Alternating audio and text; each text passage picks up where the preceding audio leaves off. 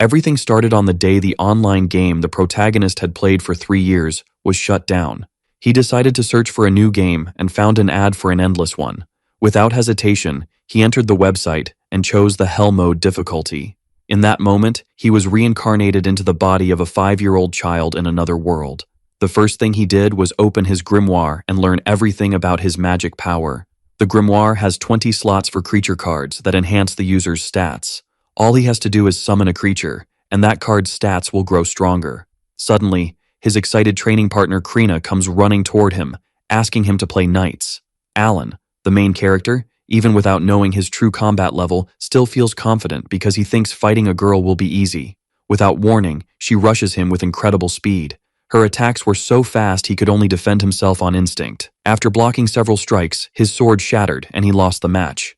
Gelda, his uncle, comforts him and says not to worry because she is likely a swordmaster. The captain of the knights visited the village to see if Krina's claims were true. She was thrilled at the chance to fight a real knight. She charged at the knight with everything she had. Alan was shocked that she could fight a knight so effortlessly. The knight had to counterattack just to stop her assault. Even after being kicked away, she continued attacking without hesitation. The knight had no time to catch his breath. The battle was stopped by the captain of the knights. The knight was defeated, and the captain confirmed she really was a swordmaster, but she needs to be 12 years old before attending the academic city for gifted children.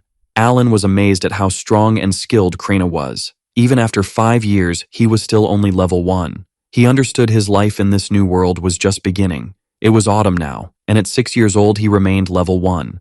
He trained every day and had finally reached level 3. His father was the leader of the beast hunters during fall and winter. He was injured during one of his hunts. Alan realized it was now up to him to support the family. The next day, he carried water for the entire village. He tended all the crops, surprising his father. He worked so hard that he gained enough experience to unlock new cards. After walking for a long time, a huge monster bird ambushed him. He had to use his special card to summon a pack of wolves to defeat the massive monster bird. His family was shocked that he defeated the creature on his own. At last, he earned enough experience to reach level 2. Later that day, he told his parents he was going to start hunting. His father was proud to see his son finally becoming a man. Alan and his uncle went hunting to support their family during hard times. During the trip, he promised to make every member of his family a citizen someday. But for now, he needed to improve his hunting equipment. The gun shop owner's son challenged him to a duel. Alan accepted immediately. The boy charged at Alan full of confidence and was defeated in an embarrassing instant. Alan was in a hurry, so he left the shop without buying anything. 9 months later, he was back home with his family. They received news that the village chief ordered them to help hunt wild boars. A direct order from the chief could not be refused. Months later, his family hunters and villagers gathered to hunt the wild boars. They reached the area and formed their battle formation. A hunter drew the boar's attention toward the group. The wild boar was weakened. Alan used his spellbook to summon a creature to finish the boar, and the creature eliminated the boar with plenty of ease. This helped him reach level 3. As time passed, leveling up became easier. 2 years later, he was already 7 years old and level 6. He could also summon E-rank creatures. He was able to create his own army of summoned beasts capable of defeating any enemy. The autumn hunting season began again, and for the first time, the Lord visited Kurina village. Alan, helping guide the group, told the Lord that the village's goal was 20 boars per season. Soon after, the hunters arrived with 3 boars from that day's hunt. The Lord realized he had nothing to worry about. The village was thriving. Because of the hunting success, Alan's family was invited to the village chief's house. As a reward for their hard work, the Lord elevated Alan's family to commoner status. They were surprised but extremely happy their efforts had been recognized. Alan's father asked the Lord to allow his son to work in his household. The Lord agreed and made Alan an official servant of Baron Granbiel. The protagonist was overjoyed by everything the Lord had done for them. When he returned home, he told Krina he would become the Baron's servant and leave the village. Before departing, he challenged her to another duel. This time, the battle was completely different. He pushed her back with his attacks. Everyone was shocked, and in the end, he defeated her for the first time. During this hunting season, he grew much stronger. When the time came to leave, he said farewell to his family. His father told him he would become a great man someday. At that moment, Alan left the village for a better life, promising to return and support his family. This was the first time he had ever seen such a large city. A few months later, he was living in the Granbiel household as a servant.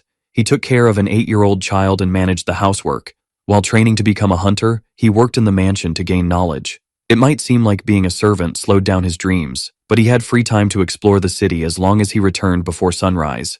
In this world, there was an adventurers guild that fascinated him. Inside, he asked an adventurer where the strongest monsters could be found. The adventurer said the closer you get to the White Mountain, the stronger the monsters become. Alan became obsessed with the White Dragon quest, which offered a reward of 1,000 copper coins, but it was so dangerous that no one had the courage to face it. After months of preparation, he finally felt ready to hunt. He had been preparing for this day for a long time. After hours of walking, he finally left the city borders. Further ahead, a group of goblins appeared. He immediately summoned his beast to attack. He was incredibly confident in this hunt, thanks to his overwhelming summoning power. The goblins start running again at high speed, while Alan orders the Thomas to use their claws to attack. Obeying, the summoned creatures begin to annihilate the enemies, delivering blow after blow without any pause. When one goblin is defeated, the boy receives a message that he gained 200 experience points. Suddenly, a buffed monster charges full force at one of the Thomas, ending it with a single blow. Worried, the protagonist thinks that apparently he won't be able to win that quickly, deciding to summon a Jiha, a large butterfly that has the ability of scales. Such an ability puts enemies to sleep, and Alan decides to take advantage of the moment. He throws a stone at the unconscious goblin, discovering that just like what happened with Albaharan, he is still not able to kill D-rank monsters with stones. One of the Tamas takes over, and thus in less than 2 hours, our boy earns 1,000 experience points. Smiling, he says the hunt is being more efficient than he thought. And approaching one of the defeated goblins, he starts deciding what to do with the creature's body. Grabbing his dagger, he opts to do what he likes least, collect magic stones, which are the lifeline of the summoner, concluding that this type of monster is very good for that. Later, we learn that Alan defeated 80 goblins and 5 horned rabbits, receiving 16,050 experience points. Additionally, he also learned more about Aegea's ability, as well as about the buff effect of insect tech summons. Since he lost some Tamas, the boy concludes that he will have to collect more stones to create new ones. But since it's getting late, he decides to summon his hooks to go home. The problem is that the birds don't move. Nervous, Alan asks if the creatures can't see that it's getting dark, discovering that the eyes of his summons are similar to those of normal birds. 1 month after his first hunt, the boy is already at level 12, going out to hunt every 6 days. Even without having good equipment and weapons yet, since he's saving money for that. The only problem is that he earns only 50 silver coins as a servant every month. One day, he is called to Gambriel's office. At his desk, the man says the boy has been doing an excellent job. But since that day he tried to flee before sunset again, he would like to know what he has been doing on his days off. Choosing to be careful, Alan says he goes out to hunt monsters outside the city, leaving the Lord shot. Explaining, our boy says he is the son of a hunter, and that is his family's way of life. Without showing much reaction, the man seems to help off the story. Confirming this, Gambriel says he understands after all the boy is the son of the hero. Interrupting, the butler asks what he did with the horned rabbits he killed, showing that he doesn't know everything the boy hunts, and that if the boy is selling the animals to some butcher, he better stop immediately, because from that moment on he will earn 1 silver coin for each animal he brings. Hearing this makes Alan very happy, since now he can hub with pride. 6 days later, the boy finds himself eating a fruit while making a plan to kill 100 goblins and 5 horned rabbits. Hoot catches his attention, apparently wanting a fruit in his hands. However, the protagonist notices that something is wrong when the bird retreats in another direction. While running, our boy thinks that it's very far and that he had instructed the bird to look for prey within 3 kilometers. As he gets closer, he hears voices and someone telling Marushi to run, seeming like a fight. We see a young girl standing in front of a group of enraged goblins. Stating that she won't let the monsters pass, Levin is on the ground, injured on another girl's lap. Alan quickly realizes that they are the people he met at the guild. Without hesitation, he grabs an iron ball, revealing that he got 3 of those custom-made spheres from a weapon shop. Our boy throws the first ball and hits one of the monsters squarely, surprising the girl and another goblin. Finally appearing, he says he's there to help, then throws another iron ball which hits another monster. When he throws the 3rd sphere, the goblin puts its arm in front of its face to protect itself. It works. Even without an arm, the creature remains standing. Wary, the protagonist realizes he's on his own since he doesn't want to use his summons in front of other people. Drawing his dagger, he says he'll take care of the enemies on the right, so she should handle the ones on the left. As he charges forward, Alan thinks that until that moment, he had always avoided fighting goblins directly. His strike hits the creature, staining his clothes with its strawberry juice. All brave, he decides to go for the next opponent. Meanwhile, the girl manages to annihilate a monster. Eager to injure, she tells Levin that she's done. However, the boy is in very bad shape and Marushi, who is a healer, is almost out of mana. Desperate, the girl with the eye patch starts crying. After finishing the job, Alan approaches the trio, leaving the girls shocked by so much skill. Realizing the seriousness of the situation, he asks if the girls want some herbs that he has. Both accept, saying they will pay whatever it takes. Our boy then takes a recovery herb from the storage, while apologizing in his mind for using the boy as a guinea pig since he's not sure if it will work. The large wound on Levin's abdomen starts to close until it completely disappears. Frightened, the boy wakes up, asking if he passed God's trial. The girl with the eye patch then explains what happened. Approaching her, the protagonist decides to heal her arm as well. Shocked, the young people ask if that is a Mayura's flower and how he can have two types of precious herbs. We discover that the flower restores the physical strength of the wounded person, while the recovery herb can only heal up to a certain point. Looking at the boy's face, Levin says he met him at Big Guild and asks what kind of talent he has. Our protagonist says he has none. Standing up, the trio states that they will reward him, but he only thinks about going back to hunting. Insisting, Levin asks if, besides not telling anyone about him, there's anything else the group can do. After thinking a little, Alan says he would like them to give him the magic stones from the goblins and 100 rank East stones. The trio agrees and decides that it's time to return to the city.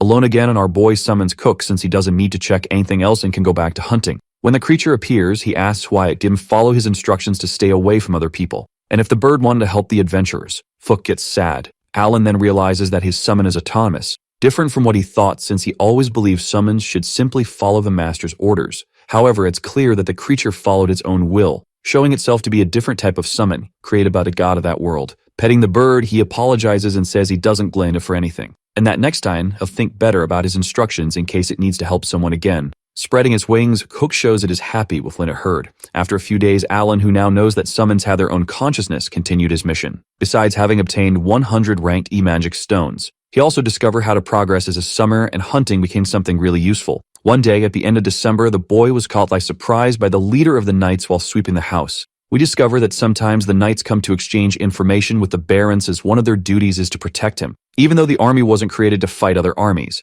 While eating, the visitor asks if that is horned rabbit meat that Alan got. Excited, Cecil confirms. The man then says that Karina village successfully defeated 20 large boars. Smiling, our boy says he's happy to hear that, while Thomas states that Rodan Muli is incredible. Then asking why they aren't eating boar meat at that moment, the question leaves the protagonist confused. He wonders if the tons of meat were then taken to the royal capital by the king's order. Still thinking, he says that it seems the baron's children eat less meat than the servants in Karina. Thomas calls him over, asks he can bring a white deer next time, which irritates Cecil since technically the deer is hers. The boy then tells his sister that it's almost New Year's, whisper in the girl's ear. Alan quickly says that he'll do what was asked, making Lady Granville laugh. Thinking, our boy states that a white deer is rank C, like the big boar, and since his father has already hunted that animal, it's now his turn. Outside, we can see that it's snowing. The boy's little frogs jump and make noise non-stop, attracting the big white deer, which approaches snorting. Unfortunately for it, it was all a trap. Holding a shovel, our boy appears, stating that he can't call himself a summoner if he can't use his abilities.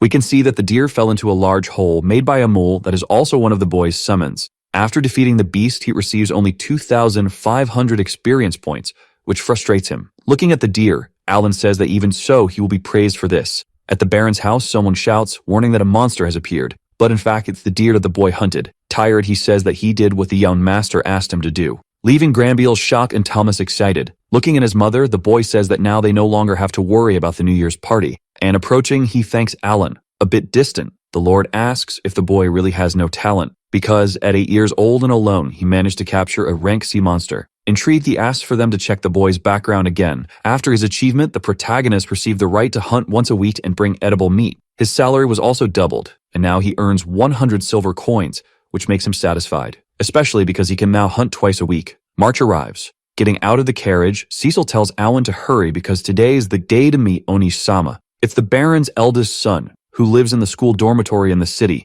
The magic airship arrives, leaving the girl thrilled. Enchanted, our boy says it's amazing to see that up close, revealing that he knows the airship is powered by magic stones. Thinking, he states that in that world, clocks follow the duodecimal system, being quite advanced. Holding a suitcase, the boy appears, asking how his little sister is doing. Cecil hubs him and says she's fine. Looking at Alan, Mihai says he looks very young and asks how long he has been a servant. Our boy answers while the girl says her servant is a hunter. Kneeling down, the boy gives a gift to his sister, who promises to take good care of the beautiful butterfly. Happy, both enter the carriage while the protagonist can only think about how Mashu and Miura are doing. Since it's the first hunting day since Mihai arrived, Cecil ordered Alan to bring lots of food. Arriving at the Baron's house completely loaded, he thinks the animals are too big to fit through his infinite storage, so he had to walk through the streets carrying the creatures. When he arrives, he sees Mihai fighting the leader of the knights. Nimbly, the boy manages to block the man's attack. Surprised, the protagonist says the boy's movements are really good and that it's the first time he's seen the commander using his sword. The man then says that the young man has improved a lot over the past year. Cecil, who was watching, notices that Alan has arrived.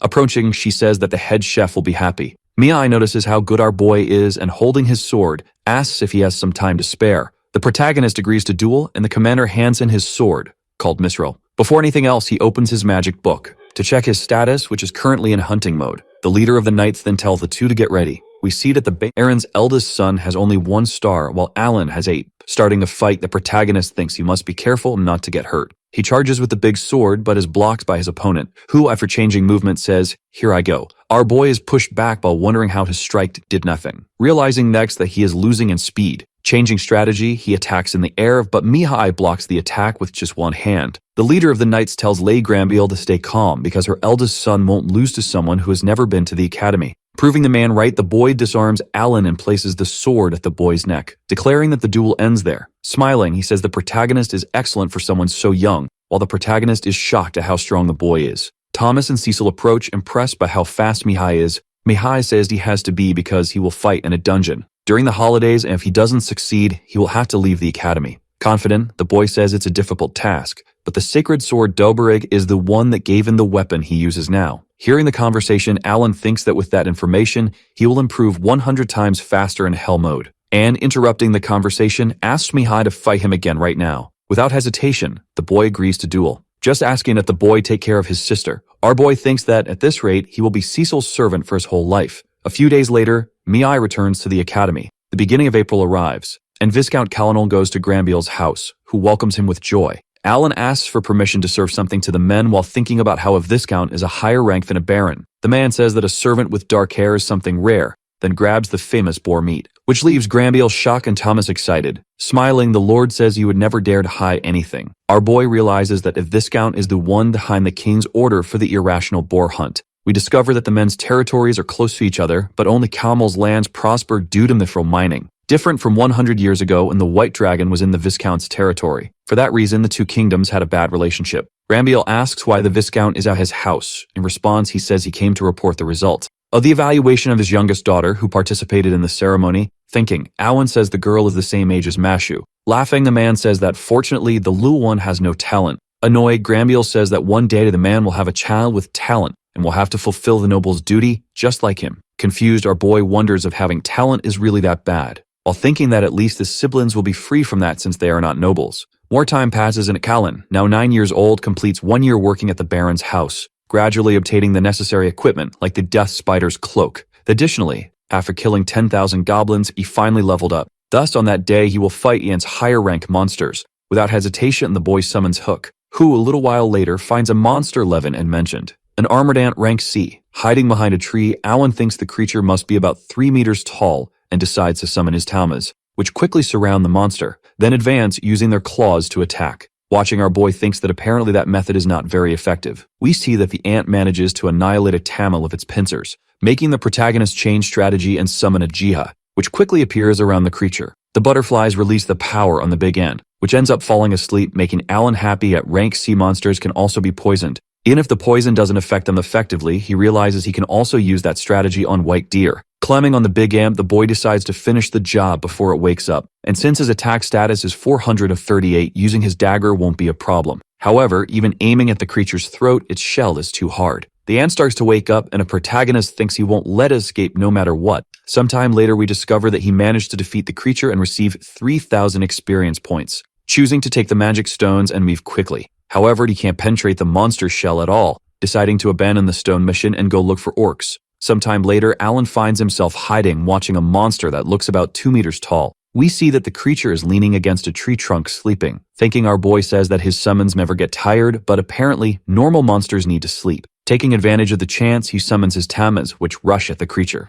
The monster starts screaming, showing that the attack was effective. From afar, the protagonist is happy to see his plan working. Furious, the creature uses his weapon to attack the boy's summons, which fly far away. Surprised, the young man realizes that the monster defeated 3 Tamas at once, deciding then to summon another batch. The plan works, and we can see the monster spewing strawberry juice from its mouth. After defeating the orc, the boy receives 1,500 experience points. Approaching, he says that this will beat his new farming target, Using his dagger, Alan manages to collect the magic stones, then wondering if he will need a bunch of those items in the future since he killed a rank C monster without using traps. However, since he was defeated by a 15-year-old student from the academy, he is still weak, besides the fact that former academy students like the Knight Commander and the Vice Commander must be much stronger than the Eye. We discover that in that world, academy graduates are overwhelmingly powerful people, representing less than 1% of the population. Alan then decides that his next goal is to kill 2 orcs at once. At the end of the day, we discover that he eliminated, besides the ant, 15 orcs.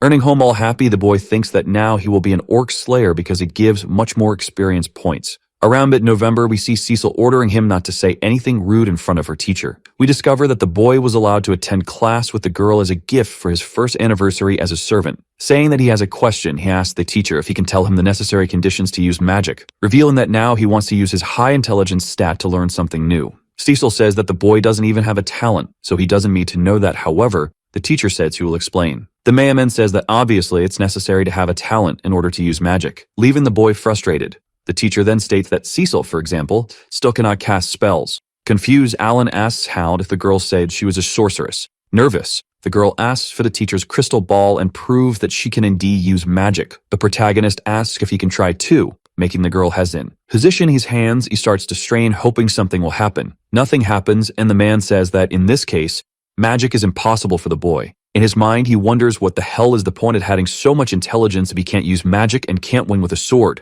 December arrives and we see Alan carrying shopping bags that Cecil asked for. A man thanks him one last time, revealing that the boy saved him when he was surrounded by monsters. We discover that it's been a year since the protagonist was officially authorized to hunt, which made him known around the city. Looking to the side, his situation catches his attention. Right, he asks Levin what is happening. Replying, the man says that madamada appeared near the south gate. Alan asks if the group was going to face the creature, but one of the girls in the trio says definitely not. It was only the most powerful person in the territory, in this case the commander of the knights, who had the chance. Since the man and the vice commander are absent, they are going to help evacuate people. Thinking, our boy says that this is not good at all since most adventurers but don't have talent and won't fight. Determined, he says that helping those in trouble is the duty of the hunter of the Granville family, so he's going to challenge the rank B monster. Running, he easily leaves the trail behind. At the south gate, we see people running, including the injured. A guard orders the gates to be closed and not to let the monster in. Another man begs to wait because his carriage is still outside. However, the huge monster has already arrived and is now devouring one of the horses tied to the vehicle. The creature is enormous and seems to have human-like teeth. Approaching, Alan says that it must be 4 meters tall or more.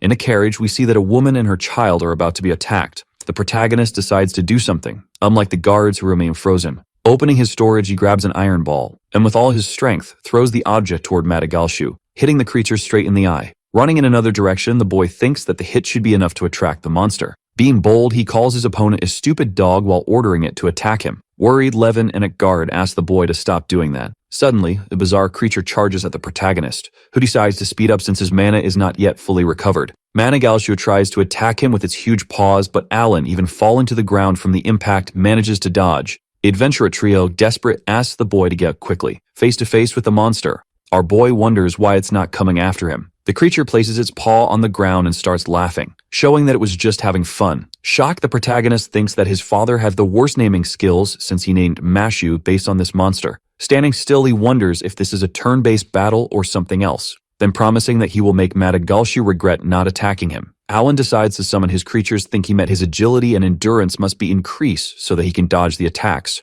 Perplexed, Levin wonders how the boy could use himself as bait. Meanwhile, the monster chases him through the forest. Happy to have lured the enemy away from the city, a protagonist orders Aja to put it to sleep. However, his summons are quickly annihilated. While continuing to run, he decides to try again. Sometime later, we discover that Alan lost sight of Madagelshu. In shock, he wonders how all his debuffs didn't work, deciding to get more XP to be able to take revenge later, now that the monster is far from the city. However, something ends up catching his attention. We see that Madagelshu is actually behind him, while in front of him stands an orc. 3 days pass, and a guard sees someone approaching. It's Alan, all battered, and as he gets closer, the boy collapses on the ground. Worried, the guard yells, asking for someone to call a doctor. When the boy wakes up, he finds himself face to face with Cecil, who asks how he's feeling after sleeping for 2 straight days. Then she says that, as his lady, it's only natural for her to be worried. Thomas approaches and says he's glad Alan is okay, while the butler informs him that the Baron would like to see him. In Granville's office, the man asks where our boy was thinking. Apologizing, Alan says he only managed to escape and that he's sorry for acting on his own. To his surprise, the Knight Commander appears and says he's very grateful for Alan fulfilling a duty that was supposed to be his. The Baron also says that Alan doesn't need to apologize for saving the city, and his reward will be 20 gold coins. With shining eyes, Alan can only think about how he needs to go to the weapon shop. Granville then says that next time he shouldn't go so far. Agreeing, the protagonist promises he'll be more careful. Thus, the next day, he is hunting another monster, but this time with a very sharp mythical sword that costs 25 gold coins. Alan also discovered that the memories of a previously summoned beast are passed on to the most recently summoned beast, and that summons walk alongside the summoner, so they store all information gained through effort. Additionally, the giant rank B bird and the fierce goblins, and the rank C monsters that an adventurer cannot handle alone. Together with the Madagashu, they make the creatures of that world far too strong. Spring has arrived and Mihai has returned home, granting Alan his rematch as promised. Thinking, our boy says that even though his level is higher, his opponent is still 100 times faster than him. The other family members watch the duel excitedly, as the two boys engage in a sword battle. Confused, Cecil wonders if her servant is weaker than the last time. After a while, we see that the protagonist loses again, even though he is bigger. Everyone praises Mihai, who thanks them, stating that his opponent has also improved a lot. Shaking the boy's hand, our protagonist says that even so, he still doesn't compare to Mihai's strength. During dinner, the eldest son finds out that the protagonist fought against the Madagashu and was chased for 3 days. Looking at the boy, Mihai says that must have been very dangerous, and Thomas asks if Alan can defeat the creature. But Cecil says absolutely not. Granville then tells Mihai to keep getting stronger. Suddenly, guards burst in, warning that the white dragon is awakened. Surprised, our boy wonders how that's possible if the beast has been asleep for 100 years. One of the men says that the adventurer Dill reported seeing the creature flying toward Talmal's territory. Shocked, Granville asks for an investigation to be conducted in all Mythwell mines. The Knight Commander interrupts, stating that the mountain slopes are full of powerful monsters, so the task will take months. Excited, Thomas says he feels that history is about to change. Olmei says his return next year will be very fun. Approaching, the boy's mother says it really will be. The commander then says there's still a chance the white dragon might come back, so the story must remain secret. Thinking to himself, Alan says that he's probably about to lose the chance to hunt beasts alone. In the first week of July, our boy celebrates having had a very productive day. Checking some things, he concludes that it will take another 2 years to level up his summoning skill. However, his interest now is to figure out what the companionship skill is about. When he activates it, something happens that leaves the boy wide-eyed. We see that now he can see through Hook's eyes, so the skill works for both of them. Additionally, hearing's also shared. It's as if he's flying around himself. Combined with the Hawk Eye skill, Alan can now see miles ahead. He also discovers that he can give commands while doing this. The boy concludes that it's like controlling multiple characters at the same time with no limit to the quantity. Thus, since each summon requires 200 points to use the skill, with 1,200 points he can control 6 summons. He then decides that it's time to check out new rank D animals since he has 10,000 magic stones. Upon seeing what the new creatures are, the protagonist is in complete shock, because except for Jalagada, all of them have intelligence above 100, which means he can control them remotely and use the companionship skill. His only frustration is not being able to do this with Tama. Alan chooses to use summons to hunt beasts immediately, quickly finding another giant ant. Using his spider, he orders it to shoot its web, while the bear finishes the job. Successfully, he defeats the monster with just a few strikes, satisfied that he can now hunt armored ants. His remote summoning team also celebrates. We discover that Horu and Hook are in charge of reconnaissance, and with Haremi's skill, the entire team can dodge faster. And with the bears handling the fence and defense, he no longer needs to worry about rank C beasts. Furthermore, the companionship skill does not deactivate while the boy sleeps, meaning farming is now always possible. As he leaves, he asks his summons not to approach strangers and not to fight back even if they are attacked. While thinking, the boy feels that his strength has increased a lot. Remembering that he can view things from the air, the protagonist has a very interesting idea. We return to see the village of Karina, where one of Alan's birds watches a boy and a girl training. It's Krena and Dogora. The young swordswoman charges at the axe user with everything she's got, that its master's turn to practice. Happy, the protagonist's brother stands in front of the pair. Meanwhile, Rodan is working on the farm. Looking up, the man said the flying bird looks suspicious. We see Alan's mother fixing Mira's hair, who can't sit still. With the hairstyle finished, the little girl thanks Teresa. Both hear a strange noise and find a gold coin at the door.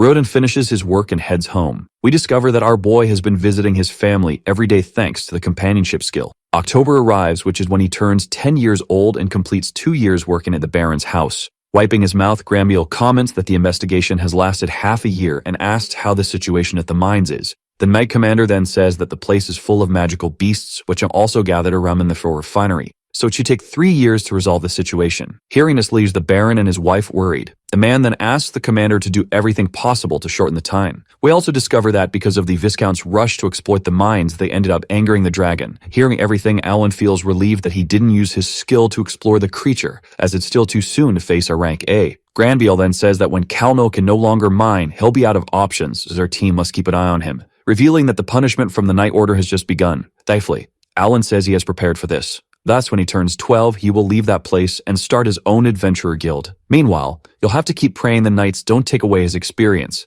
Behind a mountain is the home of the armored ants. At the base of the White Dragon's mountain is the territory of the goblins and orcs. The Goblin King rules over the goblins, and the Orc King rules over the orcs, and the Ant Queen rules over the ants. To start, in a few days the goblin village will be wiped out. The goblins and orcs that were hunted were born in villages like that. Upon noticing the existence of baby goblins, the protagonist starts to hesitate a little. However, he notices the human skeletons on the ground. Apparently, the goblins had eaten the humans and stolen their weapons. Normally, he hesitated when he had to remove an XP source, but at that moment, he was determined to kill them all without leaving a single one behind. A fish is thrown in front of the animals. The spider had great strength, while the bear had high endurance. That's why the warrior decides to send the bears into battle first. The fight begins, and the animals show all their strength and cruelty. The goblins try to defend themselves as best they can, trying to lure the enemies elsewhere. Soon after, the bears get confused in battle, not knowing what to do. From the top of a structure, a creature prepares its bow and arrow aimed at the opponents. However, the spider was already prepared and manages to use its webs on the goblin. Noticing that the goblins were capable of ranged attacks, the warrior sent the spider to handle it. With the defeat of one of the goblins, the Let's Red's gauge increased to 200. Nervous, the boy watched his enemies approaching.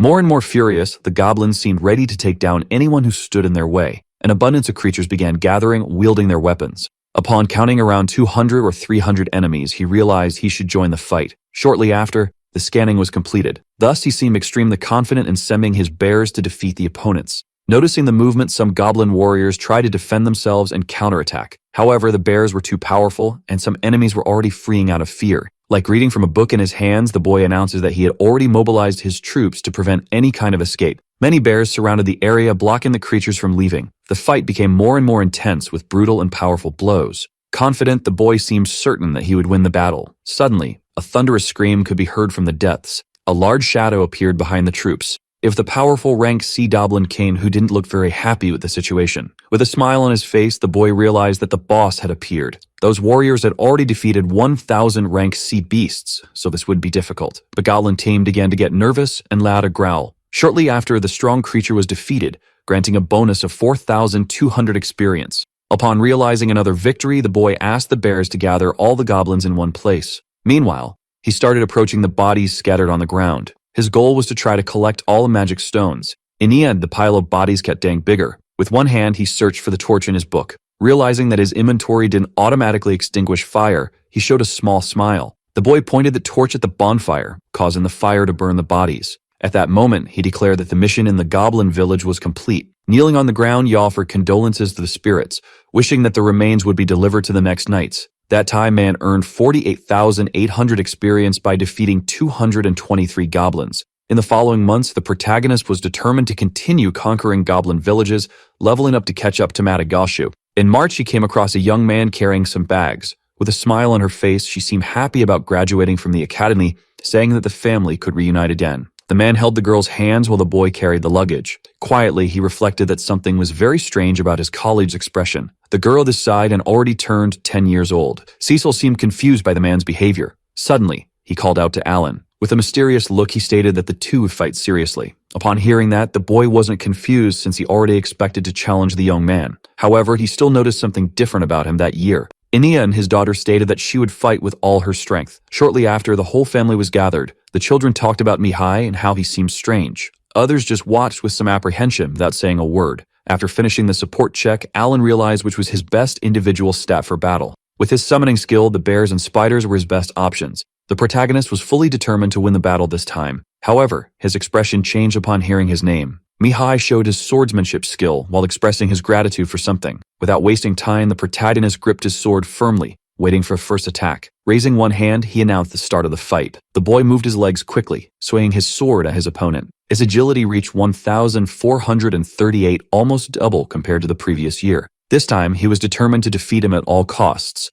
When launching an attack with his weapon, Mihai managed to block it. Frustrated, the protagonist realized that the opponent was still very strong. Even so, he wasn't going to give up the battle and did everything he could to maintain his balance. Wielding his sword, he showed he was ready for a new attack. Alan thought that due to his agility, he was much faster. Again, he tried to land new blows using all his skill. Meanwhile, the children noticed that Mihai seemed to be at a disadvantage. But the old man reassured them, informing them that the young man was not losing. With determination on his face, he dodged all the attacks. Sweat dripped down Alan's face as he used all his attributes. Apparently, his opponent was able to read his movements, which is why he'd block everything. At that moment, he realized the situation wasn't looking good. But you continue fighting the powerful and intense strikes. Suddenly, Mihai managed to disarm his opponent, throwing his sword far away. Both were shocked when they heard the order to stop the fight like them. Disappointed, the protagonist tried to figure out the reason that led him to lose again. While a tear runs down his face, he thanks the compliments from the young master. Confused, Alan notices that the boy walks straight past him. At that moment, he realizes that there would be no handshake this time. The man informs that the intense 3 years of training made Mihai much stronger. With a smile on his face, he thanks the compliments coming from his father. Meanwhile, Alan reflected on the promise to fight the boy. Cecil shows that she was very happy with the warrior's progress, even being inferior to Miyai Oni-sama. The three talk about the possibility of the boy becoming a disciple to learn the sword style. Suddenly, the young man calls Cecil and Thomas,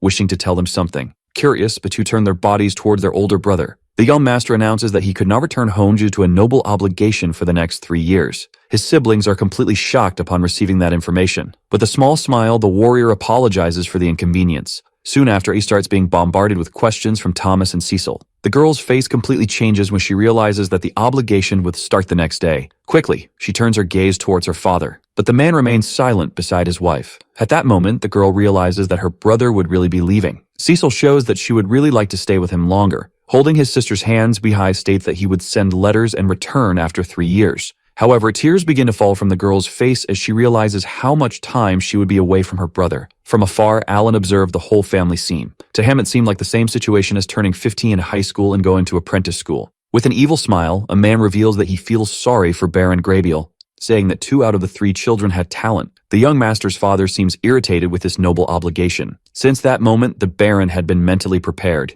Even so, Alan seemed to feel something very suspicious. The sun rises in the distance, illuminating around the mansion. Wind up, the servants await new instructions. The boy questions Rickle about the noble obligation. But even after working for 12 years for the Baron, the employee had no knowledge of that. Shortly after, Mihai descends the stairs step by step. With wide eyes, the protagonist notices the armor he was wearing. Thomas asks Cecil to say goodbye to her older brother. Cautiously, the girl approaches her family member. Tears begin to stream down her face as she says that she would anxiously await his return. With a warm hug, he assures that they would see each other soon. His parents show that they were very proud of the Graybill family's talent. One of the servants wishes a safe journey to the young master. Suddenly, Alan begins to sense a kind of approach. Mihai hugs the boy, who seems not to understand the situation. Lowering his body, he whispers in his ear, asking the protagonist to take good care of Cecil. Even nervous, he affirms that he understood the orders received. As he watches his departure, he starts to reflect that the warrior seemed to be trembling a little. But a smile on his face, he states that he should leave to fulfill his obligation for the family. Everyone waves to the young master, while Cecil says that they will be waiting for him. Alan thinks that after 3 years, it was time to leave and Cecil would go to the academy. As long as he is a servant, he would still be devoted to protecting her every way. May arrived and 2 months had passed since Mihai left. In October of the previous year, Alan began fighting against the Goblin Village with only a few creatures remaining on the White Dragon Mountain. After conquering the Goblin Village, his level had increased to 35. The Order of the Knights would arrive in the morning, so the warrior had to hurry. As expected, he didn't know how many enemies might be in the place, only investigating superficially. Similar to the strategy in the Goblin Village, he had a team of summons for an ambush in the rear. That was the pincer movement tactic to destroy the enemy. His time, Braum would support with ranged attacks with his special protection talent. Shortly after, he gathers his troops and asks them to aim at the Orc village. The spiders and bears begin to approach the narrow gate. The sentinels notice the suspicious movement and start getting irritated. Wielding their weapons, they were determined to protect the fortress with all their strength. Without wasting time, the attack begins and the bears aim directly at the guards' necks. Accustomed to fighting one-on-one, the bears were indeed a very powerful weapon. Noticing the attack, arrows begin to be launched. At that moment, Alan calls for Braun's protection. With a gigantic shield, the knight protects his master. Despite everything, the protagonist notices that there were many enemies. Shortly after, his bears hit by arrows. Even so, they don't seem to give up on the battle and continue the attacks. Unable to read the current HP of the summons, Alan knew that the bears would fail if they kept ignoring your injuries. Suddenly, he tries a new approach by using his insects. The spiders start to move upon hearing the order to kill the archers. With a leap, the arachnids quickly approach. Without realizing it, the enemies receive a powerful attack from the spiders. At that moment, Alan realizes that he should increase the number of spiders to fight the orcs. With determination, he gives the order to keep marching forward. His troops advance into the fortress, leaving all the destruction behind. One of the creatures notices the approach of that dangerous threat and rings a bell, warning its companions. As he walks, Alan seems to reflect on everything ahead. He didn't want it, but there could be more than 200 orcs in the place.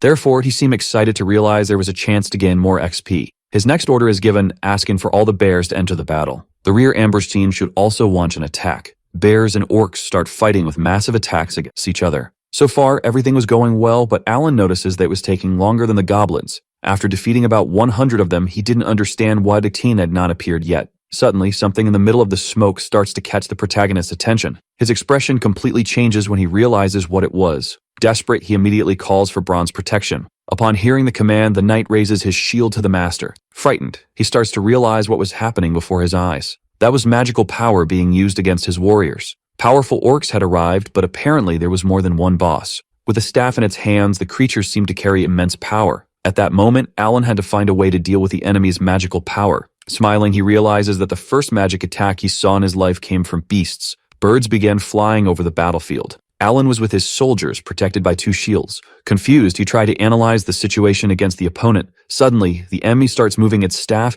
casting something into the sky. The protagonist realizes that he is being attacked by a fireball and calls for Bron's protection. Quickly, the spell is launched against him. The shield was protecting against the attack, but even so, everything was very high. Alan becomes more nervous as he notices 3 new fireballs coming his way. With their staffs, the orcs began to unleash magical power. Fireballs were launched in all directions, hitting their opponents. Opening his book, Alan realizes that the boss was capable of attacking from behind where Bron wasn't covering. Shortly after, he holds his spear in his hands. With determination, he throws the weapon at the opponent, calling it to the fight. At that moment, a magic orc is defeated, earning 2,000 experience. Smiling, the protagonist realizes that the magic orcs were only rank C. With only 2 iron balls remaining, he couldn't miss his attacks. Meanwhile, his enemies had vanished from sight. Confused, Alan seems not to understand what was happening. Suddenly, the fireball hits bears and spiders. The boy realizes that the components were out of his attack range and his battle strength was reduced. In the middle of the battlefield, numerous orc warriors appear. Nervous, the protagonist realizes that there were hundreds of them. Despite everything, he wouldn't give up on his goals and was ready for a fiercer battle. Moreover, he still had magic stones to summon another 20,000 bears.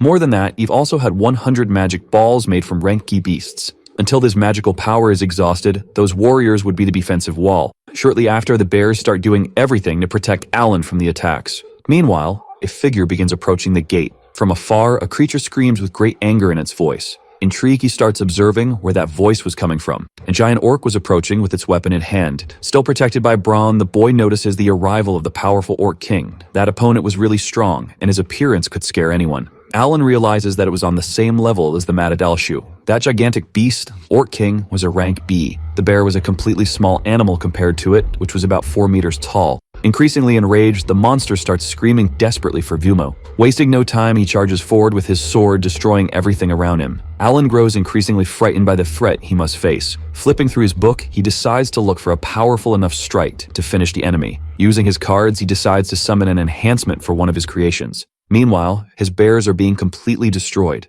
Alan had lost his army faster than the summoning speed of the animals for reinforcements. Moreover, the Orc King didn't seem determined to wipe everyone out. Realizing he would be the next target of the fireball, he calls for Bron's protection. The knight answers his call and manages to arrive in time. But even so, Bron is defeated by the intense heat of the flames. Suddenly, something powerful starts coming his way. With nowhere to run, he tries to use the bears as a means of protection. An explosion occurs on the spot, sending debris flying in all directions. Alan's body is thrown far away. Meanwhile, the Orc King continues wiping out every bear he sees in front of him. With a special skill, Mamataru, Fruit of Life, his recovery is 1000 HP. Opening his eyes, he realizes the horrifying scene in front of him. Confused, he doesn't know if he can continue fighting until the end. He wasn't sure if he could dodge magical attacks from that position. He tries to think of some way to regain the initiative against the enemy. His eyes reveal all of his anger as thoughts flood his mind. At that moment, he realizes that maybe the best option would be to retreat. Suddenly, he notices the presence of a man in front of him. Confused, he doesn't understand what is happening. The warrior continues observing the protagonist's difficult battle. The knight commander was supposed to arrive only tomorrow, but seeing the smoke, He came to check. Kneeling, Alan explained that he was trying to invade the Orc village and considers the possibility of fleeing. Calmly, the old warrior starts analyzing the situation. Besides everything, the young man realizes that the summoned beasts had been exposed. They shouldn't be mixed with magical beasts, so they should retreat. Shortly after, the bears disappear completely from the battlefield. With his sword drawn, the commander decides to fight the Orc King. Alan notices that the man had completely ignored the summoned beasts. More than that, he didn't even flinch in front of the king, being able to defeat even Madadalshu alone. The commander announces that he will defeat the Orc King alone and the vice-captain, Rebrand, will take care of the rest. Alan starts observing the man, realizing that it had been a long time since he last saw him. Originally, the protagonist tried to secretly monopolize the XP, but this was the perfect chance to watch the two show their true power. The commander was a skilled swordsman, while the vice-captain was a powerful lancer. On the battlefield, the opponents exchanged intense stares. Worried, the young man reflected on the dangers of standing in front of the Orc King, who was a very fast monster. Wasting no time, the commander continues advancing to meet his enemy. The creature screams with its thunderous voice, showing it had no fear at all. With its gigantic weapon, it launches the first strike. But the commander was already prepared for that move and defends himself with all his strength. The ground around him starts to sink, but the man holds his position. Alan seems impressed with what is happening before his eyes. On the other hand, the vice-captain was already used to scenes like that. The Knight Commander had a fighting style that overwhelmed his opponent. Therefore, his nickname was Xenoph, the Battle Demon. Standing still, the two continue staring more and more intensely. Their eyes reveal the desire to start the battle again. At that moment, Alan realizes that the Orc King was truly crazy and enraged. The fighters raise their weapons, pointing them at each other. With skill, the monster launches a powerful strike, but isn't accurate. Xenoph doesn't seem worried about that situation, while the Orc's veins bulge across his body. Suddenly, he starts to show all his swordsmanship skills. The protagonist realizes that the Knight Commander didn't seem inferior to that gigantic opponent. Shortly after, the vice-captain starts moving across the battlefield. With his spear on his shoulder, he was determined to defeat all the other enemies. Quickly, the combatants launch fireballs into the air. Understanding the situation, the fighter realizes that the cause of the fire was the magic orc. Wasting no more time, he jumps toward his enemies. Landing in the middle of them, he starts positioning himself for the fight. Meanwhile, Alan watches the entire scene with extreme attention. The opponents begin advancing with their weapons drawn, but the vice-captain was much more agile and skilled, managing to block the attacks. Suddenly, the magic orc is completely struck, with no chance to defend itself. Nervous, the protagonist seems truly oppressed by what he sees. That man seemed afraid of nothing even when fireballs came his way. Wasting no time, he lowers his body and moves his spear with extreme precision. Destruction begins to spread across the battlefield, of fire scattered everywhere. Irritated, the orcs seem unwilling to lose that fight so easily. But the warrior doesn't let them recover and attacks everything that appears in front of him. Alan notices that the man was defeating the orcs as if they were nothing. Suddenly, he looks again at the Knight Commander fighting against the Orc King. Smoke was spreading everywhere as the man made a magnificent leap toward the giant monster. With a powerful strike, he is able to split the creature's body into two parts. The scene becomes increasingly grim, with remains scattered all around. The Knight Commander seems unfazed by anything. To the boy, the Orc King is nothing more than a fly in front of that warrior. Even the vice-captain is very strong, using a move that seems to be the same as Purina's extra skill. At that moment, the boy starts wondering why he himself doesn't have the same skill related to his talent. However, the Knight Commander didn't even need extra skills to defeat the Orc King. After finishing his fight, the man asked the boy to stay and help since the knights would only arrive after nightfall. Despite everything, something still lingered in the young warrior's mind. Curious, he asked if he could take the magic stones from the bodies. Receiving a yes as an answer, the boy wastes no time and starts scavenging the orcs. Meanwhile, the vice-captain seems suspicious of that scene. Now the camp should be burned so that the monsters wouldn't return. But the two didn't need to worry about that, since the knights would take care of the rest tomorrow. As it was getting late, they would rest for a bit, and tomorrow the commander would have a conversation with the baron. At the camp, the men gathered wood to make a bonfire. Sitting on a log, the boy enjoyed a piece of meat. Meanwhile, he told the warrior that he had attacked the goblin village alone, exterminating more than 50 of them. The commander seems curious about that number, being much higher than he had thought. For a moment, the boy stops enjoying the meal. He explains that 4 years ago, an abundance of albaharan feathers was found in the place where the secret sword was discovered. The Karina village exceeded the wild boar hunting target by 10 each year, and as a reward, Alan was accepted as a servant of the Grabio family. Suddenly, outside the city, many bodies of demonic beasts appeared, from which the magic stones had been removed. More recently, they found bodies of many goblins who had lost their magic stones, as well as traces in a burned village. Therefore, the man believed that the boy was hunting alone, capable of defeating a rank C monster. At that moment, the protagonist realizes that he had been discovered. As the assessment showed that the boy had no talent, the commander decided to question the officers. At that time, there was a blinding light coming from a strange boy with black hair and eyes. They could read it clearly, so they had to say no talent due his low stats. Zenov claims to believe that Alan might have his own talent, the ability to fight alongside animals, but the boy remains silent, unable to confess that he received special powers from the creator of that world. Meanwhile, the commander resumes enjoying a piece of his meat. In any case, it was just the result of his small investigation. Alan is completely distraught upon hearing that the Baron already knew about his talent. Probably he must have noticed it since discovering the boy's fondness for hunting. Reflective, he thinks that this might be the reason he was granted 2 days of hunting, something quite generous for a child like him. However, the Knight Commander could not answer all the protagonist's questions. The man would keep today's events a secret from the Baron, but the boy would need to provide a report on the beast hunts. For him, they both have the same bulls, and that was a great proposal. With a bit of guilt in his eyes, the boy accepts the agreement with the Bull of gaining experience. Suddenly, a soldier informs that the backwater is ready. Showing his gratitude for saving his life, the boy offers to wash the commander's back. A short time later, he opens the curtain holding a basin in his hands. However, he is shocked by the scene's witnesses. The commander's back had extensive wounds. Confused, Alan didn't seem to understand how the man managed to survive with those injuries. The boy had brought medicine for the commander and would take care of the situation. Even so, the man claimed that everything was fine. After wetting a cloth, the boy begins washing the fighter's back. While continuing his tasks, Alan thinks that next time he would like to defeat an Orc King by himself. Startled, he receives a question from the commander asking if he felt happy or hunting. Reflecting for a moment, the protagonist seems confused, realizing that maybe the man was able to read his thoughts. With a smile on his face, he says that it's really fun to keep practicing and getting stronger. 5 years ago, the commander had a wound on his face, which was now completely healed. While the boy cleaned his back, the warrior showed a small smile. The soldiers guarded the area, ready for any kind of threat.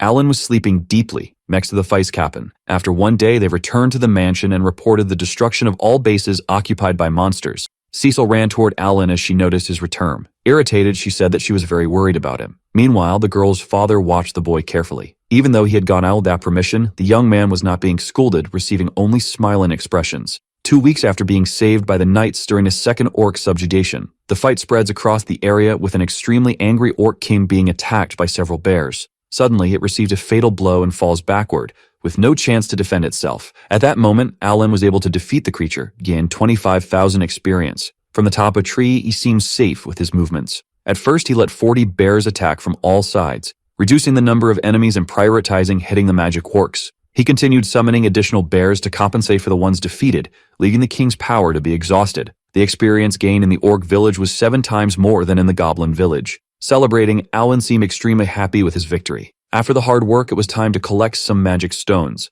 That time, the boy had used more than 120 Regi magic stones and should try to use fewer next time. October arrived and the protagonist turned 11 years old. Since May, he had destroyed 20 orc villages and always reported everything to the Knight Commander as promised. The time required for mithril mining was reduced from 3 to 2 years. At that pace, he would be able to eliminate all the orcs and then, next year, would hunt the armored ants. After turning 12, he would start his life as an adventurer. Lost in his thoughts, he gets tapped by his companion, saying that some people had arrived. The person in front of him was a royal messenger, who entered the mansion calmly. Wearing clothes that covered his entire body, he thanked them for the welcome. But Alan didn't like the look of that man, who was responsible for increasing taxes. The patriarch of the Graybeal family receives the messenger, questioning the reason for the visit. With his hands together, he states that the Baron has always been loyal to the royal family, following the king's orders. For the man, being in good standing with the king is a great privilege. Alan thinks how strange the conversation was, something too calm. The messenger states that he has something for the Baron to receive personally. One of his subordinates hands over a box with a letter inside. That piece of paper was from his son, Mihai Dambriel. At that moment, the man's expression changes and he needs to be restrained by his wife. Cecil doesn't seem to care being teased by Thomas. Still, the girl tries to hide the happiness on her face upon hearing about her brother after a year and a half. Wasting no time, the Baron decides to open the letter. Nervous, he seems unable to believe what he is reading. The messenger states that he received that letter about 3 months ago. Meanwhile, the children seem increasingly worried. Suddenly, his wife asks to read what was written. Placing a hand on her face, she seems unable to believe any of what was written. Mihai Gambriel did his best for the noble obligation and ended up passing away. Everyone is extremely shocked upon hearing those words from the messenger. Irritated, the Baron raises his voice and claims that the man was completely mistaken about those facts. Mihai had just graduated from the academy, and that dangerous place was not suitable for a noble from a small family. With a piercing gaze, the messenger questions if those words were being directed at the royal family. Speechless, the man seems not to know what to do in that situation. His wife cried uncontrollably, remembering her beloved son. One of her subordinates tries to help her, noticing all the nervousness present in her body. The money for the funeral would be discussed later during other visits.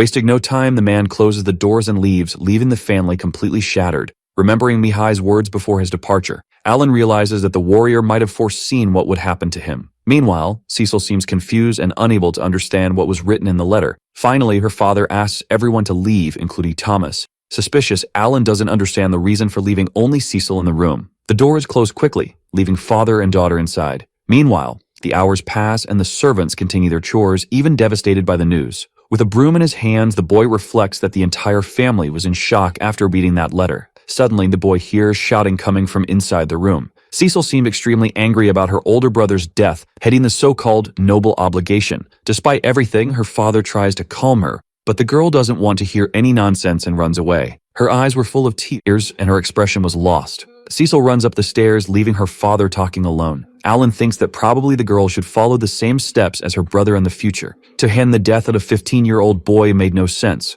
The Baron tries to hold back his tears, but his sad expression is clear to everyone around. Suddenly, Alan begins to remember the scenes from earlier. In the end, he understands that this was the duty of all nobles and nothing could be done. Alongside a butler, the boy goes to Cecil's room. The servant knocks on the door, informing the girl that her dinner is ready. At that moment, the Baron says that the best thing to do is let Cecil rest. Alan reflects that Thomas would become the new heir of the Greybeard family. Meanwhile, Cecil cries uncontrollably in her bed. The next day, the servants prepare breakfast. Rumors said that the Greybeard family tended to have short lives since the Baron's parents and his brother died very early. Remembering the young master Mihai, the man starts feeling emotional. Despite the boy being born into a noble family, that situation was so very cruel. Suddenly, a servant enters the dining room, startling everyone by speaking about an emergency. One of the maids reported that the young lady was no longer in her room. Everyone begins a frantic search for the girl, who had completely disappeared. Alan notices that the window of her room was open, and maybe she could have escaped through there. Determined, he calls the butler to inform him of his findings. Finally, he asks to leave the mansion and search for Cecil outside.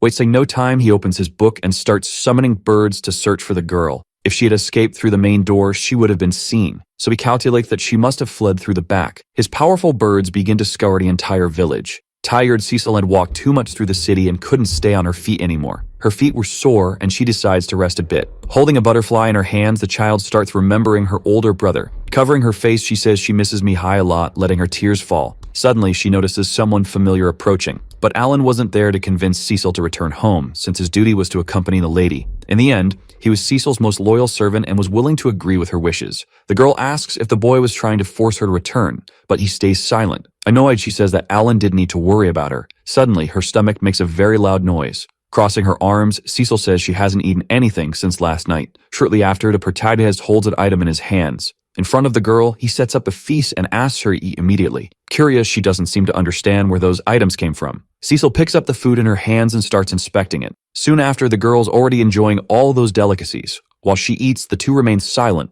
observing the landscape. Suddenly, tears begin to well up again. Embarrassed, she covers her face while whispering about her brother. Alan says that Mihai was extremely strong since he had never managed to defeat him. Hearing that, Cecil feels even sadder, remembering her brother's fate. Finally, she simply says that she should die too, just like Mihai. The protagonist tries to understand if the girl already knew something. In addition to learning that the kingdom had never been in conflict with its neighbors, he knew would not be military conscription. To begin with, he would have to find a way to persuade Cecil. With determination, he asks if the lady was willing to leave that city with him. Just go on a trip to forget all the negative things using money the boy had saved. Confused, Cecil seems not to understand how that situation would be possible. But for now, she should return home and wait for Alan's 12th birthday, when he would become an adventurer. However, the girl informs him that it would be impossible since she was already in the academy. Suddenly, her expression changes completely upon realizing his plans. Alan was talking about the right to choose how one should live. However, Cecil had no idea what kind of life she really wanted to live. Sitting, she looked at the small butterfly in her hands. Meanwhile, when the protagonist's birds watch the two from afar, her gaze completely changes as she realizes in that instant what kind of life she wanted to live. Determined, she tells Alan that the two of them could go back home. Finally, she puts the butterfly in her hair while saying she's tired of walking. The two set off with the protagonist carrying Cecil on his back. Resting her face on her friend's back, she shows all her gratitude. Shortly after, they arrive at the Greybeard family mansion. Her father starts approaching upon realizing that his daughter had returned. Cecil seems nervous about the reaction the Baron was about to show, but she is surprised to receive a warm hug. The girl begins to cry, saying that she caused trouble for everyone. However, her parents were only worried about the safety of their daughter, who was suffering too much. With a smile on his face, Alan realizes that he did something good. In the end, the Baron asks Cecil not to worry about anything for now. The mithril mining had started, and once recognized by the royal family, the noble obligation would also be dismissed. At that moment, the protagonist realizes the reason for promoting the mining. Feeling guilty, Alan thinks that if he had started cooperating with the knights earlier, perhaps Mihai could still be alive. Meanwhile, he continues to watch the family from afar. Cecil Grabiel states that she will fulfill her noble obligation, following the same path her brother took. But determination in her eyes, the child shows that she is not willing to run away. Upon hearing her words, everyone falls silent. After half a year since the funeral of young Master Mihai, the Grabiel family was returning to normal. The Orc garrison was destroyed by the knights, gaining full control of the mithril mines. After the summer, mining would begin and the Baron could rest for now. Now it was simply a matter of keeping an eye on the Kalma family, which had lost its mining rights. The Knight Commander received the order to be cautious at all times. In March, Alan starts climbing a very steep mountain. Even though Cecil really wanted to accompany him on the hunt, he realized that he was smart not to allow it. Everyone knows that the girl wanted to get stronger, but she needed permission from the Baron to do anything. Suddenly, the young man notices something strange in front of him. Apparently, the protagonist had arrived at the right place. Now he would face another obstacle in mining. His next target would be the rank C magical beast, the armored ant. There were possibly 1,000 inside that cave, and a rank B clean ant had produced them all. This time, he had less information than usual and couldn't use aerial scouting in that battle. The entrance size was big enough for one of those ants. It was really narrow to go when the time designed that way on purpose. Therefore, Alan would try to reduce the number of enemies before the attack. Opening his book, he decides to use the bear, the spider, and Harami. First, he would set up the rear lines similar to what he used against the orcs. All those bears had an ability to dodge attacks and would be crucial in the battle. His ideal world was one where he should dominate on his own without any manual. Thus, he was willing to fight any opponent. With a command, he sent the bears forward. Soon after, the ants start coming out of the small hole. A gigantic number of insects begins to gather. With a smile on his face, Alan was determined to finish them all one by one. That was the perfect moment to use all his strength. Without holding back, he sends his bears and spiders against the numerous ants. Shortly after, he had already managed to defeat some armory ants, gaining 3,000 experience for each. From past battles, the protagonist had discovered all the weak points of the ants. On the other hand, it was a waste of military resources. Since a full blow from a giant ant is capable of defeating a bear, he should unite countless bears against just one ant. But the intelligence of the bears is not very high, so they can only perform simple commands, making several mistakes as a group. Meanwhile, Alan continues with his daydreams, flipping through the book.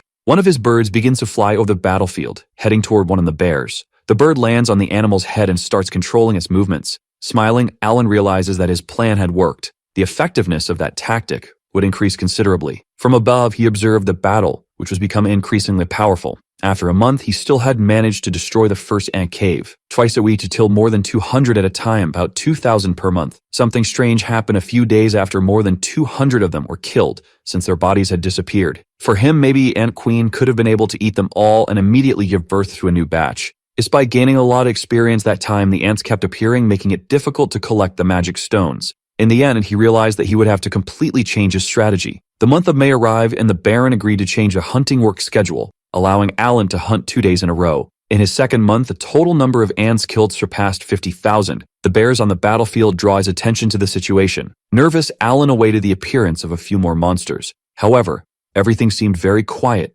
and the cave was empty. With a smile on his face, he realized that the ant-clearing strategy had worked. Alert, the bears watched the cave entrance together with their master. Alan didn't notice any kind of movement from the ants. Now he needed to think about his next steps. Looking at the book, he realizes that he should send more summoned birds to scout the area in search of the queen. Shortly after, an owl named Horu was selected due to its night vision ability. Those birds would share everything for their vision. Without wasting time, the protagonist sends the owls into the cave. The inside looked like a gigantic and endless labyrinth. Additionally, there were mysterious small rooms everywhere. Suddenly, he notices the appearance of some ants and decides to retreat. If found, his only option would be to summon them again. Alan calls for full cooperation with the bear battalion to finish off the remaining ants. However, the bears were extremely bad at seeing in the dark. Therefore, they needed guidance through Horu's eyes. Who shared vision, he noticed the room where the newborn ants were. That was the place where the larvae were located. Controlling 8 summons at the same time, the bears would attack in that direction, while Horu continued the escort on the other side. Alan needed to give exact instructions, since none of those ants were allowed to live this time. Shortly after, he becomes apprehensive when noticing a new blockage. Horu gets trapped inside the cave, and his master calls him back to cards. For him, it felt like solving a minigame in an RPG. Additionally, it was getting dark, and they would have to return to the mansion. Pensive, Alan knew he couldn't pass up the opportunity at that moment. Suddenly, he begins to see hope in all that chaos. Without a doubt, Horu had spotted the Ant Queen. The opponent was a rank B monster and had to be taken down calmly. The protagonist's current intelligence was capable of controlling 8 summons at the same time, and the queen's room was about 5 kilometers away. The best thing to do would be to change the tactic to balance his strength. Without wasting time, he decides to enter the cave with Horo by his side. Soon, the two encounter countless ants that were protecting something precious. Meanwhile, his bears await new instructions, confused by the darkness. The young man lights up the environment, thinking that he had been waiting for that moment for 2 months. The queen appears, showing all her power, trying to scare her enemies. Alan realizes that she was indeed huge, 3 times bigger compared to a normal ant, but the head was the same size. First, you would need to build a solid defensive line and decides to take down the soldier ants. Upon hearing your master's commands, the bears begin attacking all the creatures. First of all, Alan notices that you should clean up the mess along the way. The queen joins the fight, ready to destroy all her opponents. Quickly, a powerful blow hits several bears at once. Animals are thrown far away with no time to defend themselves. At that moment, the protagonist concludes that the ants understood his strategy, even if they were slow. Taking advantage of the enemy's slowness, he ordered a blow to the abdomen to attack. The bears listened to their master's commands and charged into battle, using their sharp teeth and claws. With some confusion, the warrior realizes that the queen was apparently inviting him to attack. As she moved, she made thunderous noises that echoed through the environment. Tension spread through the atmosphere with the powerful attack directed at the queen. Shortly after, Alan manages to destroy the Ant Queen, deeding 45,000 experience points. If only 20 bears, he was able to defeat the beast without much effort. He probably wouldn't be able to return to the city, having to sleep outside and meaning to bring the spoils to prove the reason for his absence. However, the smell spraying through the place was extremely foul. It took 2 months to conquer the first night cave. This meant that while he killed 5,000, another 4,000 new larvae were born, weakening the queen. Even though she was a magical beast, she still needed to eat and sleep to stay healthy, which left her at a disadvantage. Shortly after, the boy holds the magic stone in his hands. But as he illuminates the item, he begins to notice something strange. In his hands, there was a stone unlike anything he had ever seen. The next day, he returns to the mansion after completing yet another task. The Baron seems extremely angry about the boy's unauthorized departure and waits for an apology. Alan said that he went on a mission to the slopes of the White Dragon Mountain and yesterday conquered the lair of the armored ants. With determination, the boys seem committed to completing the task to help the Graybeard family. Meanwhile, they exchange glances with each other. Cecil claims that the boy was lying about his mission. At that moment, Alan realizes that the news of his invasion into the monster's territory had not reached the Baron. Therefore, he was willing to prove it by showing the shell of the Ed Queen. The family members seemed to show no reaction without any thanks or smiles. The Baron asked Zenov if that could really be a queen, since its color was strange, different from a normal armored ant. Despite everything, the commander of the Knights says he had never seen a queen before. For that, destroy an ant nest was something extremely impossible. Cecil asked if Alan had painted the ant shell just to deceive everyone. However, the protagonist believes that the Knight Commander should also be capable of defeating the Queen. Until now, Zenov claims he had never known anyone capable of destroying a giant ant colony. The greatest achievement conquered by the Knights was the villages of orcs and goblins. Curiously, Cecil asks if his friend was really able to kill thousands of ants and explore the labyrinth. The boy simply nods without mentioning the summoned beasts. Desperate, he begins to rummage through his bag. Those magic stones have been collected from the Ant Queen's chamber. Upon seeing those items, the men are extremely shocked. The Baron knew that this was not something that could be collected randomly or easily. With a smile on his face, Alan realizes that he was gaining the men's trust. At that moment, Cecil and his mother realize that the boy had conquered the lair of the armored ants. Zenov seems to trust the boy's abilities greatly, saying that for him, anything was possible. Finally, the Baron asked the boy to accompany him and explain all the details. The matriarch of the Graybeard family concludes that Alan was capable of defeating a rank B monster on his own. In the end, the smile on Cecil's face reveals all the pride he felt for his friend.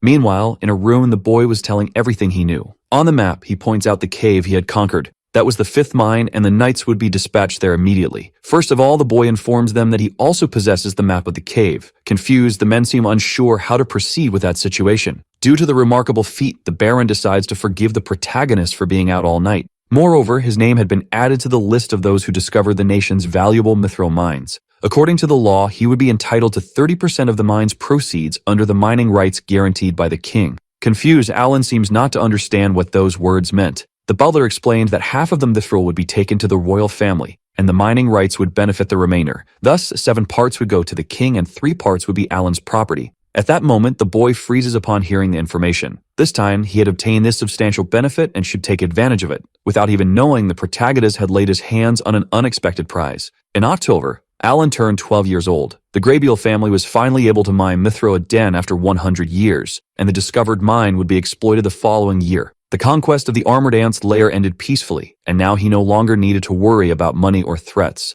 Despite everything, the protagonist continued to feel something strange. From the beginning, he only wanted to play like crazy to reach the top, and that peace was not something he desired. Therefore, he was determined to jump to the next level. Suddenly, a servant informs him that the royal family's emissary was at the location again. The two but to meet the man who had caused a lot of trouble for the Baron. The Viscount Cullner had returned, carrying a suitcase in his subordinate's hands. Everyone sits at a long table. Without wasting any more time, the Baron asked about the reason for the new visit. After stating that he was pleased with the successful mining, he says that he brought an offer. The Greybull and Cullner clans had often taken turns competing on the mountain, and now the royal family wanted to solve that problem. Shortly after, the butler hands a letter to the Patriarch. Nervously, he realizes that it was an order to manage the Backlong Mountain territory together with Cullner. The children seem unhappy with that situation. The messenger explains that the families would manage the mountain area, the profits equally divided between the clans. Furthermore, Viscount Cullner had already signed the treaty, leaving only Lord Greybull's signature. Alan realized the kind of trip being played on these people again.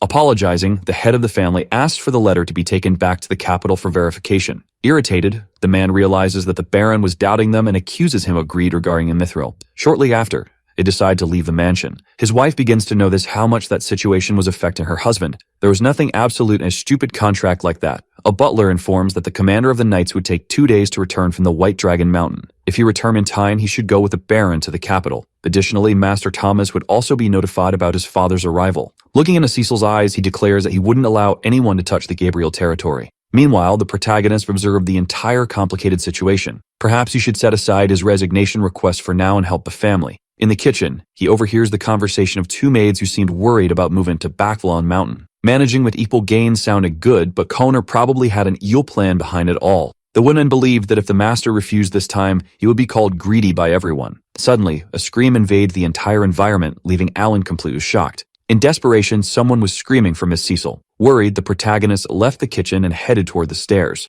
Upon reaching the upper floor, he saw one of the servants wounded and leaning against the wall. Bandits had invaded Cecil's room, and one of them was carrying an unconscious girl in his arms. At that moment, the protagonist realized he had to use something to stop that situation. Grabbing his sword, he was ready to defend the girl from that attack. With a strike, he tries to approach a fearsome figure with an eye patch. The furious look on the warrior's face showed all his determination to protect the lady. The fight between the two begins while another man runs away with the girl in his arms. Alan is thrown backward, realizing that his opponent was too strong. His best option would be to use some support cards. Additionally, he used the Leaves of Life to restore 1,000 stamina. Increasingly angry, his opponent was determined to finish the girl. Suddenly, Alan starts showing all his skills, wielding his sword with strength. Meanwhile, the news of an intruder in the Greybull family mansion reaches the Baron's ears. His wife, he become completely terrified by that situation. Upstairs, the boy tried to fight in every way to protect Cecil. But the other bandit throws a smoke bomb into the environment, showing that it was already time to leave. Losing consciousness, Alan can only watch those thieves carrying Cecil away. Shortly after, the protagonist's body loses strength and falls to the ground. His gaze seems confused, unable to do anything to help the lady. Beside him, he realizes that Cecil was still breathing, even with her mouth covered. At that moment, he realizes that even a simple servant had been kidnapped. Luckily, the protagonist was still alive, even though he had been very reckless. A summoned creature can fight as long as it can see, so he decides to use the Chayathi birds. From above, he begins to observe the situation, with 3 bandits watching the children tied out on the floor. They were the same guys from before, and the place seemed to be a warehouse. At all times, the boy seemed worried about the situation and pretended to be asleep to avoid suspicion. Shortly after, Gagraha appears in the room and looks confused when he notices the 2 children. With a smile on his face, one of the bandits says he thought the black-haired boy could be sold for a good price. Irritated, the man punches his colleague in the stomach, clearly disagreeing with that stupid idea. With anger in his eyes, Bambra says that the man shouldn't act on his own and would be forgiven next time. Understanding the order, the bandit decides to step back to recover from the blow. Before leaving, the warrior orders them to kill a black-haired boy to save space. Meanwhile, Alan grows more nervous, realizing that this guy was more dangerous than the other 3 combined. To the injured bandit, Dabrahel was just a fugitive who had been on the run for over a year. Suddenly, one of the men mentioned that this warrior could defeat Sinuf. Alan's mind immediately thinks of the commander of the knights upon hearing his name. The bandit becomes curious when he hears that Gazraha could defeat someone who had served dutifully for over 10 years. Apparently, all of Zinov's soldiers were dead, and it would be foolish to head to the battlefield. Not understanding anything, the protagonist realizes there was a war happening somewhere. Finally, they discuss the possibility of selling both children or just the boy. Alan knew that the best thing to do was to save himself instead of waiting to be rescued. Besides losing his mithril sword, he only had 3 iron balls and a short sword. He notices that one of the men is leaving to go to the bathroom. Without wasting time, he decides to use chat to explore the escape route. Confused, the bandit doesn't understand why there are birds on the ship. Hearing that, Howland realizes he was very far away since there was no sea near the Greybeard territory. Kayat continues exploring everywhere, thinking about guiding Harami to the coast. Suddenly, the bird notices some windows on the ship. Outside, it was already dark with countless stars in the sky. High up on the wall, a radio transmits a message thanking them for trusting Bahona's services. The airflow was unstable at the moment, and they should pay attention in case the magic airship started shaking. Shortly after, Alan's expression completely changes when he realizes he was actually flying through the skies. The magic airship was something extremely unexpected for the boy. Moreover, he realized there was no escape when flying higher than the clouds. His best chance would be when the magic airship was about to land. Despite everything, he decided to continue his exploration looking for Dagrao. The flow of people inside the airship was very large. Shortly after, the bird arrives at a luxurious restaurant full of customers. Realizing that his presence was noticed by many people, he thinks about asking for help. Suddenly, he hears a familiar laugh coming from the same place. At that moment, he begins to reflect on the presence of Viscount Connor on the magic airship. Meanwhile, the means of transportation continues flying through the skies. Kayap approaches to listen more closely to the conversation. Apparently, the Viscount could be the person behind Cecil's kidnapping. The men were discussing the new vice minister who would take a seat in the ministry. Alan remembers the contract shown to Baron Granville. The appointment of a vice minister meant they needed to mobilize and allocate money in many places, such as the Backlon Mountain. To the messenger, the lower nobles should know their place. Agreeing, the Viscount said it was refreshing to see the Baron's bitter face. Since the Baron's interference would be bad for both of them, it decided to kidnap his daughter as a hostage. Additionally, a warning letter had already been sent to the man with the main information. If even then he broke the contract, then a part of Miss Cecil's hand would pay for his choice. Upon hearing those words, Alan becomes increasingly angry. If the Baron crossed the territory to save his daughter, he would be prosecuted for rebellion. The messenger's help would be properly rewarded when the Viscount received the rights to the Nithro mines. The protagonist realizes that this dirty plan was being executed with the power of money. To him, the Baron was truly in a very difficult position. Suddenly, Cecil opens her eyes and becomes extremely nervous with what she sees. One of the thieves notices that the girl had awakened from her deep sleep. Her expression reveals all the shock and fear of being in that situation. Without thinking twice, she kicks Alan's leg. But the bandit with the eye patch warns her that it would be better for her to go back to sleep peacefully. Additionally, her magic could not be used, and they were almost arriving in the city of Kaunel. Completely desperate, Cecil kicked the servant's legs with all her strength. Tears began to form on her face, showing all the fear in her expression. Standing up, the bandit threatened her, saying that she didn't know pain and that's why she was disobeying orders.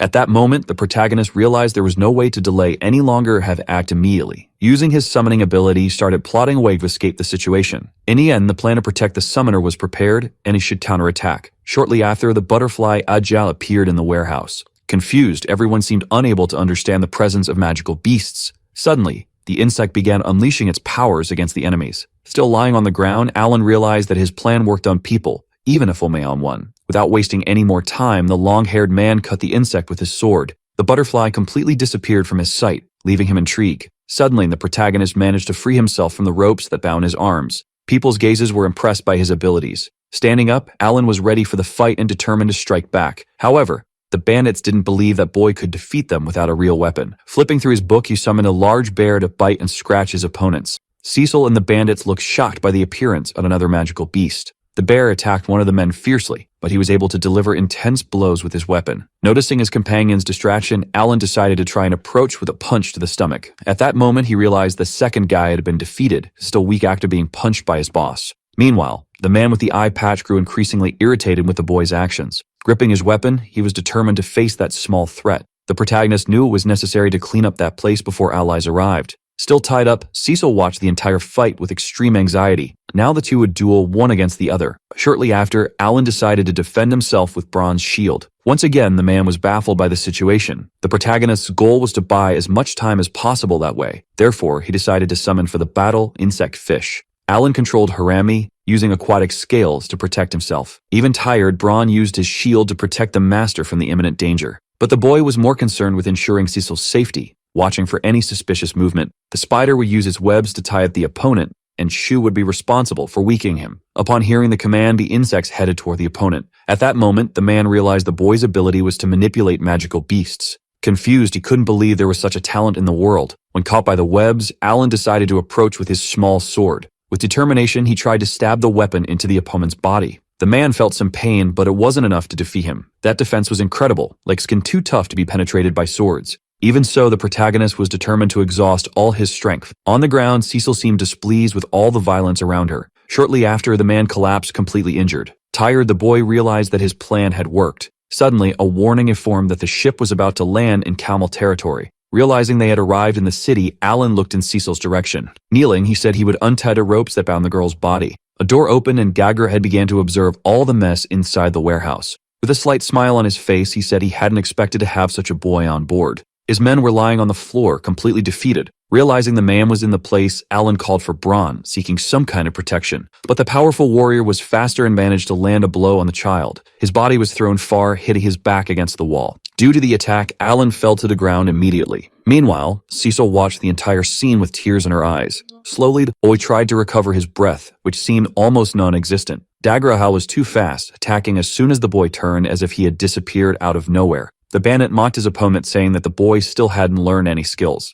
Even so, the protagonist was more worried about figuring out a way to defeat his enemy. First, he needed to save Cecil from danger. Alan decided to use the Tree of Life as a form of recovery, but Dagger had declared that it was useless. Shortly after, a voice could be heard coming from outside. The man didn't seem to understand the situation, looking quite confused. Alan used the false force ability and ordered Dagraha to bring Cecil outside. Realizing that his enemy was distracted, he decides to launch an attack. Alan summons a spider which heads toward the big man, ready to restrain his body with webs. Meanwhile, the protagonist holds the girl in his arms and runs away without looking back. But Dagraha notices his movement and becomes extremely furious. To defend himself, Alan uses Braun with his shield to try to stop the enemy. The protagonist climbs the stairs as fast as he can. Dagraha had easily broken through the spider webs and would be able to defeat Braun in no time. Upon reaching the upper floor, he heads toward one of the windows. The loudspeaker had announced that they had entered the city. Looking outside, he notices a landing area and estimates that the vehicle must be about 100 meters above the ground. At that moment, he tells Cecil to be ready to jump. First, he needs to increase their defense to avoid severe damage. With resistance enhanced for safety, both should jump at any moment. Alan counts to 3 and jumps out of the window carrying Cecil in his arms. The protagonist heads toward the ground using his feet for support. Shortly after, the boy begins to feel intense pain throughout his body due to broken bones. Cecil looked extremely scared, with tears streaming down her face. In the end, Alan shouts the girl's name while recovering his strength, the Tree of Life. With a smile on his face, he says that they would both return together to the Graybeard mansion. He asks if Cecil is hurt, and she replies that she's fine but wants to know where the magical creatures are. Touching her arm, he says they need to leave there before being found. Alan puts Cecil on his shoulders and starts running as fast as he can. She says she found an exit and believes the city ahead is Cownell. The boss elsewhere becomes furious upon learning that the youths are still alive. His employee finds it impossible that they survived that huge fall. So the boss decides to capture the bodies because Cecil is essential to the plan. The two show an item to the guard, who realizes it belongs to the Gabriel family. But the man finds it strange that the two came alone, though Alan says it was Cecil's choice. Outside, she celebrates and praises the boy's convincing lines. They discuss which path to take to avoid the White Dragon. Cecil worries about the days of travel and the darkness around them. Alan reassures her, saying he activated his night vision. The two stop to rest in a place that looks like a cave. He says they need to take care of their needs before continuing the journey. Cecil doesn't like the commanding tone and makes a salty face. The boy shows the dinner, and she wonders where that food came from. The owl is with them, and Cecil wants to know if she can talk to beasts. He replies that all summoned beasts are docile while petting the animal. Cecil looks at him suspiciously, and he asks if she's scared. She says they've known each other for 4 years, so it's not surprising. The Ami wonders if Kalmo has already discovered that they're alive. Alan observes and comments that they're leaving the city. Cecil panics when she hears that the destination is the cave. The boy says they need to flee immediately because the enemies are heading there. She asks how he knows that, and he explains that he summoned a beast for reconnaissance. Then he puts her back on his shoulders and says he will increase his speed stats. He also mentions that Dagraha is following the tracks left on the way. Alan realizes that Dagraha has a natural talent as a tracking scout. Kya suggests leaving false tracks and runs back and forth. The protagonist says that now Dagraha will take about 100 years to find them. Dagraha observes the false tracks and becomes completely confused. Cecil asks if the boy is going to fight him, but he says it would be useless. According to Alan, Dagraha is the leader of the group that forced them to board. They look toward the horizon and see that the other path leads to the White Dragon Mountain. The fearless boy summons Braun, who raises his shield, and some guards appear to help. Cecil is impressed by Alan's summoning ability. They believe that Dagraha may be far away but has not given up the hunt. They decide to sleep among the trees to recover their energy. As she prepares to sleep, Cecil turns to the side of Thoughtful. She asks why Alan hides his talent. The boy says his talent is too dangerous to be revealed. According to Alan, if anyone discovers his talent, they might try to eliminate him. The next day, he wakes Cecil so they can continue the escape. The boy realizes that Daggerha has found the real trail hidden in the tree trunk. Daggerha wonders if the two have already figured out his tracking ability. He then runs in a spiral, trying to find the right direction. Cecil doubts he's capable of doing that. Furious, Daggerha tells himself that they won't escape. The boy decides to erase the footprints again to throw him off. The next day, at the northern border of White Dragon, the guards receive Cecil with joy. Tiger still on Alan's shoulders, she says she's back. The guards ask them to rest as the carriage will be prepared. Alan says he doesn't need a carriage since he runs faster than horses. He leaves carrying Cecil, leaving the guards confused. The girl notices that he looks more serious and asks what happened. He says the summoned beast lost Daggerha's signal. The boy suspects that Daggerha is fast enough to even escape Hook's vision. He also believes Daggerha noticed he was being tracked. Cecil says that if he left her behind, he could escape more easily. Alan knows all of this is too much for a 12-year-old girl. Even so, he promises that he'll protect her because he runs faster than anyone and has a promise to keep. Cecil asks what promise he's talking about. He reveals that he promised young Master Mihai that he would protect Cecil at all costs. Getting emotional, she starts crying and can only say thank you. With the girl on his shoulders, Alan asks the owl to watch Daggerha's movements. On the morning of the third day, they were still on the road. Cecil asks if they'll make it by tomorrow at this pace. Alan doesn't reply and simply hands her urge to eat. In the sky, evils appear and send an alert signal. Immediately, the boy stops walking and looks around carefully. Cecil's heart races when she sees how serious he became. Suddenly, a jetting shadow appears on the horizon at high speed. Alan prepares while watching the enemy approach.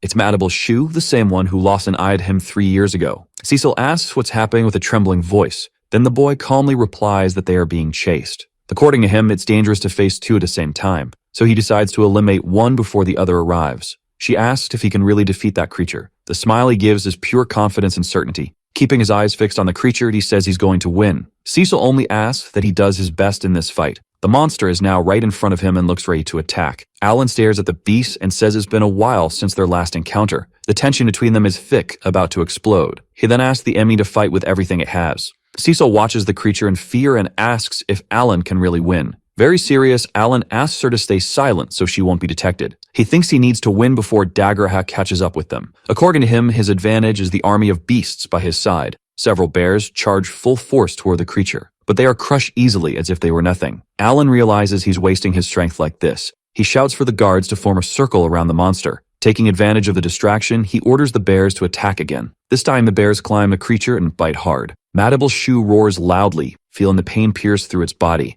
Alan notices that it's more cautious than last time. The fight intensifies and a creature starts attacking with everything. From a distance, Cecil understands that this is how Alan fights. Alan believes he can win. After all, it's just a rank B monster. Suddenly, the creature leaps into the air, heading straight for him. Alan panics and calls the guards, creating a shield, but the impact is so strong that the guards are thrown away. The beast grabs Alan with its hands and stares at him with one eye. Trapped, he wonders if he can still get out of that situation. Desperate, Cecil runs and screams his name with all her might, but he tells her to stay back, saying it's okay. In reality, Alan realizes that the monster wants to have fun with his pain. The monster lifts the boy and opens its mouth to devour him. Cecil watches in terror as he starts being swallowed. The monster starts with his legs, thinking Alan has already lost. But when the boy's face gets close to the beast's eye, Alan asks if it usually eats fish from the tail. With no time to react, the creature feels something pierce through its eye. The boy drives the sword straight into the only eye it have left. He says he switched his cards when he was caught. According to him, who monster's mistake was not killing him right away.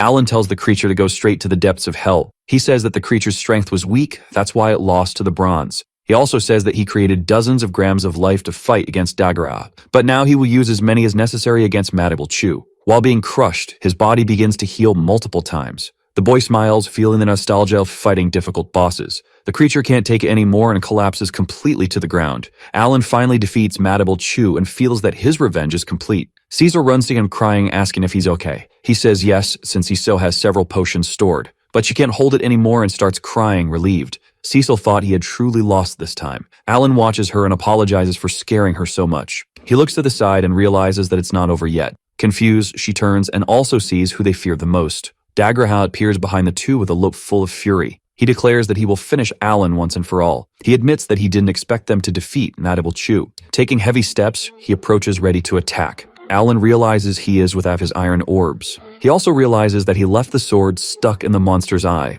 Unarmed, he faces the enemy with determination. With no choice, he tells Cecil to step back because he will fight to the end. Dagraha gives an ironic smile and calls him a loyal servant. In the blink of an eye, he delivers an absurd kick that launches Alan far away. Cecil watches everything terrified, unable to react. On the ground, Alan tries to understand what happened. He realizes that he might have run out of magical energy. Dagraha walks arrogantly and mocks his condition. He asks if the boy won't summon any more creatures, since that's his only talent. Using a mocking tone, he asks if his magic is over. With the sword in hand, he points at the fallen boy and says the game is over. But a gigantic noise interrupts the moment. Everyone turns and sees Cecil staring with something different in her eyes. Alan is shocked and wonders if it was her who used magic. Cecil also seems surprised by what just happened. She stares at the scene with a new look and understands that she needs to save Alan. She also remembers the warning she received about how dangerous magic is. Alan begs her not to do it, but it's already too late. Cecil is hypnotized and launches a fireball at Dagraha. The enemy reacts quickly and throws the girl before the attack hits.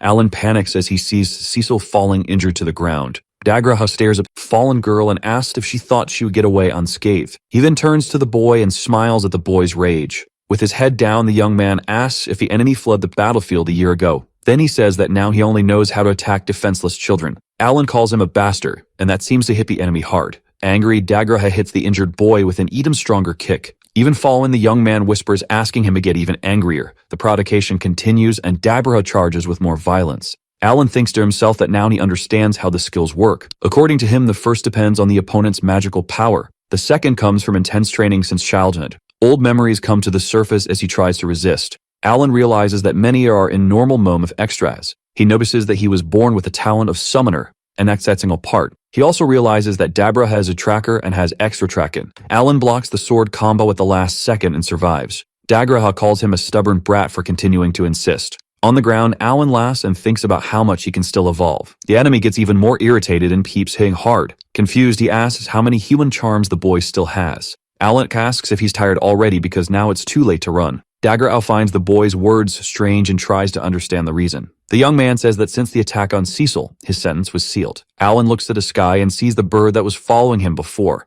The great bird descends and transforms into a mysterious man. Xenof appears before everyone asks how that boy is still breathing. Dagraha realizes he was deceived and that the boy was just buying time. Fallen and bleeding, Alan can barely move but keeps talking. He asks Xenof to finish it already and end the fight. Dagraha confirms that the man is Xenof and takes a step back. Xenof looks at the two injured young ones and says that now it's up to him. He advances saying that you will cut down the enemy in the name of the commander. Dagraha mocks and says that the noble scent of Xenof disgusts him. Surprised, Xenof asks him to repeat what he just said. The enemy smiles, saying he loves crushing parasites like him. Alan notices that Dagraha is also activating his ability. Xenof realizes that he is an explorer of the analysis and concealment type. Ready to attack, Dagraha says that only idiots sacrifice themselves for nothing. He screams saying that all explorers die and only he remained. He hates nobles and feels disgusted just thinking about their existence. With hatred, he drives a magical stake straight into Xenof's chest, but the weapon stops halfway and doesn't pierce him. Xenof reveals that he's a swordsman,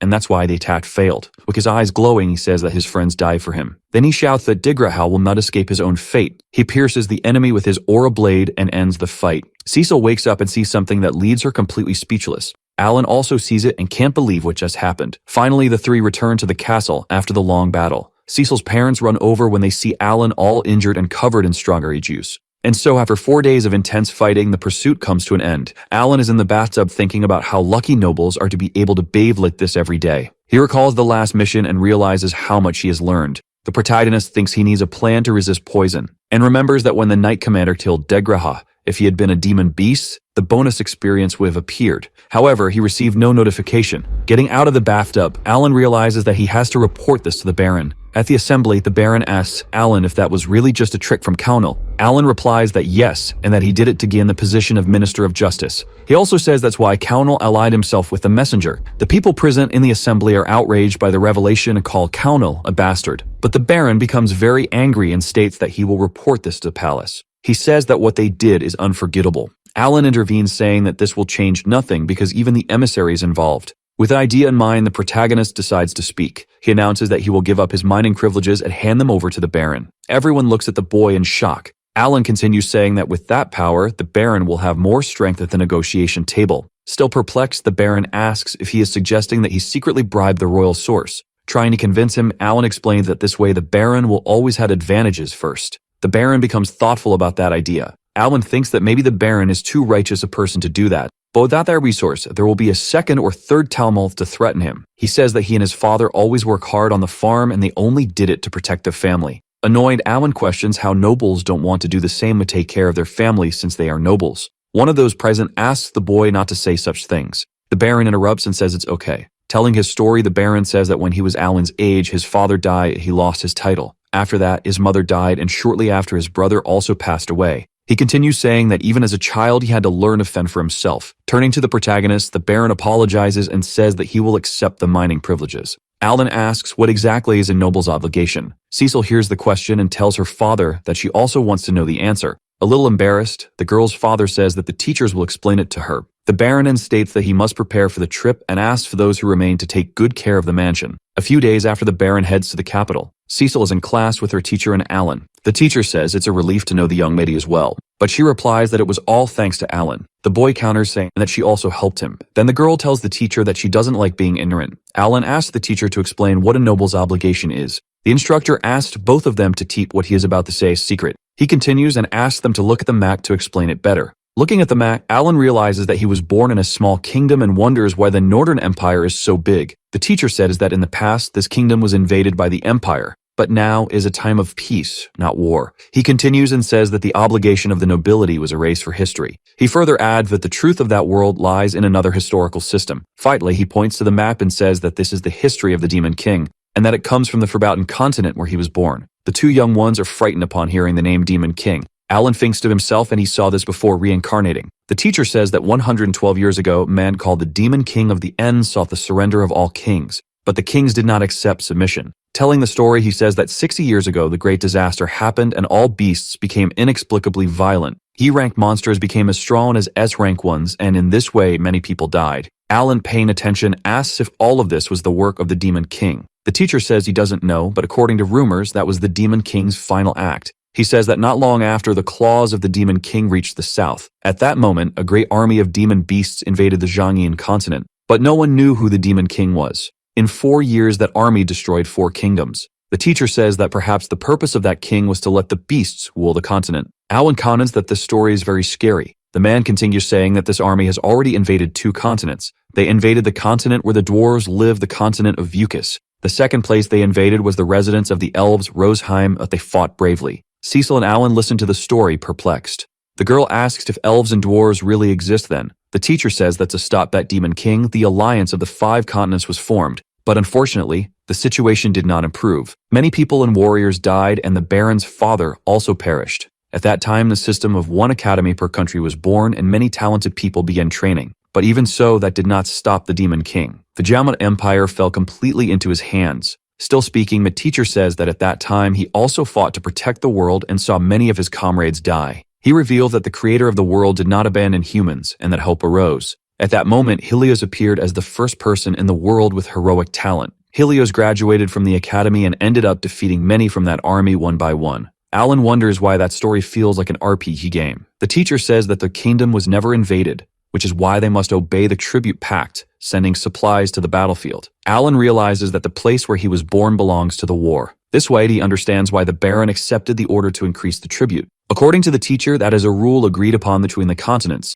Everyone must go for at least 3 years to the battlefield, whether noble or not. He also states that there is a place as good as where the hero commands. More than half of the people do not return from the battlefield. Cecil realizes that's where Mihai was sent to fight. Alan gets irritated upon hearing that more than half of the people die in that war. The teacher also reveals that those who return after 3 years gain benefits, such as being able to retire. He says that he is Cecil's mage and will train her for when the time comes. Cecil thanks him, and Alan says he has a question for the master. He realizes that when the Demon King appeared, the normal world was destroyed, leaving only the Hell mode. Now the Demon King and the hero coexist, and it was him who tilted the balance. The Baron returned to the mansion after a month in the royal capital. He says that the problem with Kalma was over and that he will no longer harm anyone. One of the servants calls Alan because the Baron's asking for him. In the office, the Baron thanks Alan for protecting Cecil. He gives Alan 200 coins for saving his daughter and another 200 for killing that Algashu. Alan thanks him but gets confused when he sees a 3rd sack of coins. The Baron continues and talks about his daughter, who at some point will have to go to battle.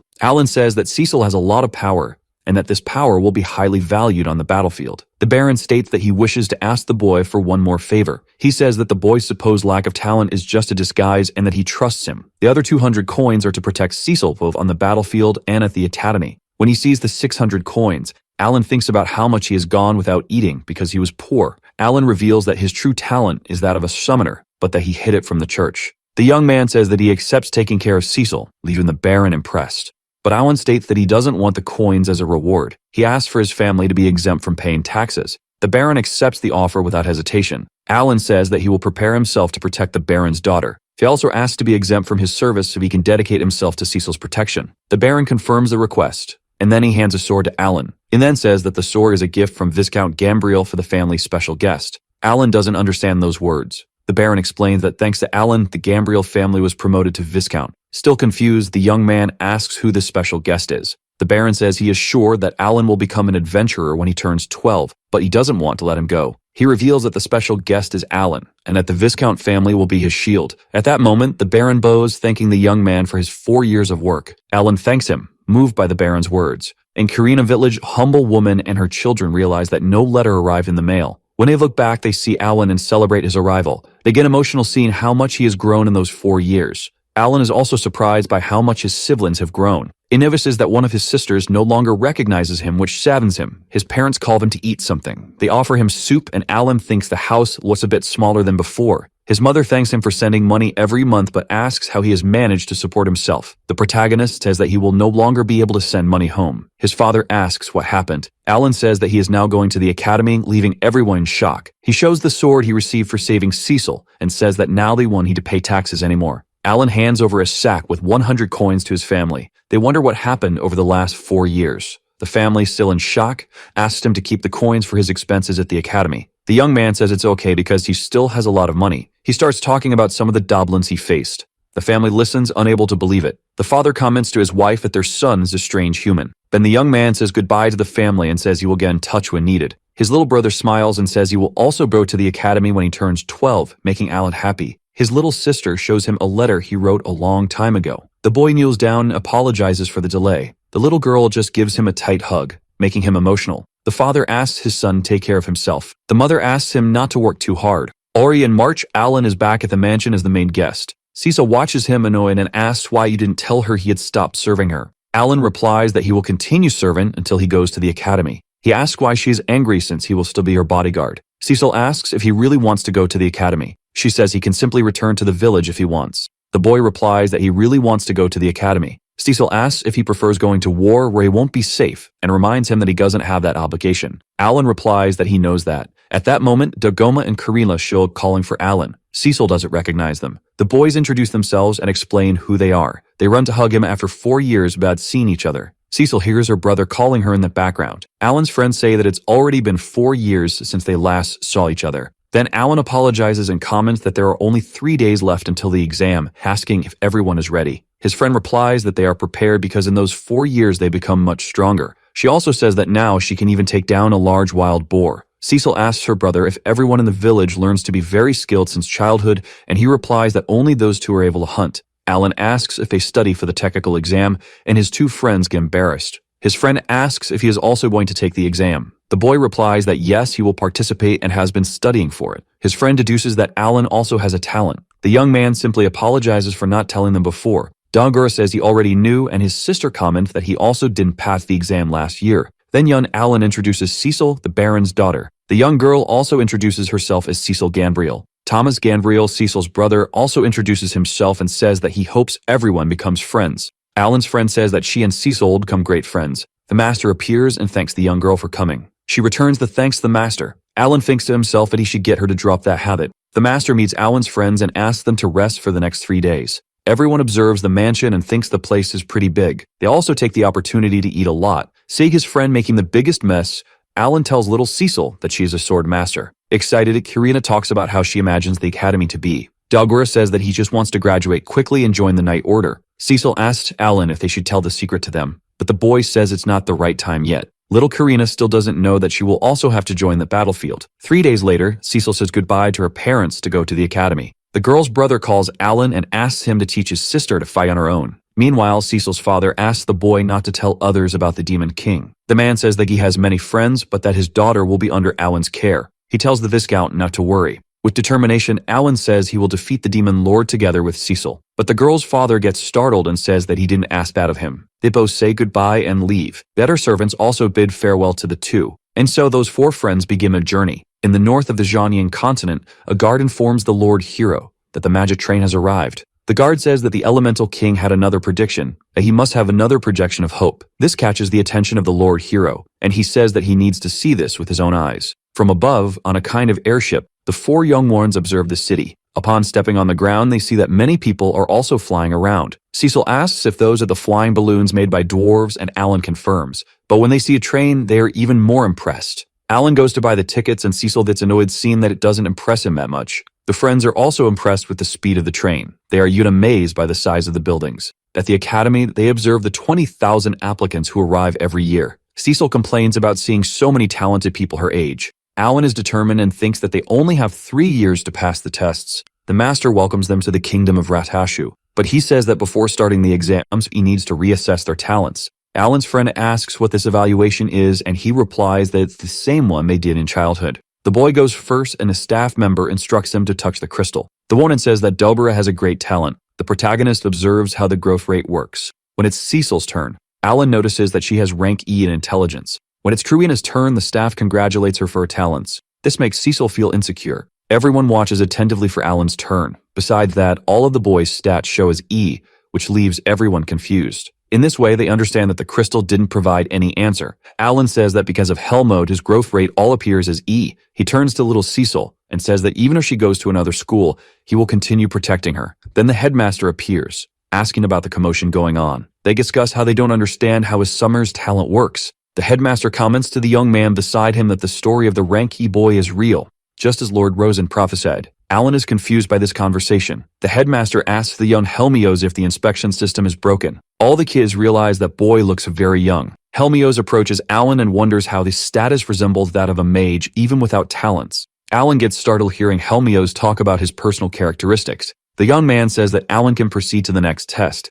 He also asks Alan to show his summoner ability, which he hasn't seen yet. Cecil asks Alan to do it already, but the boy asks Helmios to introduce himself first. Helmios introduces himself as a great hero. This leaves Cecil and Alan impressed. Little Alan says he's never heard of that boy and asks him to use the machine. The hero then says that won't be a problem. When he does his inspection, everyone is impressed. Cecil even comments that he is stronger than her own sword master. Alan realizes that this is a hero with many physical attributes. Helmios then announces that it's now time for that boy. He calls for little Chorosuk. Alan says that this is his talent. Helmios observes how the protagonist's talent works. The boy states that even a hero won't be able to read his bonus status. Alan leaves that place and Cecil gets annoyed with how they acted. The boy thinks to himself that 1 out of every 3 people fails the exam. Now the academic test will begin and the boy finds it strange, but there's no practical exam. During the task, he thinks that this feels like a last exam he took. Shortly after, everyone passes the evaluation. The headmaster asks the successful candidates to organize themselves to get their uniforms. Cecil asks what the accommodations will be like. Alan suggests they rent a house to live in together, and his friends agree. He also says that before entering, they should register for adventurer certification. At the Adventurers Guild, they prepare for certification. The little boy says he wants to buy ranked magic stones. His friends comment that it's strange how 100 silver coins are only worth 1 gold coin. The clerk replies that she will only accept 10 gold coins and that there will be a dungeon if they want to earn more. She hands the certificates to the young ones. As they leave, she asks if they will explore the dungeons together, and Alan confirms. The boy tells another clerk that they want to register as a team and wonders what name to use. Alan suggests calling themselves Game Junkies, and Cecil asks what that means. The boy says it means those who bet everything to reach the top, and everyone likes the idea. And the boy thinks that in his previous life he only occupied himself with work, and now he can have a truly majestic life. He also says that his main goal is to become the strongest. Still with the clerk, the boy says he has more questions. Sometime later, Alan is satisfied with the answers, and Cecil asks if they can look for a house now. Later, a man shows a large house to the young ones. They see that it's close to the dungeons and the rent is 10 gold coins per month. Alan says they will sign the contract, and his friend asks if he became rich. In the dining room a few hours later, Alan and Cecil prepare to tell a story to their friends. Upon hearing the story of the Demon King, the two friends get quite scared. Young Alan says that he and Cecil will defeat the king. The girl says she's in and will participate as well. She asks Dogora if he will also be part of that plan. But Alan knows how difficult this is and asks everyone to think carefully before making this decision. Dogora comments that if helping to kill the Demon King means being remembered as a hero, then he's in. Then a book starts floating in the air, scaring everyone. In it, it says that Cecil, Dogora, and Karina have become key members. The four of them wonder what that is. Cecil says it's floating on Alan's finger like his summoned beasts. The boy realizes that this happened because they are now a team. Alan says that to defeat the Demon King, they will need to practice in the dungeons, equip themselves, and have a teammate with a recovery talent. He continues saying that his growth rate at birth was equivalent to 100 people.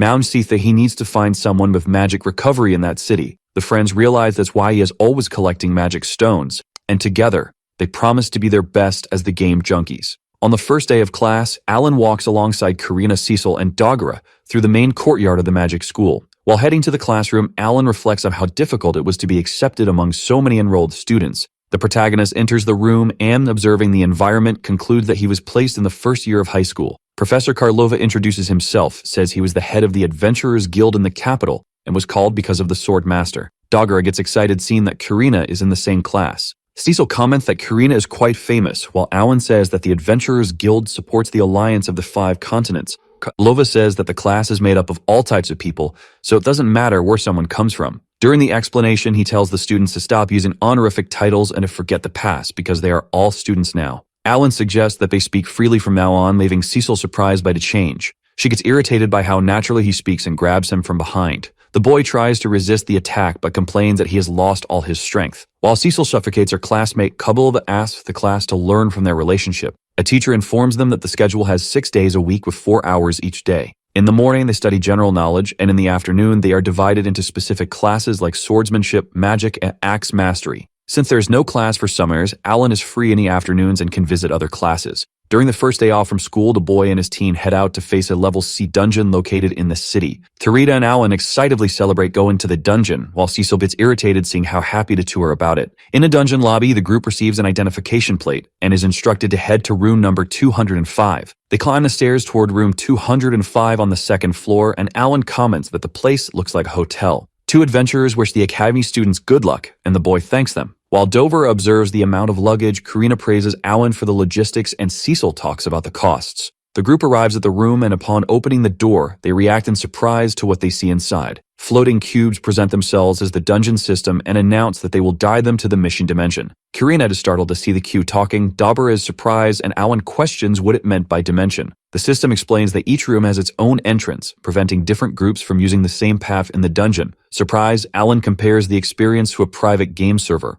The protagonist celebrates excitedly upon realizing that he can use his magical creatures without revealing his secrets to the world. Alan raises his hand to ask the cube a question while Karina and Cecil don't understand what he's thinking. After answering the questions, the system authorizes entry and activates the room's mechanism. Before entering, Alan cheers up the group with a shout of encouragement, calling them game junkies. They enter, observe the environment, and with enthusiasm, Alan takes the lead and encourages the group to move forward. Before they can move, a flock of magical birds flies in front of them, leaving everyone impressed. As they walk, Dogora notices that the place is lit even without torches or windows. Alan checks the map in his book and indicates the way. He tells them to take the shortest path and warns about traps in the chests. After that, he opens the book to check the status of the new team members. The book reveals detailed stats of the 3, showing their talents, equipment, skills, and experience levels. With this information, Alan smiles suspiciously, making Karina suspicious of his excitement. The protagonist then warns Cecil that there's an enemy ahead. Nervous, she replies that she already noticed and attacks the monster with the fireball. After defeating the enemy, the group receives a notification in the book informing them of a gain of 8 experience points. Smiling with relief, Cecil celebrates having defeated a monster alone for the first time. Alan reminds Dogora and Tarina that they also have skills, leaving both surprised. The protagonist reads his friend's skills aloud, but both don't understand anything and complain about the lack of explanation at the academy. When they finish talking, Alan asks Tarina and Dogora to face the 2 enemies approaching. The 2 that attack with full force, delivering accurate strikes against the monsters. After defeating them, Dogora gets excited knowing that the monsters drop magic stones, and Alan comments that he likes collecting them. Karina is surprised by the feeling of being stronger, and Alan informs her that she leveled up for the first time. The leader encourages the group to keep up the pace and says he believes in all of them. After more than 10 hours, the group returns, satisfied for having completed the first 4 of the dungeon in a single day. Knowing that the dungeon saved progress from the previous day, Alan found a way to take advantage of this. He organized his summoned creatures to hunt on their own while he returned to school with peace of mind. With this strategy, he will be able to collect around 200 magic stones per day. During the 5th day of study,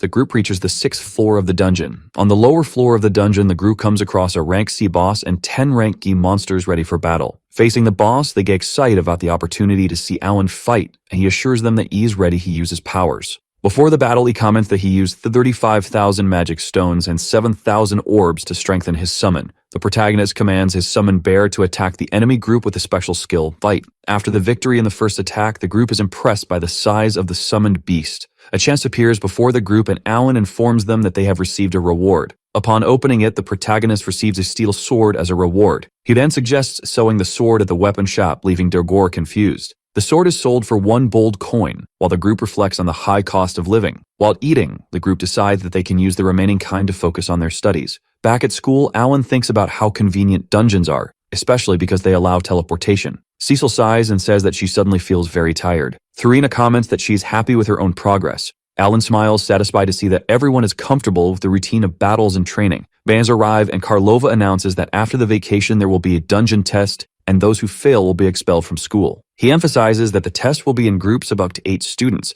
without external help, and warns that 20 people died the previous year. The students react in shock to the announcement of the test, unable to believe it. Alan comments to Cecil that those who do not know the story of the Demon King do not understand the situation. While Karina is being pursued by several classmates, the rest of the class panics trying to form their own teams. Karina hesitates in front of the insistent invitations and Alan intervenes, asking his team to stand up. He announces that the team has already completed 2 C-ranked dungeons and is looking for a cleric for support and healing. The classmates react surprised to learn that they have already completed 2 dungeons. Alan says that the new team member must participate in at least one of the 2 weekly expeditions. He highlights that exploring dungeons requires fully trusting the abilities of the team members. With a smile, he says that by limiting the number of members, everyone receives more rewards. The students react in shock and silence upon discovering that the sword master is already part of the group. Alan reassures a classmate, reinforcing that he is open to hearing any concerns. The classmates show gratitude and excitement towards Alan, who responds with friendliness and a willingness to help. Karina observes the protagonist with admiration, impressed by his attitude. Still without a volunteer, Cecil says that the class does not single out anyone with healing talent.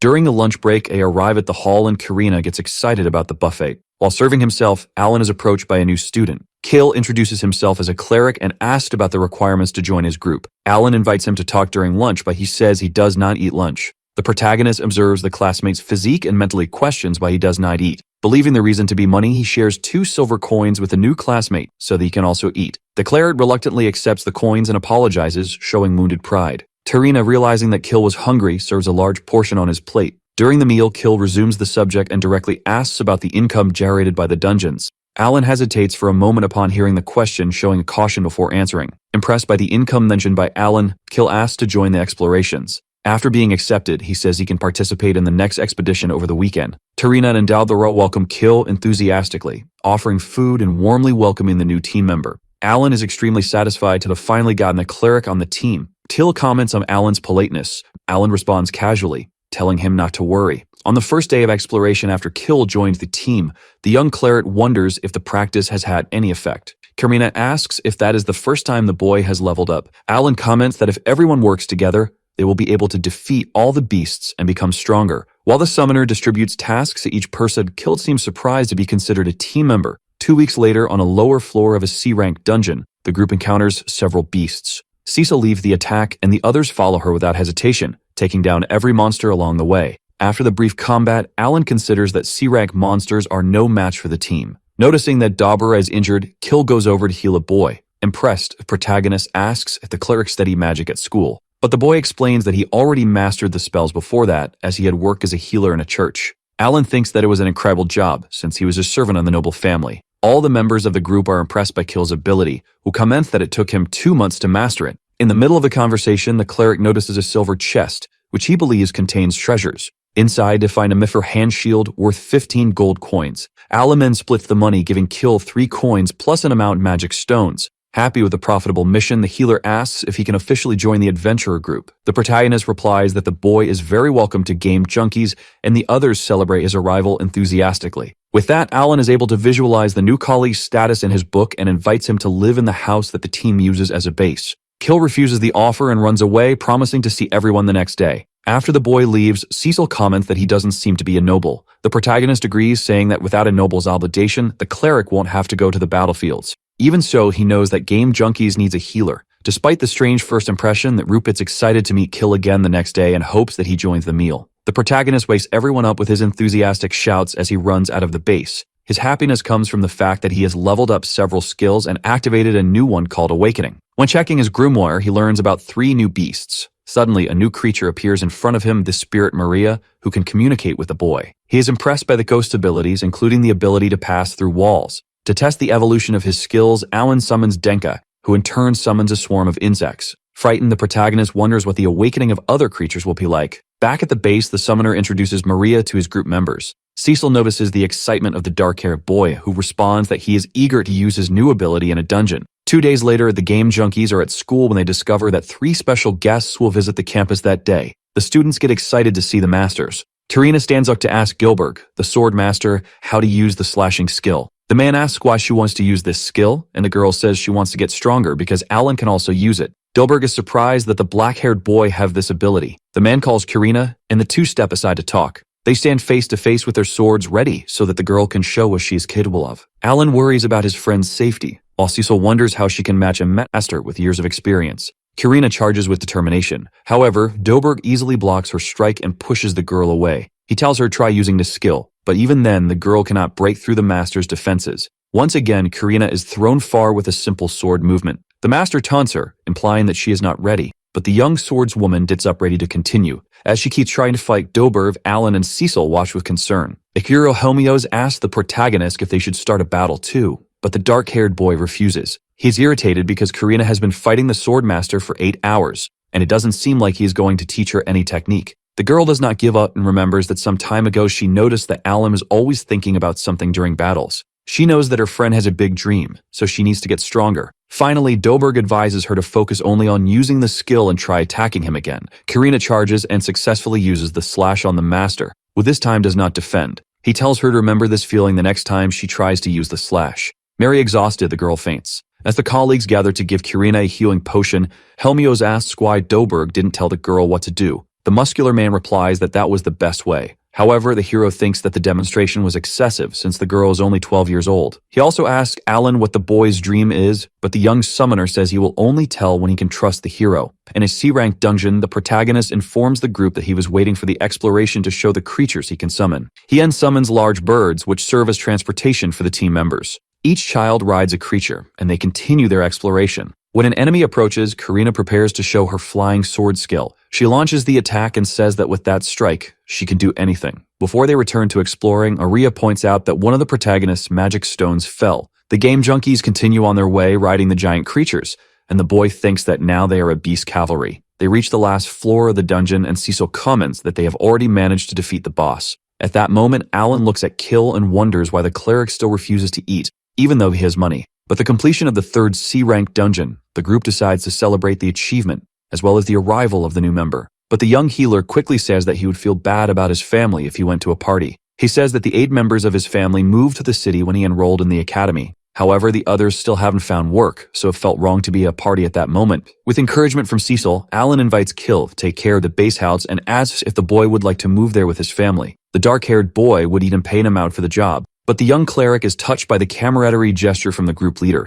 To make everything very clear, Cecil decides that the treasures found will be divided by 6, with the last share going to Kil's family. She explains that with this agreement, all the magic stones will stay with Alan, who needs them to level up. With everything decided, the group is excited to prepare a celebration party. Kil and his entire family arrive at the base and are greeted by Maria. Nina, the cleric's younger sister, introduces herself with a bow, which surprises Alan. However, the healer says that he will talk to the protagonist about his family later. During the big meal, Kil thanks them once again for the opportunity and asks Alan not to treat him so formally. Upon hearing this, Cecil asks if the boy is a noble. The cleric explains that his title was stripped, so now he lives with the other servants who also had nowhere to live. He continues saying that he has already gotten used to civilian life, but his sister Nina still struggles. The protagonist comments that he and Karina were servants who were recently promoted to civilians. Surprised, the young healer says that he thought Cowan and Cecil were nobles. The girl confirms the information but says that she doesn't need to be treated differently. Seeming more relaxed, Kel says that he feels envious of the group's friendship.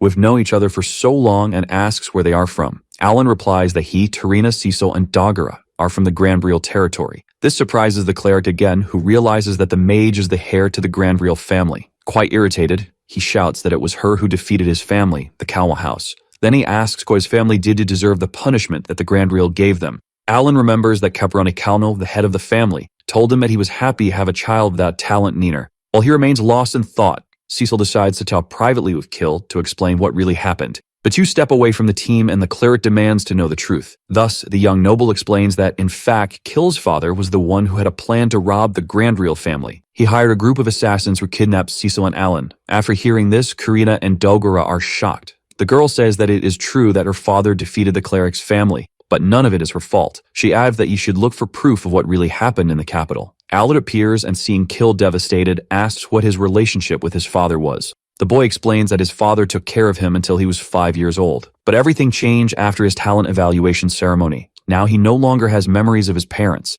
He only knows that the couple left him in another city to live with the servants. Therefore, he has been used to living as a civilian since childhood. Kill continues his story, saying that when he turned 10, his parents sent a tutor to teach him. His father said that the teacher would help him prepare for the academy. The idea of fulfilling his role within the family made the boy excited. However, in October, his parents made several budget cuts, firing many servants and sending Kill away from the house.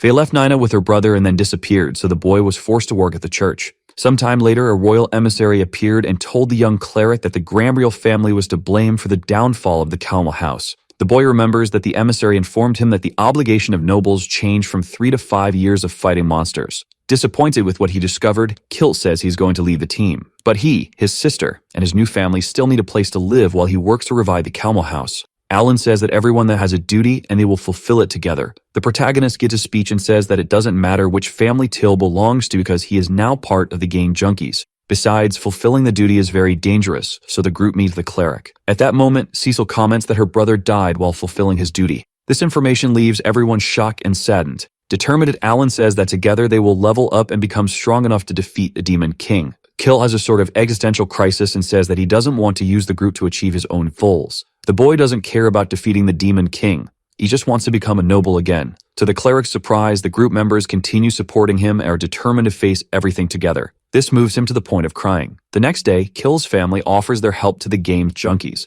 Even after a day has passed, Alan remains excited about the new residents of the house. However, he also questions whether the words of a royal emissary are trustworthy, and what the Calmo family will think about Kill's actions. The game Junkies are about to set off on an adventure when Nina shows concern for her brother. However, the cleric reassures the girl, saying that his friends are very strong. Thus, the group leaves excited to explore a B-rank dungeon. At the dungeon, the receptionist warns the children not to be reckless. Analyzing the place, Dogora comments that it looks like a C-rank dungeon. The protagonist says that it takes twice as long to complete missions at this level, but still hopes to finish it in a month. The boy informs the group that they will face many traps, so it's better for everyone to take antidotes before starting. Riding the giant birds, they begin the exploration. On the 4th floor, Kill gets excited when he finds a treasure chest. However, Cecil warns that it might be a trap. Marietta's in charge of checking a chest, which immediately transforms into a huge monster. Alan guides the spirit, and she defeats the beast. The boy is happy to see that the treasure is worth 50 coins, but the children are attacked by another beast. This time, Dogger is the one who eliminates the enemy using his full-body armor skill. Everyone is happy with the achievement of a dungeon at that level. The following month in July, the group explores the B-rank dungeon again. Face to face with the boss, a 5-meter-tall boar, the youngsters wonder how they are going to defeat it. While each one uses their powers to defeat the creature, Alan reflects that the others are about to reach his level. Tarina delivers a precise sword strike, finishing off the giant boar for good. The children are happy to have defeated a monster of that level. After the fight, Kill uses his healing power to restore the health of his allies. At that moment, he spots a silver chest. Inside are gauntlets made of flaming material, worth 1,000 gold coins. Once again, Alan notices how much the cleric seems to love money. In addition, he thinks about the group's evolution rate and how much he still needs to strengthen to defeat the Demon King. The protagonist calculates how many magic stones and gold coins he will have by the end of each B-rank mission. He also remembers that with the profits from the tasks, he bought a magic compass and built more stables. During the month of August, the children go on vacation from the academy. In Kirina's village, Alan's family is enjoying a moment together when suddenly a bird lands on the window. The bird is holding a basket, and when it opens its beak, it starts speaking with the boy's voice. He tells his family that he is still at school and can use that bird to transmit his voice. The boy's parents are shocked by that ability. Meanwhile, one of his brothers finds the letters for Dogora's and Karina's families inside a basket. Alan and his father exchange information about how each one's life is going, and the boy learns that his father was appointed as the village chief. The bird appears again, but this time in Granbriel. Through the bird, the boy tells a mustached man what has been happening at the academy and about the surprising encounter between Kill and Cecil. He takes the opportunity to ask if the Cownell family can really regain a mobility after the cleric's 5 years of service. The man, who's Cecil's father, replies that there is a possibility since that was a message from the king. However, he also warns that it could all be a plan by the king to use Kill's healing power on the battlefield. He says it's possible that even after the years of service, the cleric may not return to being a noble, but he's glad to have a Hewitt near his daughter. After hearing this, Alan understands that the emissary was sent to convince Kill to fulfill his duty even after becoming a civilian. He knows that the cleric loves his family and would do anything to become a noble again, so he decides to help his friend. Cecil's father asks if the protagonist could get into trouble for having told him about the emissary's message, but the boy simply says that there are still many things to happen before the game junkies reach the battlefield. Therefore, the best thing the man can do is wait for more news. At the base, Alan tells his friends about his suspicion, but the king is only trying to use Kill for his own purposes. The youngsters are shocked to consider this possibility. While Dover starts to consider the messenger an enemy, Cecil suggests they wait for the capital's reaction to the report her father said. Hearing everything, Kill simply thanks his friends and says that he still needs money, so the group should explore more dungeons. In September, with only 1 month left before summer vacation, the group prepares to challenge an A-rank dungeon. In the room, we discover that fewer than 10 teams manage to reach the required level to participate. The adult in charge then says that even though the youngsters are very strong, it's still better to be careful. Thinking to himself, the protagonist says that on the lower floor of the dungeon, there is an A-rank boss he has never seen before. Hina notices how the blonde boy has been sad since learning the truth about the Imperial emissary. We learn that the dungeon has a lot of subdivisions and complicated paths, with its end being unknown, and that it is allowed to sleep inside while exploring. Alan chose to summon beasts to stand guard so he could sleep peacefully. The deeper the group goes, the more B-rank monsters they encounter, like Orc Kings and even Cyclopes. Quickly, the team advances on the enemies. Karina announces that she's finished, while one of the boys says he's almost done. After some time, the only one left is the big enraged Cyclops. Dogger is attacked, being healed by another boy. We see that the healer and Cecil, who are on top of summons, end up falling into a teleport trap that forcibly takes the person to anywhere in the dungeon. Shouting, Alan says he will leave Karina to take care of a Cyclops. The girl agrees with the plan. Thinking, a protagonist reveals that he prepared healing potions and magic fruits, but the items have a limit, so he needs to find the missing pair quickly. He then decides to give a mana seed and a life leaf to one of his summons, asking it to help him find his friends, and 30 minutes later he informs the others that he found them. Heading to the place, our boy tells Kill and Karina to hold tight to Franz, then activates the creature's dash ability. Far from there, we see Cecil using her fire spear. Murio approaches and asks her to use the life leaf. Dauber is also nearby and has just defeated a monstrous creature. The trio finally arrives just in time. Approaching, the pair who were fighting earlier thank Alan for the extra help. Our boy looks at the sad boy and says that when he is in trouble, you will also be helped.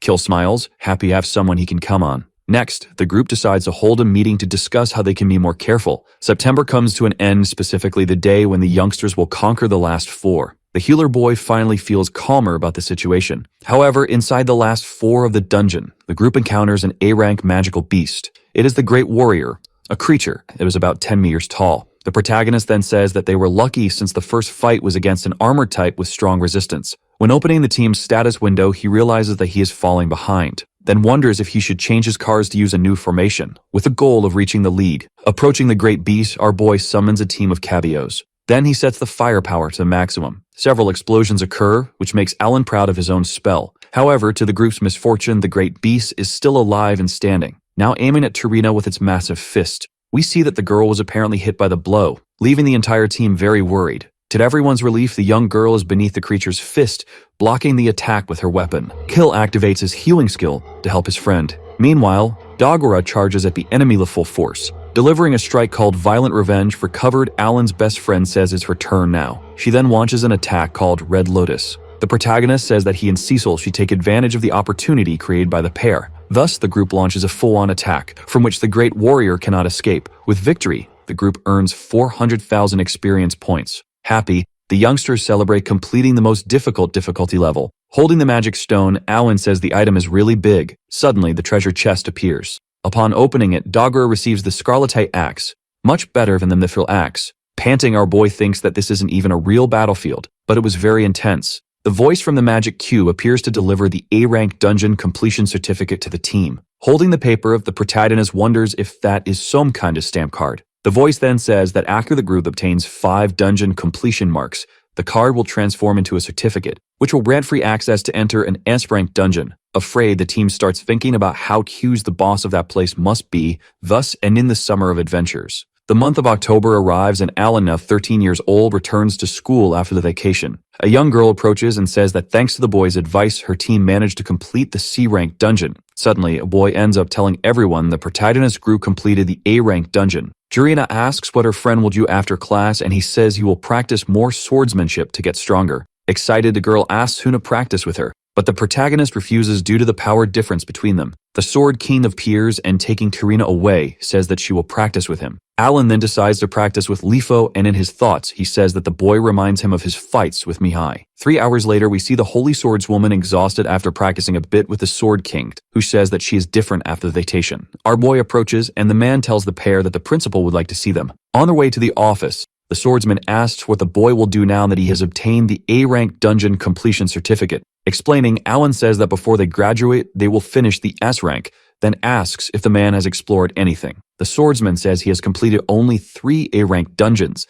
and that since Mr. Dilber completed an S-rank dungeon, no one else has succeeded. Until the boy arrive, who will surely succeed. Pointing his finger, he says the principal's office is over there. Inside a monument, the man thanks the pair for coming. Unable to hold her curiosity, Tarina asks the principal if he is an elf. He says yes, and that despite his appearance, he is 1,000 years old, having been responsible for managing the academy for 43 years. Thinking, Alan says that's why he couldn't read the man's mind. Getting straight to the point, the principal says he would like them to participate in the school's martial arts festival convention. Our boy says he has never heard of the event. A swordsman man says it's because the festival is only announced starting from the 2nd year. Continuing, the elf states that many distinguished guests will be present, including the King of Ratashu. Intrigued, Alan asks if the man shouldn't call Dogura to go in his place, but the principal says the boy is not a qualified candidate. The protagonist concludes that the elf wants to see the maximum potential of the summoner, and therefore decides to refuse, stating that his summoning abilities cannot be shown to the world, and that if he is forced to participate, he will lose on purpose.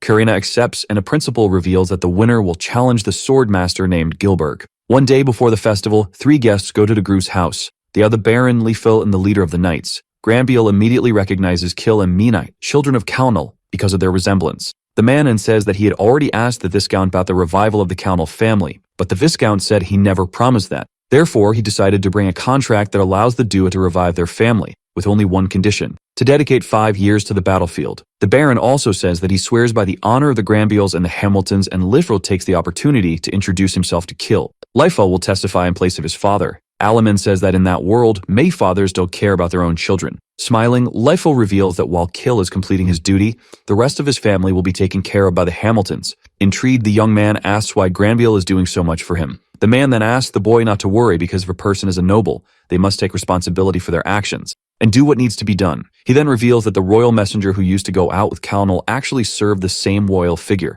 That figure is Crown Prince Imbo von Ratashu, grandson of the current king and likely successor to the throne. Everyone is shocked. Alan thinks to himself that the guy who deceived Kill and kidnapped Cecil is still up there. The boy from the Kaunel family thanks everyone for their help, saying he will do whatever it takes. Cecil smiles and says she is happy for the boy and his sister. Before leaving, Granbiel says he will stay for the martial arts festival because he wants to see Krenna's performance. The next day, many people show at the festival to watch and judge the warriors who will fight against the demon army. Alan gets irritated when he sees that Imbel is present. Meanwhile, his friend seems to have won her first fight. The announcer declares that the girl is the champion, being incredible for having defeated a third-year student while being only in the first year. Anxious, the girl's friends comment that her next fight will be against Doberg. The two stand face to face, and we learn that the man is known for always defeating the tournament champions. Doberg stares at Krina, who says she has gotten stronger. The man then says that he is the one who hunts demon beasts, the one who slaughters demon tribes, and the one who exterminates demon gods. Therefore, she can go all out and use whatever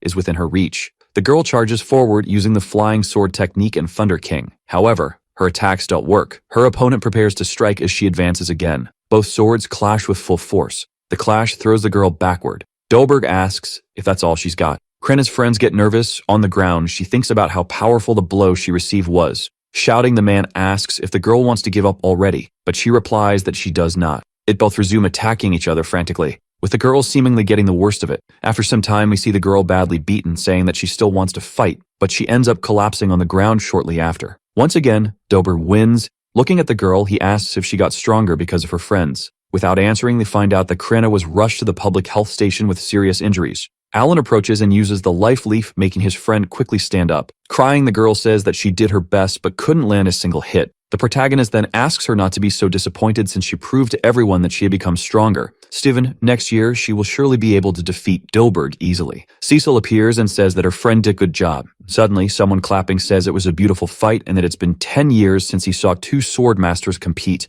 It's Imbo, who then asks if Granville would like to talk. Surprised, the Viscount asks what the man would like to talk about. The prince replies that the royal family should reward the lord of a land that produces champions. They both head into a room with a dark tone. The prince tells Granville to sit down. The protagonist suddenly appears and points out where his lord should sit, leaving him all confused. We discover that it was all part of the boy's plan to listen in on the conversation. In his thoughts, he says that his friends are safe with the leader of the knights, and now he needs to figure out what the prince is plotting. Cynically, the royal man says that everything Granville did, including the destruction of the councils, will soon be known all over the world. A little uncomfortable, the Viscount says that destroy is not exactly the right word. Imbel then asks the man to let his daughter, Karina, and the Council boy go to the battlefield. Interrupting, our boy says that he is the captain of the members the man just mentioned, and that he needs to protect Cecil at all costs. Hearing this makes the prince smile. With no way out, Granville says that if that is the king's will, he has no objection, while Alan thinks the man should be thanking him. 3 months later, we see that the protagonist's skill enhancement has reached level 7. Another group has completed another A-level dungeon, attaining many treasures such as weapons and armor made of scarletite and adamantite, and a newly introduced ring that increases attributes.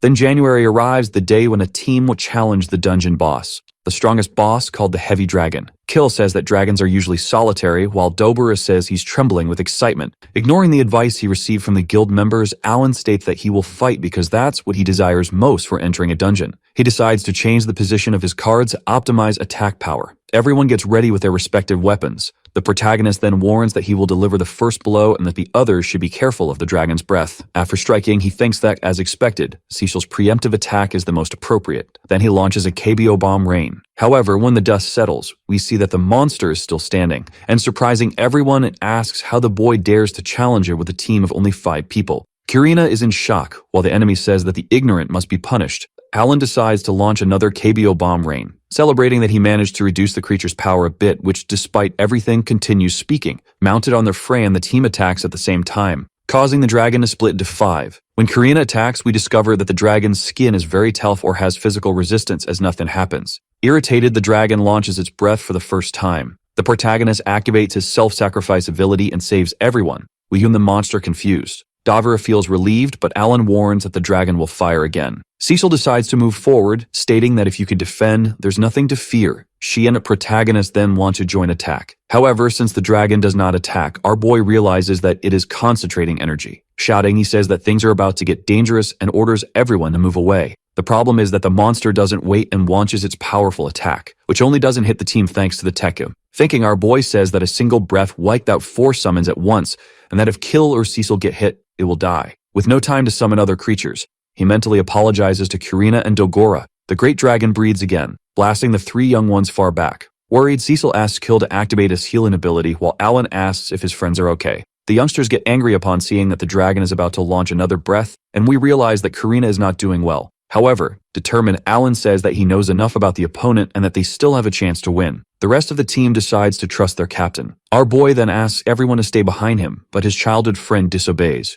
showing that something is very wrong. The girl charges forward without hesitation, while the dragon says she's in a hurry to die. Then what we see is the girl getting hit directly by a breath. Kill is shocked, while protagonist tells the girl to come back and eat a life leaf. However, Karina remains standing even after taking the full attack. Aiming at one of the dragon's legs, she uses her sword to cut it off. The creature starts screaming while the Holy Sword's woman lands on the ground, revealing that she has awakened her extra skill called Mimic Break. We see that the magical beast is still standing. Shocked, Delgora says that he and the protagonist saw the girl's extra skill for the first time when they were 5 years old. Looking at Karina's status, Alan is impressed to see that the girl's physical strength recovery is at 1% per second. Furious, the dragon throws the sword's one far away, calling everyone human trash. To its misfortune, its opponent is now stronger than ever. Determined not to surrender, the monster prepares to launch another breath, but is stopped by the girl, who strikes its belly with her sword. A message appears, informing that the heavy dragon has been defeated and the reward is 1,600,000 experience points.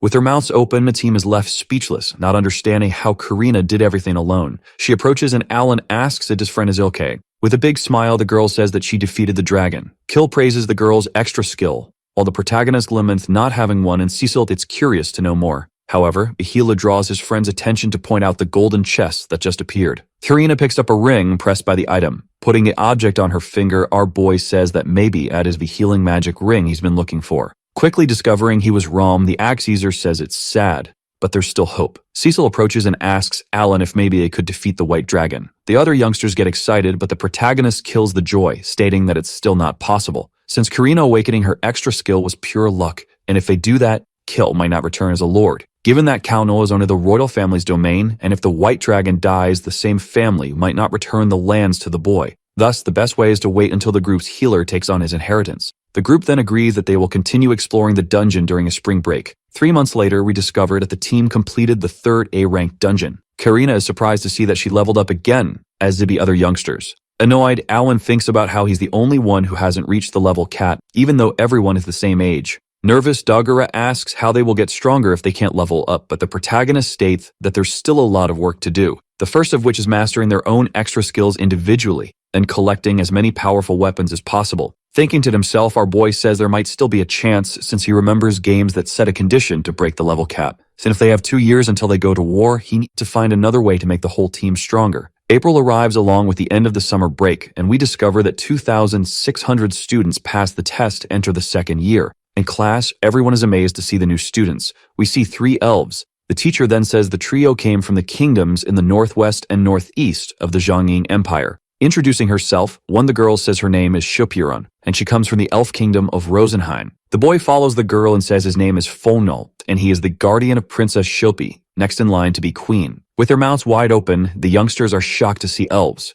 even though the principal is of the same species. Suddenly, the princess exchanges glances with the protagonist and seems to get nervous. Not understanding, Alan wonders if it's because of his hair, which is dark, stating that he's ready to fight back if the Dew is looking for trouble. Finally, Maruru introduces herself, saying she's from the kingdom of Vukas and that she's a dwarf. A trio of students finds the girl very cute, while our boy thinks she looks like a tomboy. The teacher then calls the protagonist's attention and says that the new students will join his group, which only has 5 people. Reflecting, the boy says that leading 8 people instead of 5 won't be easy, but he's curious to know what the trio knows about the Demon King. Lunchtime arrives and everyone heads to the cafeteria. Taking the lead, Alan introduces himself as the captain of the Game Junkies team and says they camp inside the dungeon every day. Not caring about the last piece of information, Sophie says that she is a spirit element mage and Folmo is an archer. Maruru then says that her talent sounds strange and is called Magic Statue. Confused, the protagonist and Faye must be unique talents of each race. Skisel comments about Sophie's ability, wondering if it's the same as Alan's,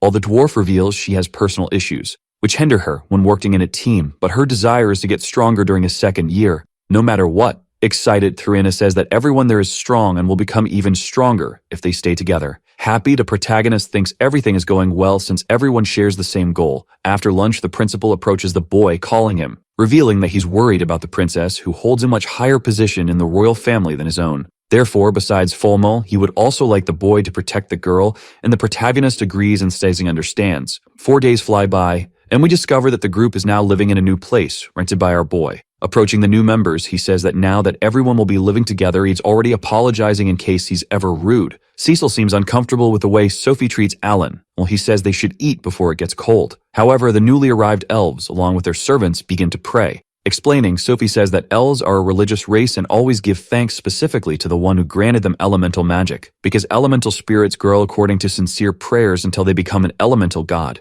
Cecil then asks if Maruru doesn't pray and the girl says no, ever since Degradni said it was no longer necessary. The girl says she's talking about the god known as the Master of Dungeons, whom the dwarves worship, responsible for making a lot of magical devices, which her race uses as a basis to create new things. The princess asks if Alan worships anyone, and looking at the group, the boy says no. Kill reveals that he worships the creator god Omiya, and changing the subject, Dobura asks if the trio plans to try the B-rank dungeon. Shocked, the newcomers reveal they didn't know they had joined a group of people who had already reached A rank. Thinking for a moment, Alan says they can pause the A-rank dungeon exploration and accompany them to the B rank. Then he informs them that for this, the group will be split into 2. With no objections, everyone agrees to the plan. Thus, we discover that Cecil, Kill, and Karina are now responsible for the A-level dungeon, while Alan, Dogora, and the newcomers handle the B rank. However, the protagonist and his friends will only stay in the new team for half a day and switch to the other group. We find out that quickly all the newcomers of the Game Junkies team became team companions.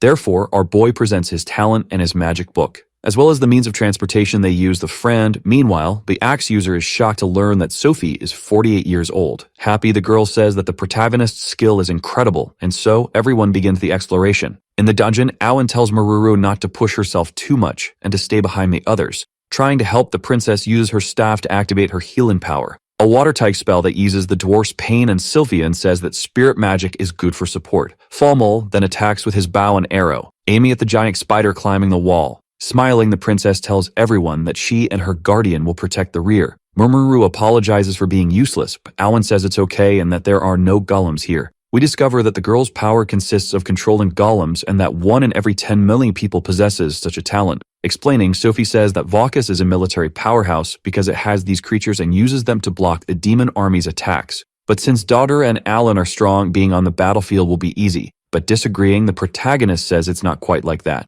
Then he asks why the girl keeps calling him Sir. Surprising everyone, the girl says it's because he is the person mentioned in the prophecy of the elemental king Rosen, who 10 years ago said that the boy with black hair was born under the Zhongyin Empire, with all the minimum talents. The protagonist says that the entity must have been dreaming, but Sophie insists that this is the prophecy, which says that the great boy with black hair dancing in the sky full of light will dispel the darkness of the world. And after seeing the boy's summons, she is certain and everything is correct. Thinking, our boy says that he really wants to defeat the Demon King, but those words are very vague. But now he understands why the principal and the hero allow him to act without restrictions. Shortly after, in mid-April, in Granville's territory, we see Alan's summons arriving at the village, and Roden realizes immediately that it's his son. Mariette introduces herself and says that she and the other beasts will help with mining. Looking at one of the creatures, Delta says it's as big as a boar. In Tree, Roden asks what all those things are. Explaining, Alan says they are weapons and tools that he and his friends bought. Confused, the man asks what kind of weapon that is, and the voice states that it's a scarletite spear, leaving his father confused and his uncle amazed.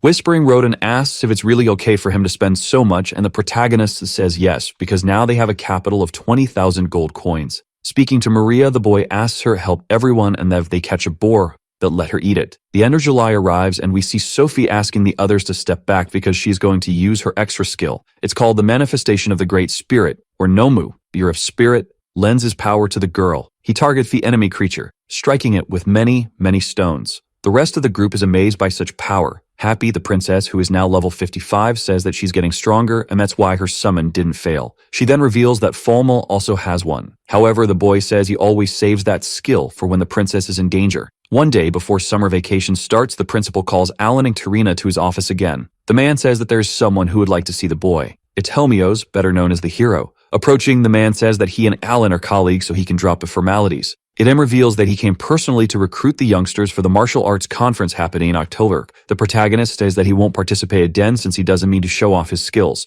However, the principal states that everyone wants to know more about the summoning skill in case he is the one mentioned in the prophecy. Reflecting, our boy concludes there must be some reason why the man is being so direct. Then he asks what the man thinks will happen if he shows up and reveals his powers to the demon army. Playing dirty, Helmios throws a ring that was on his finger to the ground, claiming that he accidentally dropped the rare magical healing ring, showing that he had the very item the protagonist had been wanting all along. Picking up the accessory, the man says that it was a gift from the elemental king for saving the elves during that period. He then asks if the boy wants some advice on how to get one too, but Alan refuses. The man says that this ring can't even be found in S-rank dungeons, being a secret he makes sure to share. In addition, Homeo says that the dungeon master can't make magic items and that he personally asked him. It is possible to obtain or chalcum weapons in S-rank dungeons, something he doesn't advise Alan to do, since for sure some members of the group will die along the way. Annoyed, the protagonist thanks him for the information, then asks what the man wants in return. The man then says that the champion of the tournament will fight against him, and if Alan wins, he will give the boy the magic healing ring. Before answering, our boy asks to test the ring and is delighted to find that the item restores 1% mana every second. Helmios then asks if that's enough to make the boy participate in the conference.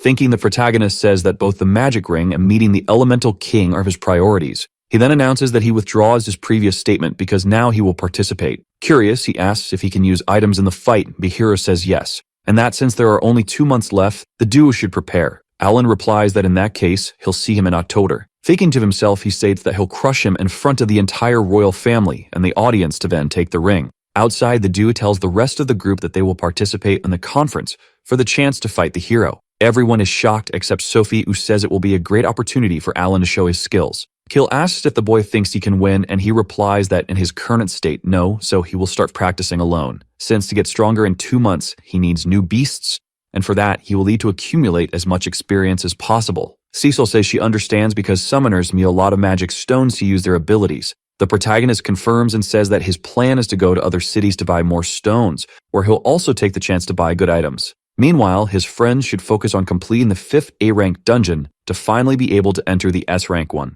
Excited, the princess says it will be her first time in an E-rank dungeon. Turning to Karina, Alan says that she needs to focus on mastering her extra skill before the conference. We also discover that the Jew's plan is to see if, before fighting the hero. Karina's showdown with Dolberg is finally here and everyone's buzzing. The big question, can she actually win this time? Cecil's got doubts, but her dad's all, nah, not happening. Alan's like, hold up, she's faster now thanks to that ring, so there's still a shot. The swordsman kicks off his speech, then challenges Karina to show off her year's worth of training. Karina recalls her friend's tip about Dolberg not using his extra power on students. She goes all in, activating Limit Break and charging with her Thunder move. The clash begins, and it's epic. Watching the action, the protagonist notices Dolberg's speed is next level and wonders if he's hiding something. Dolberg admits Karina's stronger, but as he throws her back, he says it's still not enough. Alan's worried, saying Dolberg's reading Karina's moves, which is bad news. With a powerful earth attack, Dolberg sends Karina crashing down, telling her to get up fast. Turns out, Karina was just stalling to activate her real extra ability. She charges again, catching Dolberg off guard. Dolberg's eyes go wide. No way. Karina's crew is cheering like crazy, while Hermios checks out her new power. Dolberg's confused, trying to defend, but fails to block an attack. He's sent flying with a massive hit. The protagonist notices Dolberg whispering something, looking worried. Dolberg gets up, asking if Karina really thinks she can beat him. He's ready to go all out. Without a second thought, he hits Karina with guard break. Even with her sword up, Karina realizes something's off. Everyone watching feels it too. Hermios jumps in, stopping Dolberg, asking if he's trying to hurt Karina by losing control. Karina rushes over, asking if Dolberg's okay. On his knees, he admits she won. He apologizes for breaking her sword, giving his own before leaving. The announcer crowns Karina the champ. Everyone agrees she earned it, especially for pushing Dolberg to his limit. Alan sees Karina's mostly fine, just a few scratches, but something's off. Hermios asks if Alan's worried about Karina. He nods, thanking Hermios for stepping in. Hermios says it's no biggie. Dolberg's super competitive, so he keeps an eye on him. The announcer cuts in, saying the main event's about to start. Alan's pumped. Seeing the young fighter in action is something else, realizing he's special. While armies fall, heroes are the gods' chosen saviors. Hermios first went to war at 15, and at 24, he's still battling demons. Facing Hermios, Alan vows to wipe that smug grin off his face. Hermios predicts Alan will be famous after the tournament, which Alan doesn't want. He hates pointless fights, so he warns Alan to quit if he doesn't want trouble. Alan wishes he'd leveled up more but decides to stop talking, announcing he's ready. The crowd's on edge, watching closely. Hermios takes his stance, asking Alan to show his skills. Alan charges, shocking Hermios with his speed. Alan blocks the attack with his sword, impressing everyone with his strength. He admits he could have been toast if he'd hesitated. Hermios finds it odd, thinking Alan couldn't dodge his attack. He couldn't see through the summoner's blessing with his ability. Alan doesn't back down, attacking again. He blocks Hermios once more. Hermios teases, saying he hasn't even used his powers and Alan's already tired. The crowd's getting bored with the fight. Switching it up, Alan summons Dora Dora, his beast. The crowd goes wild at the sight of the massive dragon. Hermios admits Alan's stronger than he thought, while Alan wonders if he hurt Hermios. Grinning, Hermios says Alan finally played his magic card, snorting the dragon's all. Nah, this dude doesn't deserve any mercy. His squad's totally vibing with it, not expecting the boy to summon the dragon again. The announcer's like, chill, the fight's on, Alan's got the green light for this move. Thinking hard, our boy's ready to make the hero pop off his power. He orders Dora Dora to unleash the beast mode. Without a blink, the dragon's spitting fire, totally cornering the young dude who's using his arm like a shield. When the smoke clears, Hermios pops out like a phoenix. In the air, he's all, ouch, that stung, leaving Alan and everyone shook by his flying skills and his epic self-healing powers. The protagonist finally clocks who he's up against, and figures out the dude's got 6 abilities in chill mode and a secret attack move. Still airborne, the hero's bragging he flies faster than the dragon, so the boy's got no chance. But Alan's like, not so fast, and calls in the caballos, who surround the dude and go boom. Cecil's all wide-eyed at her friend's guts. Hermio's all chill says, that hurt too, and asks if the summoner's done. Grinning, the protagonist's like, told ya, no easy escape, and summons more caballos, which go boom again, big time. The crowd's yelling to stop the fight, thinking the boy's gonna KO the hero. Meanwhile, Alan's hyped his plans working and goes for his 7th ability, high-speed summoning, which lets him call in new beasts in a blink, his ace move to summon before the other guy even knows what's up. Smirking, the young dude's like, this power's a hell mode exclusive. Hermios decides to strike from above, but his hit just smacks the ground. Dodging like a pro, Alan summons Karenin. A 3-headed dog shows up, ready to rumble. The hero's all, feels like I'm battling a beast army. He attacks Karenin and is shocked when the creature's not full of strawberry jam. On the ground, the protagonist orders Doradora to spit fire again, but the plan flops, and Hermios lands a sword hit. While flying back, he triggers the 9 bites combo of the 3-headed dog. The hero heals up, saying things will get messy if he keeps holding back. Closing in, he tells Alan to quit if he doesn't want to get wrecked, cause he's going all out now. Surrounded by his beasts, our boy's like, bring it on, show me your best shot. Hermios attacks with his red bird move, while the protagonist orders Karenin and Doradora to charge. Both creatures get smacked hard. Zooming in after taking out the beasts, the hero tells the boy to hang in there. To block, Alan uses his high-speed summoning again, blocking the hero's hit with the Great Warrior's shield. Standing firm, Hermios says that gear's solid. Giving props to Mira, our boy orders a counterattack. The beast obeys and sends the hero flying. The crowd's jaw drops seeing the hero sprawled out, except for the protagonist, who says only the hero's attack can beat the hero, revealing his move flips damage back. Pumped, he says that was a risky play, giving Mira more props. Hermios stays down with arms wide open, then says the boy did good waiting for his attack move. The protagonist asks if he's admitting defeat. Getting up, Hermios says the Spirit King's prophecy was spot on, and humanity's got hope. Since he aced all divine trials and snagged the best gear, but couldn't beat the Demon King. All cause he's a hero who can't ditch his peeps. The only thing keeping him going is the countless lives lost on the way. We see when Hermios got the ring. Someone said he might meet someone who'd prove there's still hope. Facing the young dude, our boy asks if he wasn't supposed to be the hope. Grinning, the hero's like, you're right, maybe I should teach you some moves. Annoyed, Alan's mentally like, just hand over the ring, dude, I'm low on stones. But Hermios spills it's not over yet. In the crowd, the protagonist's friends are like, no way. Worried, our boy figures the young dude's as competitive as Doberg. He's all like, is this Teku power-up gonna be enough to save my butt? With a smirk, the hero's all, time to charge, folks. He's saying this attack is humanity's big hope. No pressure or anything. Alan's summon gets totally wrecked, like, poof, gone. He's got to use his self-sacrifice move to stay in the game. Still, the dude gets slammed into the wall. Ouch. His friends are freaking out and the hero's like, how are you still kicking after that hit? Alan, missing his arms, figures the guy really tried to off him, so he's going all out now. He uses his celestial blessing to regrow his arms. No biggie. Hermios is all, did he just use elf magic or something? He's finally getting what a summoner can do. Trying to crush Alan's spirit, he's like, just quit, dude, you're outmatched. Alan's grinning, saying, you wrecked my arms, so now it's a fight to the finish. Hermios is like, can't you just give up already? Alan thinks Hermios feels the same pressure as Karina. Being the world's hope is tough, but he's not backing down. Hermios grins, asking, who even are you, dude? Alan's like, if the Demon King's the end, I'm Alan, the summoner of the beginning. The hero's eyes go wide, and Alan's thinking he just made up a cool name. Hermios decides to wrap up the fight and hands over the ring. He says the Elemental King wanted Alan, the summoner of the beginning, to have it. Alan's surprised, asking if it's cool since the guy might need it. Hermios is like, no worries, I've got another. The Elemental King's super generous. So, they can keep battling. Alan's smiling, saying he'll quit, knowing he's too tired to win. The crowd's shocked, he's bowing out. Hermios laughs, saying, that's so Alan.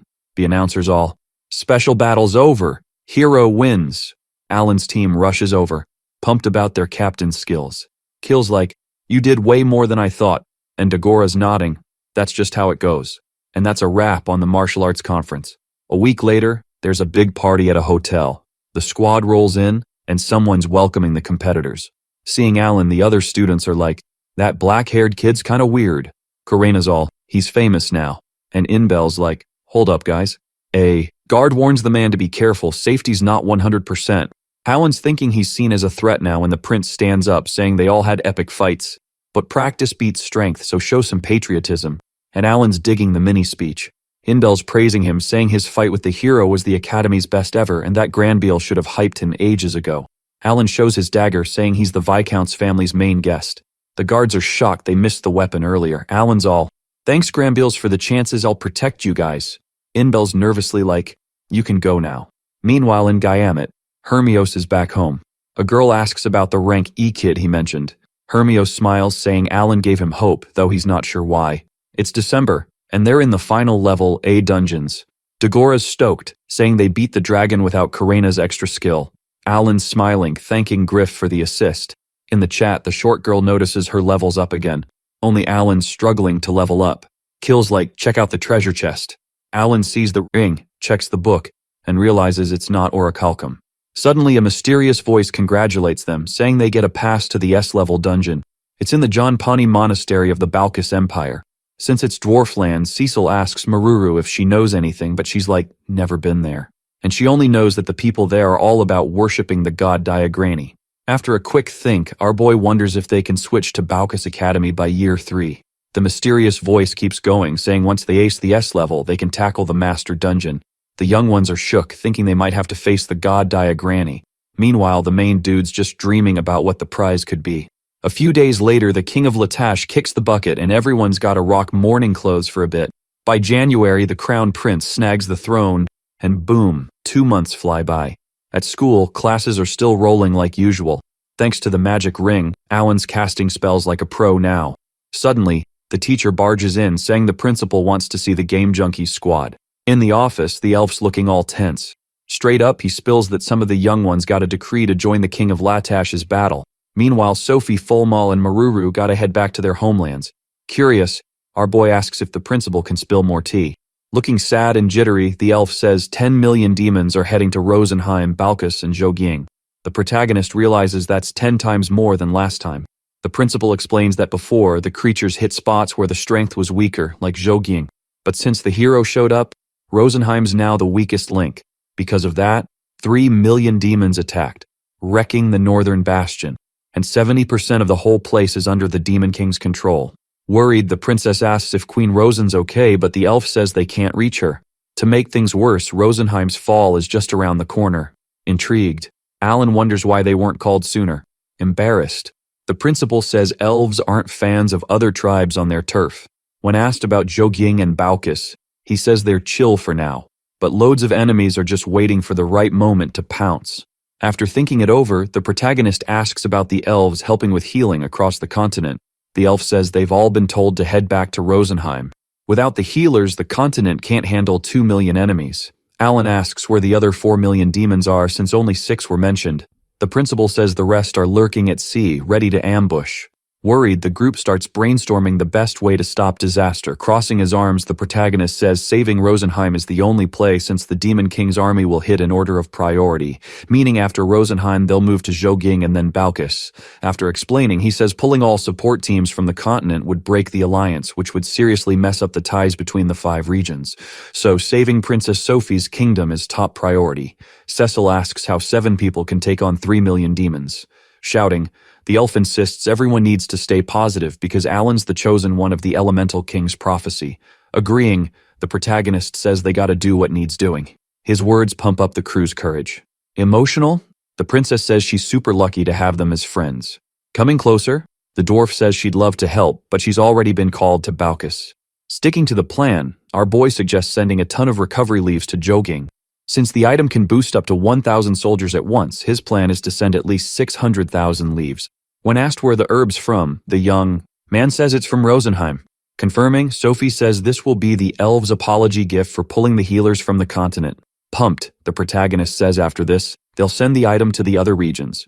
Maruru thanks the young man when she finds out she'll take 1,000 recovery leaves with her. Grinning, our boy says after they beat the Demon King, next step is exploring the S-level dungeons. Emotional, the dwarf says she'll be waiting for all her friends in Baucus. Taking charge, the professor admits he didn't know the summoner was so good at managing stuff. The director says he's got a mission to finish, so he's counting on the group to save the queen. Grabbing Dagora by the shoulders, the dude with the pompadour tells him to stay safe. Then he drops the bomb that the protagonist's skills are way beyond the second years and Kurena's got some serious muscle. But hey, the battlefield ain't no dungeon, so everyone's got to keep their eyes on the prize, which is, not getting KO'd. Speech done. The squad's off to the showdown of their lives. On the way, some students are all, "Yo, is it true you're heading to Rosenheim?" When they hear it's legit, everyone's throwing out thank yous and good lucks like confetti. Rolling up, Lefo's all, "I got Kills fam covered, no worries." Outside, the hero crew waves goodbye to the academy. They promise to do whatever it takes to keep the other students out of the war zone. Later that day, the blonde dude says his farewells to his fam. Mina's all jittery, saying she'll pray for her bro, while Cecil hands over a letter to one of the guys. Just in case things go south, her dad needs to know. Feeling a bit down, Alan's like, "Sorry guys, it's my fault you got those decree letters." But his pals are like, "Nah, we want to take down the demon tin too." Next day, just outside the academic city, Spirit B's gearing up to hit Jogin for some demon army intel. Our dude tells his summons to stay low-key around the locals. The Baron's daughter pops up announcing everything's ready to roll. Sophie thanks her squad and says once they hit Rosenheim, everyone can chill with their fams. As the magic ship lifts off, the princess tells her crew to blend in as humans. Her land's been on lockdown from the outside world for ages. Hearing how chill the place is, Dagora's like, "Well, wouldn't it be awesome if our fams could crash there?" Meanwhile, the protagonists crossing fingers they make it in time to help out. 4 days later at Ninho Seaport, Cecil stoked the city's still standing. A guard's shocked to see the elf princess, but quickly tells her to hop in the carriage for the elders' meeting. On the way, the crew sees the injured folks. Blown away by the scene, the kids are like, "Not enough healers to go around, huh?" Kurena asks if she can start using the healing herbs. With the green light, they split into 2 squads. At the palace, an elder greets the princess.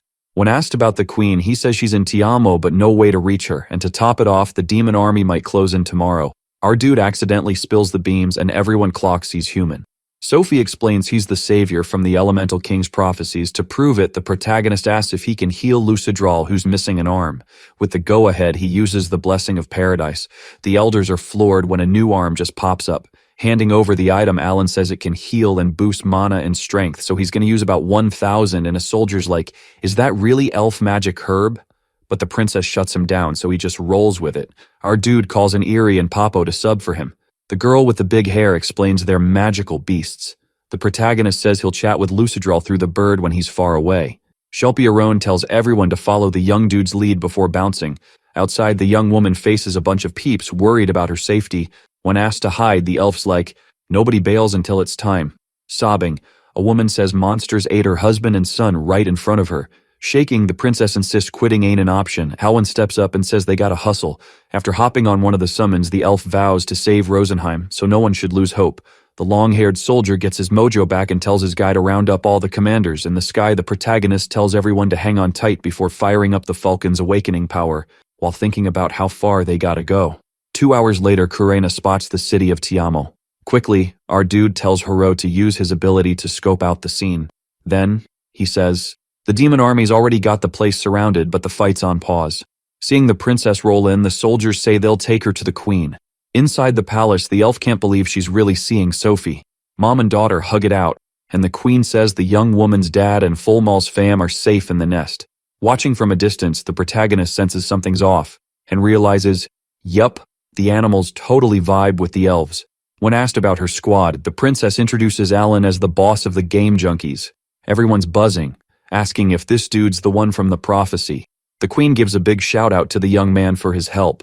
A mysterious hooded figure rolls up and says the city won't survive tomorrow's attack, so the elf should chill in the nest. Rosen's not having it, saying she's got to stick with the 70,000 peeps hiding in the city.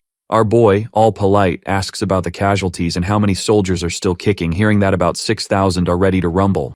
The young man whips out the magic herb, saying after healing the elves, it's time to bust the enemy blockade. For this, they'll drop a surprise attack when the creatures are catching Z's. Kill asks about the stash of healing items, and his buddy says he's using 2,000 now and saving 2,000 for later.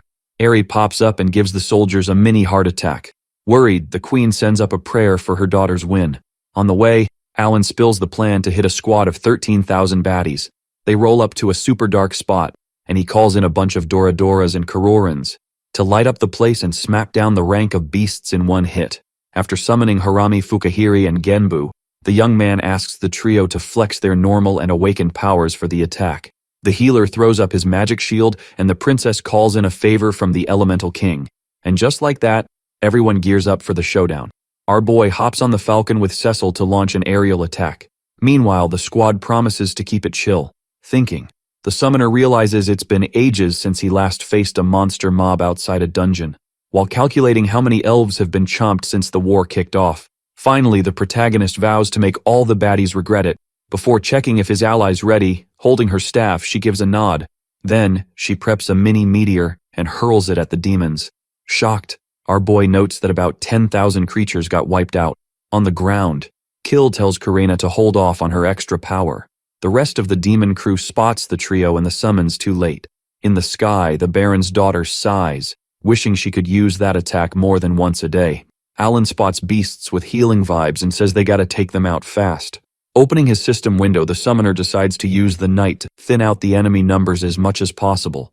The blonde fires up her stone blade while the protagonist tells the crew that about 3,000 enemies are closing in, and the elf healing is still in progress.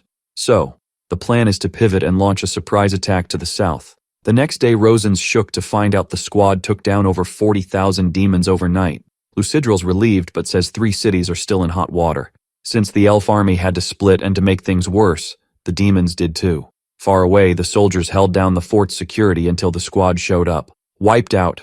Our boy says each city got 500 restoration leaves and summoned beasts, which made him use all the celestial blessings and an extra 2,500 level B magic stones. Even so, one commander says peace will only last a few days.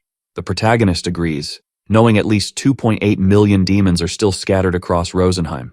Calming things down, the queen says she's super grateful to the young man who brought a glimmer of hope to her people. When asked what he wants, he says he needs more magic stones and a meetup with the Elemental King. The princess says that's basically impossible. But the tiny creature on the queen's shoulder asks what the summoner wants to know. Everyone's jaw drops, realizing Rosen was there the whole time. Alan rushes to thank for the magic ring. Then he says he'd like a special gift for keeping Rosenheim safe. The spirit asks what the young man wants and finds out he wishes for his whole squad to level up to hell mode. The creature asks for a sec to check some stuff. Then it opens its eyes again and says the god of creation Elmia denied his request, making the protagonist realize a demigod's still a small fry in the god world. Still, he pushes and asks if the spirit could boost his friend's ranks a bit. Laughing, the squirrel spills the beans that the summoner's dream of being the demon king made Elmia whip up a high-level roll. Determined, our boy asks if switching roles is a thing. The Elemental King gives a nod but warns it might shave off a bit of the young dude's lifespan. Alan throws all his XP on the table. Even surprised, the creature's down and says they'll only level up 1 rank and the spell's just for those in the room. After peeking into the young man's thoughts, the spirit decides to gift Mira a 1-star talent. With everything sorted, the protagonist's like, I need some Z's, and bounces. Next morning, squad rolls into the summoner's crib. Nervous, Cecil's all, spill the tea about the Elemental King chat. Thinking, our boy figures it's a good time to drop his secret identity. Grinning, he shares that Elmia helped him reincarnate and he got picked to be a summoner. His friends? Totally mind-blown. Until Kill jokes they're lucky he wasn't picked as the Demon King. The shock's back when they find out the young dude's actually 35. Trying to chill the vibe, the protagonist says he only spilled the beans now cause they're squad goals. Before dropping that every time his crew hits max level, a cooler roll unlocks. Even if they're a bit lost, the girls decide it's a win. Elsewhere, the elf army's gearing up to smack down another enemy horde. A massive dragon rolls in, spitting fire everywhere. But thanks to the summoner's item, the soldiers heal up in no time. When the dragons toast, everyone's like, how'd that even happen? Corinna rolls up suggesting they jump into the fray too. Our boy checks his summon stash and decides to unleash the Alipons. The creatures pop off with their OV position move, spawning an ant army. With everything set, they charge ahead, rolling up. The healer's like, used all my support magic. Stoked with his army, our boy says only the hero's extra move can one-shot an Alipon. Then he orders his summons to spray formic acid. Thanks to the goo, the enemy's defense takes a nosedive. Thinking, the protagonist decides no magic stone gets left behind. Yelling, he tells the army to box in the demons. Karina pops her extra move and dives into the fight. Meanwhile, Cecil jumps in with a spiral cyclone. Arrows are flying, and Dagor is blowing stuff up with his axe. Sophie calls in Ifrit, the big elemental, to roast the demons. The soldiers are shook by the scene, but soon they rally, all to keep the princess safe. Pumped, Alan sees that if they keep this pace, it's GG for sure. Suddenly, the soldiers spot the beasts booking it north, and they start celebrating, hyped they get to see another sunrise. Unlike the 3,000 soldiers who are RIP, Kill rolls up to an elf cradling his daughter, and using his graceful energy, brings the young girl back, making her blink awake. Leaving, the young man feels stoked he pulled off his extra move, but remembering he can only revive one person a day, he's a bit bummed. At the palace, the queen's over the moon hearing about the 10,000 enemies down, chatting about the win. A soldier wonders if any drama's gonna pop off at the north gate. Impatient, Gartrube is like, Rosen should hit up Nest City, but she ain't having it. Volmel tells the elf to chill on, pressuring the queen, even if he's her fam and the top spiritual mage in Rosenheim. Watching the guard, Alan's puzzled why he can't spot any spirits around him. Another soldier rolls up saying they've snagged 3,000 magic stones. Curious, the queen asks if the summoners still got celestial blessings, and he says he's on it, but to recharge faster, the lady's gotta cough up more magic stones. Switching gears, the young man says his summons have intel that the demons bailed from the 4 fortresses and are regrouping up north, so his crew's gonna chase the enemy to seize the chance. Meanwhile, one of the commanders should tell the Nest forces to head back so they can reclaim the capital. When asked about his plan, our boy's all, I'm gonna wipe out the last 250,000 demons. Next day, the squad quickly wipes out a fleet of 3,000 baddies, but on day 3 of the hunt, the protagonist senses something's off. The princess's guardian is all, dude, I saw it too, and I'm freaking out, we might not be able to smack down those baddies as planned. At the palace, everyone's jaws are on the floor because like a million demons are about to crash Tiamo's party. Alan's breaking it down, saying the fleets that bailed have teamed up with the backup army for a mega attack, which means, the queen's hideout might have been busted. Determined to win, the summoner's like, yo, soldiers, we need your squad. Sophie's mom's all, this is the only shot, 'cause moving 70,000 peeps in 2 days? Not happening. The main character's like, thanks, can the commander whip up an escort team? The elf's like, sure thing, and says if the troops roll back smoothly, they'll have 30,000 soldiers guarding the city. Cecil's like, aren't you scared, summoner? He's all, nah, the only thing that freaks me out is my crew being in danger. Karena's like, I'll protect everyone, no cap. While Marshall's just vibing with the group's bravery. 3 days later, Gartroop is like, no way, only 7 people took down 40,000 enemies. But then he's like, focus up, we got 60,000 more to crush. Seeing the barriers aren't doing squat, he decides to call in the Earth Spirit. Yelling, the commander's like, protect the queen at all costs. Our boy rolls in on his summon, all, made it just in time. Without touching down, he checks his stash. Seeing his crew's wiped, he figures recovery potions are a no-go. So he's like, time to use summons that never get tired. The beasts charge at the enemies, no hesitation. Noticing the demons are hangry for a fight, the young dude's like, time to unleash the dragons. In a flash, a chunk of the enemies wiped out. Even the kingdom's toughest guys impressed. After peeping the demon army's size, our boy's like, Karena, Cecil, Sophie, time to go beast mode. The girls just nod and get to work. And bam, attacks are hitting enemies all over. The mage is like, Earth spirits, help a buddy out. And a stone hand pops up. Seeing the demons still pushing, the commander orders the 5th troop to go all out. Thinking, Alan's like, my magic stones are going to be toast in 30 minutes, not cool. Suddenly a baddie smacks the sword girl. After the healer steps in, she's like, I'm still good to go. The main dude's like, maybe leaving the rank A beast to her and Dagora wasn't the best call. Meanwhile, at the north gate, a soldier rolls in with a big load of magic stones. His buddy's like, thanks for the hustle, now dump 'em in the hole. Our boy's stoked to see the reload happening. After a bit more time, the summoner's like, now I got 300,000 magic stones. A bunch of Doras pop up and unleash flames of wrath. The main dude's not stopping there, summoning another beast squad. His friends are all, dang, those dragons are OP. Meanwhile, the soldiers are shook that the enemy army's getting pushed back. A few hours later, turns out the creatures bounced from Tiamo's front. But Alan had to burn through 200,000 magic stones for that. The elves are all, thanks, Elemental King, while they bust a move. Meanwhile, the main dude and his pals are chilling with a nice bath. Then they hit up the palace to report to the queen. Smiling, the queen's like, thanks, black-haired hero, you're the prophecy's MVP. Feeling a bit down, our boy's like, we just got lucky. Still, he wants to shout out the scouting team for their help. When asked about next moves, the summoner's like, we can't chill yet. But for that, they gotta build a beefier fortress. The commander's like, the northern fortress got snatched, but the enemies probably didn't set up defenses. So he's sending 300,000 soldiers to take it back. Another elf's like, that'll take over 5 days. Alan's like, I know, and I'm planning to hunt the leftover baddies meanwhile. Later that night, the main dude summons Eri and asks her to sneak into a certain spot. Next day, the creature finds something. The main dude's bummed to learn Rapolka's fortress is mountain-locked, but figures even if Eri's caught, no one's gonna pin it on him. Quickly, the summon sneaks in with a disguise until a demon's like, Grasta's waiting for you.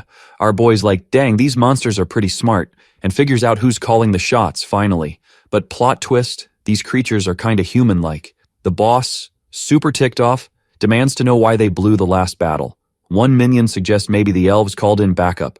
Another demon argues, nah, the spiritual mages just leveled up. The straight-haired demon's like, that's whack. We made mad progress without a hitch. The leader, losing patience, spills that he asked the devil for backup. But the devil's still chilling in the capital. So, the plan? Go full pincer move with reinforcements to wipe out the elves. We zoom 10 kilometers north of Tiamo. Alan, all worried, says it's all on the elven army, then spills the tea on what he found out. The princess, a bit on edge, mentions the devils never shown up in their turf. Dogora, curious, wonders why the demon army's taking a shortcut to hit the south.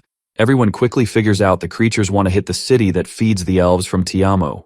Kurena, hearing Nest has 2 million peeps, says they gotta do something stat. The main dude says that's the plan and asks her and the axe dude to flex their extra skills. The warrior's like, pretty sure she can multitask skills during limit break. The summoner, holding her cheek, says she's gotta believe she's in the hero class after all. Then he says they're diving into hardcore training to nail those skills.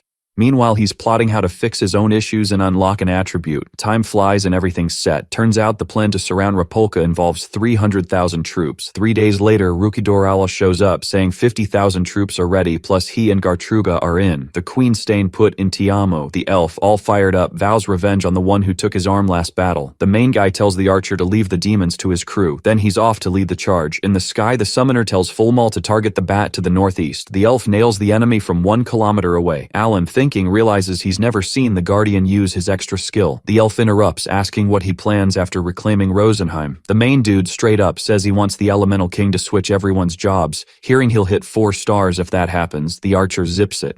On another beast, Cecil calms Sophie. He says the summoner won't quit unless he's toast. Later, they roll up to the fortress. The black-haired boy takes charge, saying they should hit the south gate. Then summons his armored warriors. The armies clash fast. Everyone sees the enemies are dead set on holding their ground. Inside, the creature leader mocks the elves for thinking they can win. The enemy fires giant arrows first. The summoner's beasts block them. The big guys use max reflection, bouncing damage back. Gartruga gets the call, knows it's his time.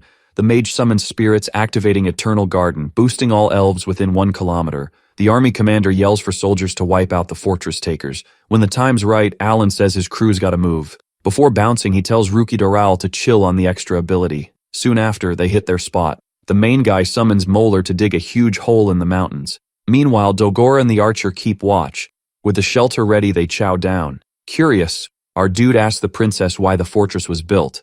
Sophie explains that ages ago, elves and dark elves ruled the continent. The world tree was in the elven kingdom, so dark elves started a war. They shot down any peace talks. So the fortress was built, and the battle raged for ages.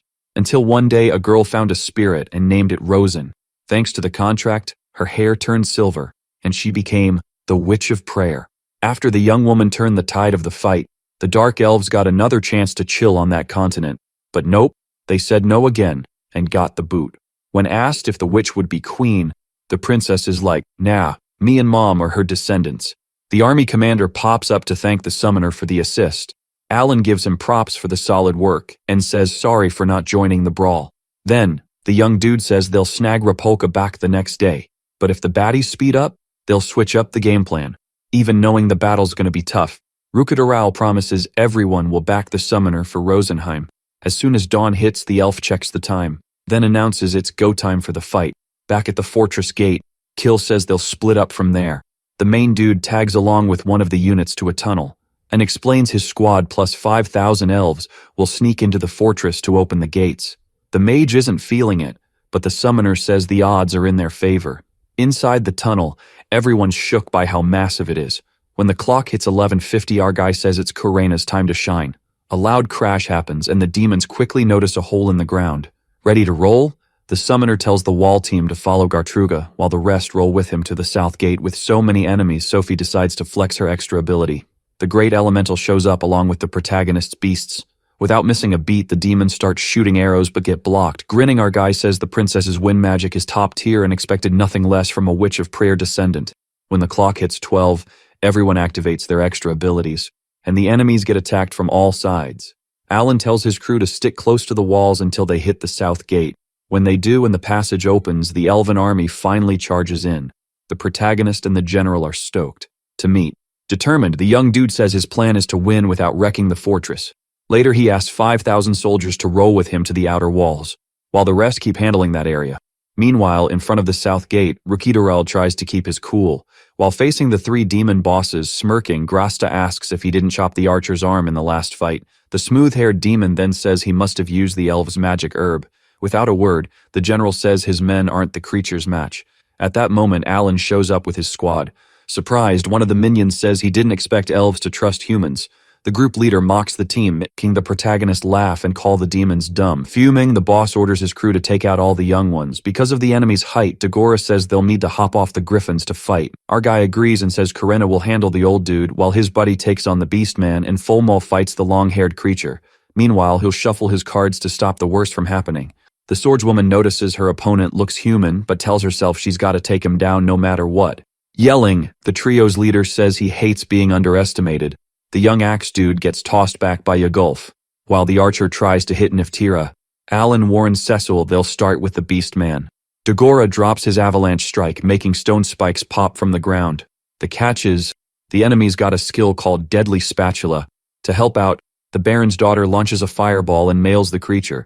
Taking advantage of the duo's distraction, the enemy mage decides to attack with an ice column. The protagonist dodges just in time, and decides to summon Doradora and Karoring. The long-haired demon is shocked to see the dragon.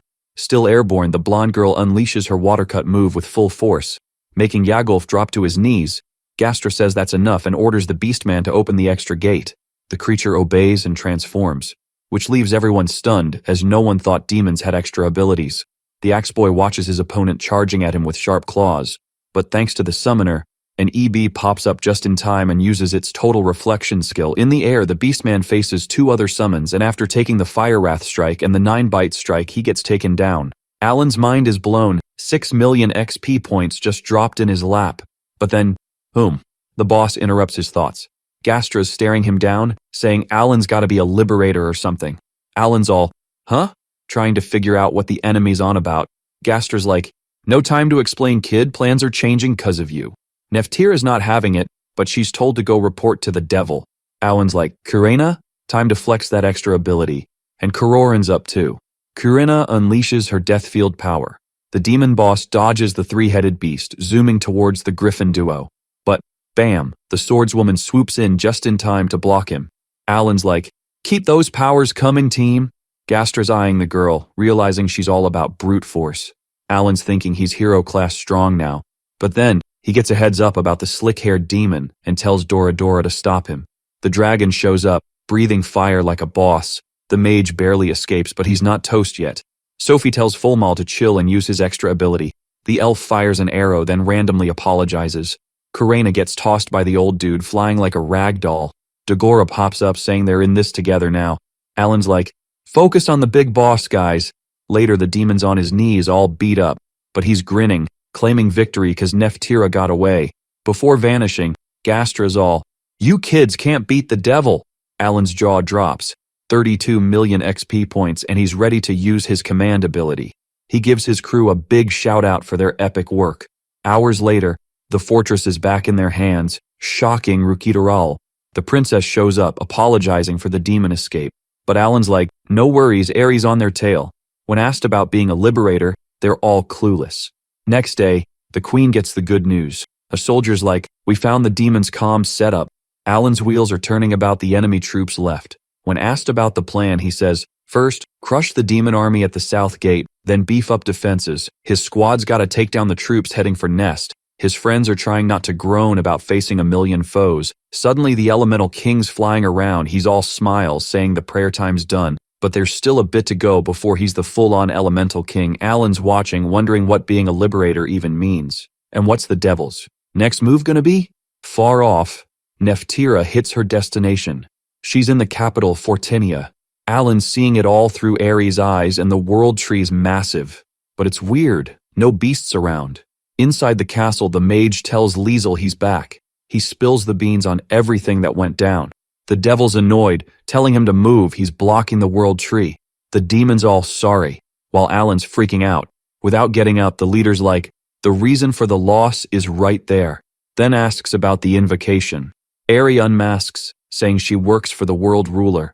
The devil laughs, calling her boss an idiot, making her mad. Liesel makes a shiny sphere, telling her to get her boss to meet him. Ari vanishes with one hit. The mage gets the green light to keep reporting. Back at the fortress, the girl wants in on the fight. Alan gets it, she's mad, but they got crucial intel. Sophie asks about the capital, and Alan says the devil's obsessed with the world tree and he's not leaving Fortenia. So they gotta focus on taking down the 4 million troops left. 3 days post-fortress win, Alan's asking if they can restock all the magic stone. The soldier's like, yep, and Marshall says they're moving out fast with the army. When asked if the game junkies are gonna take down the last 1 million baddies, the summoner's all, nah, he's gonna solo them. The queen's jaw drops, while the princess is trying to figure out what's up. Ari steps up, saying all the summons are backing the young dude. The commander decides to roll with the protagonist. Switching gears, our boy jokes about the devil having long ears and silver hair just like Sophie. The soldiers are like, could Liesel be a high elf? But Rosen's like, nah, he's gotta be a dark elf, though she doesn't know anyone by that name. A bit jittery, she asks if the crew still wants to roll with the elves. Everyone's in, showing they don't care that the fight's not a human thing. Alan's wondering if the elemental king's going through some kind of glow-up, since he hasn't woken up yet. Then, he tells the general he's bouncing early the next day, so the dude should watch over his squad. Next day, the summoner's got his friends on a game plan, and says Dagora's extra skill is their ace in the hole since it's beefier than Cecil's mini-meteor. Hearing his buddy can't level up, the axe dude asks if his summons don't get beefier with the command skill. Shaking his head, the protagonist pulls up a system window showing the young dude's attack is stronger than his. Everyone's like, be careful, summoner. He nods, promising he will, before calling Griff and firing up his new attribute. Up in the air, Alan's thinking it'd be cool to chat with someone before taking on 1 million baddies. Out of nowhere, Ari, who's on the central continent, says someone special's here. Hermios shows up, apologizing for being late. The summon reminds him he was supposed to roll solo, but he says the Sword Saint's part of his crew. Then, the heroes all heard you and your squad took down 2 million demons in 20 days. But he's curious if the summoner can really wipe out the whole demon army. Ares like, her master's got a plan. Relieved, the young dude's like, his stamina and mana just bounced back, and asks if the protagonist knows anything.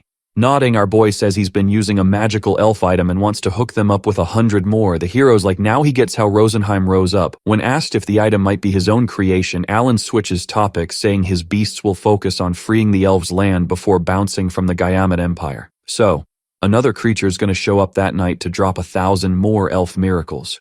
But, if the continent's still standing in 10 days, they'll get another 1,000 as a thank you from the queen. Hermios asks Sylvia to grab the 100 miracles and fill in the generals. Seizing the moment, the protagonist asks if the devil's shown up on the battlefield. The hero's like, nope. Our boy then says the creature's gonna show up soon, so he wants to know if it's got any weak spots. The hero's like, if you're planning to fight a devil, better bail if you don't want to end up toast. The summoner asks if his buddy's ever taken down a devil before. After confirming, he explains his extra skill was a gift from Elmia, but he lost a lot of friends in the process. Alan asks if a devil could be an elf, but the hero's got no clue. 3 hours later, above Rosenheim's sea, our boy's ready to face 1 million demons. Spotting dozens of rank B monsters in the back, he decides to take them out before the showdown. Ari warns the enemies are in attack range. Our boy then fires up the summoning command skill, leveling it to general class. The creature calls its troops through militarization, showing now the boy can whip up his own army of summoned beasts. The protagonist asks his ally to smash the transport monster's head. Ari obeys, using her gravity skill, quickly taking down the crushing turtle. Pumped, the summoner's like, now it's just about smashing everyone. Everyone's staring at each other for a bit, until one of the baddies spots the boy's black hair. Yelling, he tells his crew to take down the young dude. The summoner's stoked to be noticed, and calls Dora Dora to join the fight. In the air, the dragon busts out its move called Boiling Fire. Suddenly, Ari warns the flying demons are closing in. The young dude asks her to handle the baddies with her epic awakened power. Boom, a massive black hole shows up. It starts sucking in and squishing all the demons within a dozen meters like a vacuum on turbo mode. The main guy notices the enemies have hit pause on their attacks and figures it's time to sink them all with his magic stones. Using one of his summons, he sneaks a peek at how his squad's holding up, and finds out the creatures on the flip side are taking turns resting, saving up energy to ambush his pals, which means the devils switched up the game plan. While munching, Alan hopes Liesel isn't underestimating a gamer who just spent 5 days straight playing. We zoom over to the Fortress of La Polka, where Ares telling everyone the summoner pulled an all-nighter. Cecil says he's got to hang in there a few more days, but the enemy's power level is off the charts. Dagora wonders if maybe they should thin out the beasts at the fortress. The summoner's like, nah, because about 4 million demons are crashing the city tomorrow, planning to totally surround the fortress through the mountains. Rukidaral's whining they don't even get a minute to chill. Before panic hits, Ares says her master's got a plan, but everyone's got to hold the fort for 5 more days without adding more beasts. Checking the chart, the Baron's daughter points out they're surrounded on all sides. Showing it ain't over yet, the summoner rolls out the strategy the main guy cooked up, and everyone's like, phew. Before bouncing, she warns some beast will bring wood and 2,000 bottles of magic herb the next day. Next day, the axe dude's like, yep, the fortress is swarmed by 4 million troops. Alan tells Dora to take out the flying baddies first. The dragon's like, sure thing, and blasts a ton of boiling flames, turning the enemies to toast. And, just to be extra, it unleashes another breath for good measure. The soldiers are shook at how beastly the dragon is, then they rally and start firing arrows, yelling. The main guy tells everyone to use all their skills to keep the walls from getting wrecked. Meanwhile, on the west side, a squad of 60,000 elves and 10 alapons are duking it out with 500,000 demons. At the same time, 2,000 young alapons launch formic acid. The enemies are all confused when they get hit by the goo. At the top of the fortress, a soldier tells the others not to let the creatures bounce back from the attacks. On the south side, Class B magical beasts are battling the demons without needing buffs. A mirror spots a fireball coming its way, and using its shield, blocks the sphere with complete reflection. Our dude figures maybe the best move is to leave the south and north on defense. Elsewhere in the fortress, the Game Junkies, Gadaruga, and 90,000 elves are going head-to-head with 500,000 demons. Pumped, Karena says it's time for the elves to take 5. Showing the shift change idea from the summoner was clutch, and the tip to use magical herbs was on point too. After day 1, the swordswoman's worried, wondering if her buddy's okay. Cecil says maybe the young dude's having a blast while fighting. We hit day 5 of the battle and find out the elves are burning through over 2,000 magical herbs a day. Plus, on the east and west walls, about 250,000 enemies got wrecked. Even so, the non-stop attacks weakened the defense, and the casualty count kept climbing. Kill tries to heal another soldier but flops again. Dogora tells his buddy not to stress too much, but he's like, they've already lost 10,000 men. Soon he really wants to know how long this is going to drag on. A few hours later, the main guy shows up and thanks the healer for his hustle. An elf rolls up and says the summoner's a walking miracle. Seeing his buddy, Karena dives into his arms. Sophie asks the young dude to chill for a bit, but our guy says he caught some Z's while flying, which means it's go time to speed things up and wipe out the 2 million demons still hanging around. 8 days later, the whole enemy army's totally wiped out. Gatruga swallows his pride and gives props to the summoner, and so they set up the funerals and gather the magic stones. 2 days later, Rosen thanks the crew for all the help, but Alan's more curious about why the Elemental King's still snoozing. The young ones are stoked to hear the Bocas Empire also came out on top from the battle. But the current snag is the demons won't scram from the capital of Rosenheim. Our dude steps up and says thanks to the Queen's investment, everything's moving faster. When asked what this investment is, the summoner spills that he asked the elf to lend a hand. Hermios pops up and asks if this is how they usually treat their vets. The main dude explains he borrowed the Empire's hero. The young guy nods and says he'd love to get his 1,000 magical herbs as payment. Kill asks about the central continent and finds out everyone's chill thanks to the miracle item. The summoner jumps in and says if there's a demon weakness to exploit, they should totally do it. As everyone heads to the meeting room, Rosen says he'll whip up some grub. Marshall gets hyped, and so does Lucidral, who hopes Alan and Hermios can snatch the capital back from the demons. Later, everyone digs into a sweet banquet, chowing down. The hero says the last time he had such bomb elven food was when he scored the recovery ring. Since humans can't roll into that land without an invite, when asked what kind of squad he'd want, the armored dude lists some jobs, and says, for him, quality is king, but now he's curious about what the summoned beast can do. Grinning, the main dude says he'll spill the tea because he trusts the young guy. Outside, the hero finds out the summoner didn't go full power when they fought. Our guy explains he did that to stay off the Demon King's army's radar. Holding some papers, Hermios says he wants the fight against the creatures to be just him and the black-haired dude. Annoyed, Dagora and Kill ask why the special treatment. Chill. The young guy says the rest of the crew is just dead weight, since they're only strong now thanks to the summoner and don't have any killer talents. The main dude pulls a face, clearly not vibing with that comment. But stepping up, he says in the last battle the hero lost many friends, so he gets it. Even so, the young guy says it's up to each person to join or not. As long as they know the victory odds are 50%, Kurena's courage takes a nosedive. But Alan pats her shoulder and says if things get hairy, they'll bail. Even if it means delaying the capital's recapture, since they'd need more training for a rematch. Laughing, Hermios says the young guy talks like it's a martial arts fest. When asked what they'll do, the rest of the crew says they'd never ditch the summoner. The hero says they're super stubborn, so he'll wish them luck. Fulmul steps up and says he wants to use his extra ability in the battle. Hearing this pumps up the main dude even more. Finding out only Dagora can't use an extra ability, the hero's shocked, and suggests he and the frontline duo spar a bit. Knowing the young guy's only around for 10 days, our dude figures he's got a plan and watch closely. 3 days later, Kurena and the axe dude ask for a break. But even so, the young guy says he'll fight since his defense stats are top-notch. The hero jumps in and says people who are idiots tend to learn extra abilities faster, and that might explain everything. Cutting in, Alan announces the attack plan's finally here, which means they're off to Fortenia the next day.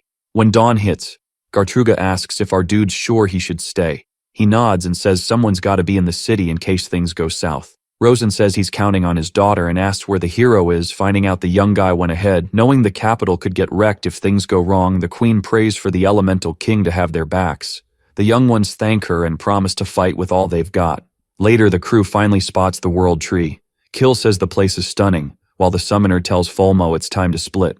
A bit further, Alan comments on how chill the place is. Our little squad finally rolls up to the palace. Inside, Niftir is shocked to see 6 people. Meanwhile, the devil says he couldn't wait any longer. Seeing the main dude, he says he must be the so-called liberator. Shouting, our guy confirms and says he's there to send him back to hell. Without getting up, Liesel says surely the elves begged the young guy for help on their knees, which makes it all even more pathetic. The protagonist this monster's too weak for me to waste my epic time on. Then, the dude spills the tea that he knows he's a dark elf, and he's been obsessed with the world tree for like 1,000 years, so his mission? Kick him out and give the place back to its OG owners. The enemy's nah, the tree's ours and no one's taking it again. Sophie, all jittery, yells that the tree should be under elf protection. Even though something's fishy, our boy's like, the devil still led a beast army to wipe out the elves.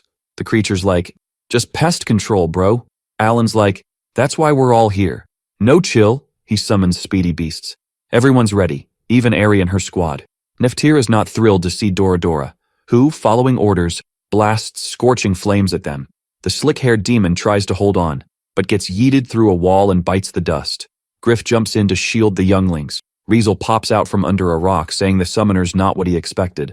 Running, the creature focuses on taking down the dragon.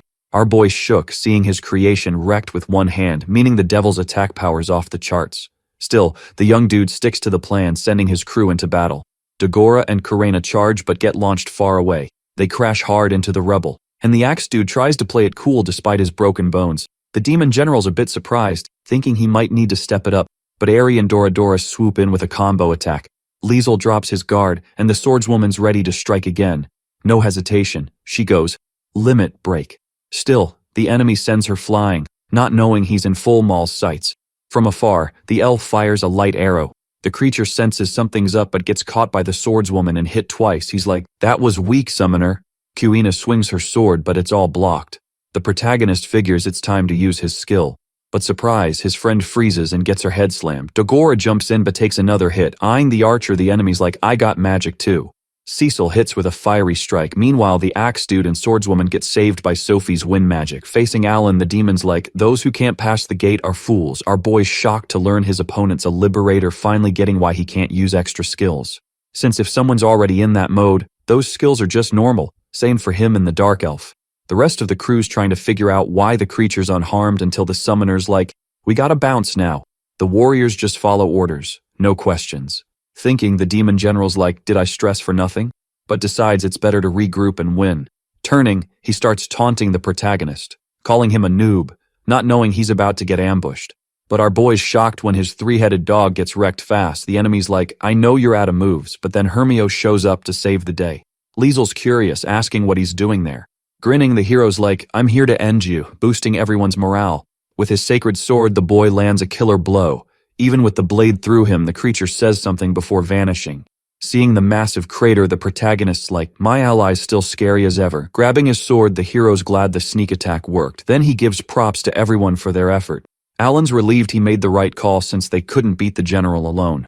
But seeing nothing in the grimoire, he asked his ally to finish the creature for good. The demon pops up again, admitting he didn't expect the hero, revealing the boy only destroyed one heart. Everyone's trying to wrap their heads around how that's even possible. As he transforms, the enemy's all, yo, Hermios, your legs frozen or what? Seeing his opponent's new form, now with 4 extra arms and wings, the hero's like, uh-oh, I'm in deep trouble. He asked if the summoner's got any bright ideas, but all he can think of is running for the hills.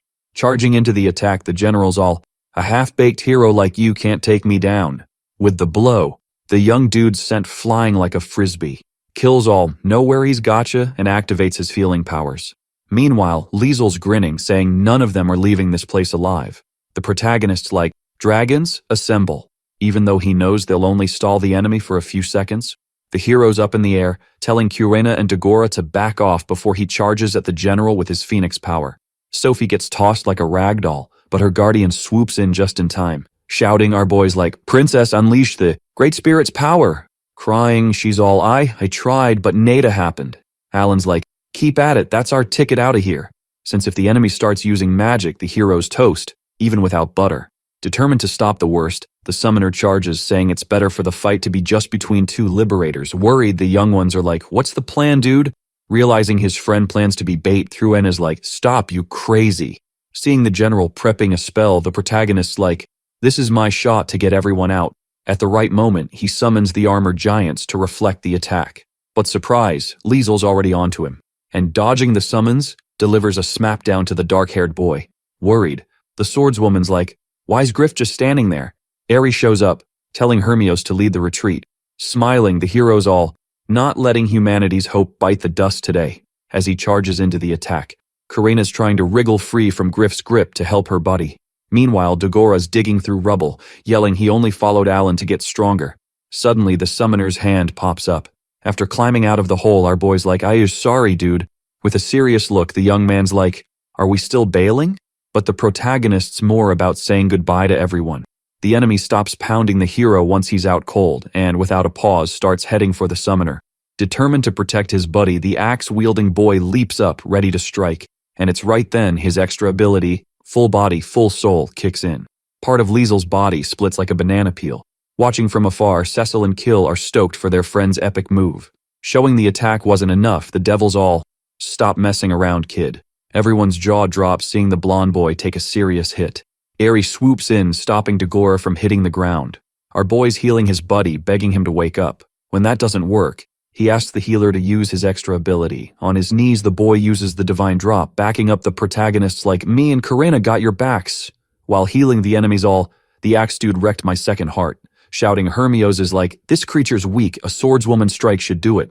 To help, the summons go full power with their attacks. Nervous, Alan's wondering how many hearts this monster's packing. Trembling, Kill admits he can't heal his friend. Desperate, Sophie's pleading for the Great Spirit to show up. Rosen appears, saying the elf's lucky he hasn't gone god mode yet. Shocked, the young woman realizes the creature was waiting for this moment to awaken. The Elemental King faces all the young ones, and starts swinging his tail to unleash his power. Our boy's shocked seeing all his allies' stats boosted by 30%. Karena's like, feeling better than ever. Furious, Liesel's all, how dare the Great Spirit break the gods' rules, but it says he started it when he tried to mess with his precious elves. The creature's got advice for the summoner, but he's like, nah, I'm good.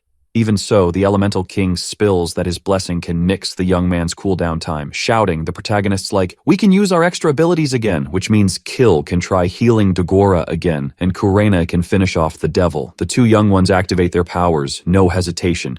Using the Thunderblade, the girl charges at the enemy. Alan's on the ground, totally impressed, but he knows it's not enough. To help out, he teases his buddy, saying even Dagora can use his extra ability. Boom, a flash pops up and the swordswoman finally kicks in her light cord power. Up on Griff, she whips out the Thunderblade again. The protagonist's all hyped, saying the young woman's attacks are finally gonna hit hard. Hermios backs up the warrior, saying they're all epic. Then he charges at the devil with his Phoenix Blade. Liesel loses some arms and gets even more ticked off. Unlike the duo, who are finally starting to think they might actually win this, but the enemy's all, "I'm never giving up on the world tree." The summoner sees the creature trying to bail and decides to stop it. But surprise, the devil busts out his Dark Soul ability. Knowing he can't stop it, the protagonist asks Cecil to use her extra power, since they're far away and magic cancels magic. Cecil's on it, launching her mini meteor, which gets a size boost thanks to the spirit's blessing. While Liesel's struggling to stay alive, the hero's ready to smash his last heart. The sacred sword hits the enemy dead on, causing a mega explosion to go off.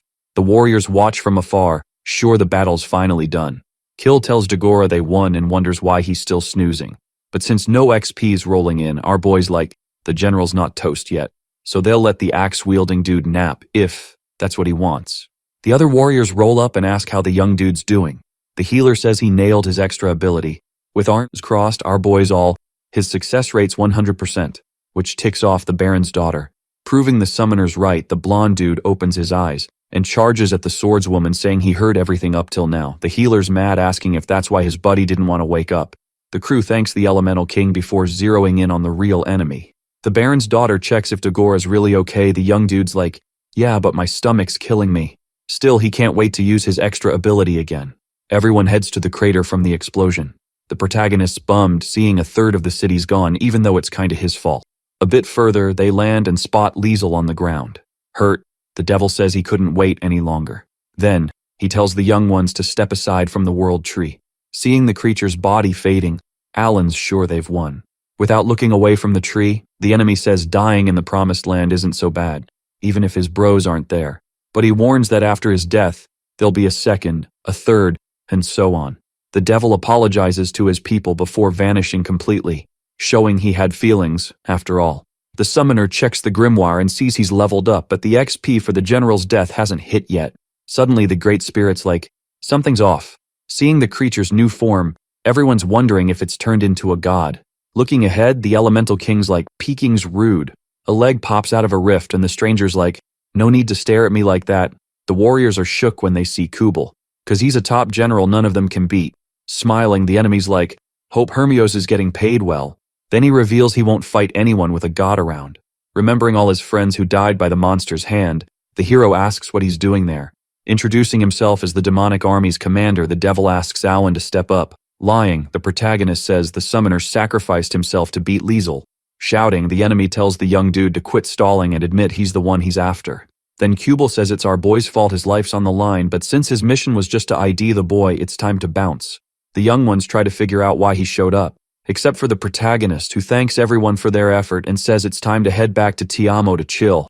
And so, the Battle of Rosenheim wrapped up 43 days after the Game Junkies showed up. The elves threw a party when the good news hit, but the warriors just wanted to nap. The next day, the queen thanks the summoner for everything, but he says it was actually the hero who took down the demon general. All to dodge being the spotlight. Switching gears, Rosen spills she never thought Liesel was a dark elf, and since they can't just let it slide, she's gonna have a serious chat with the creature's rep. Alan wraps it up saying even if they strike a deal, they gotta stay on their toes. The Elemental King pops up and wants to give props to the squad for keeping his elves safe, so he's gonna keep his word and boost everyone's skills. Grinning, our dude's stoked to hear that, especially since he only became king thanks to his crew. Even knowing this, the spirit says he won't mess with anyone's gameplay style, but he will level up one of the warriors to 5 stars. Without a blink, Alan asks the creature to hook Karena up, since the young lady's already 3 stars and can only switch class once. Pumped, the swordswoman thanks her buddy, but the elemental god flips the script and decides to change everyone's class. The main guy's hyped to see none of his pals lost their extra skills, even though overall they got a bit nerfed. Jumping in, the squirrel says it's going to start tagging along with Sophie. Watching from a distance, Hermios says the young ones are truly something else. Proving it's not over, the spirit announces someone wants a word with the hero. Delmia takes over the squirrel's body and says the young dude gave it his all to protect her kids, so she's giving him a shot to switch class. The young dude's now dubbed the King of Heroes and gets the mission to look after the crew. Checking out his new stats, Hermios says a lot's changed.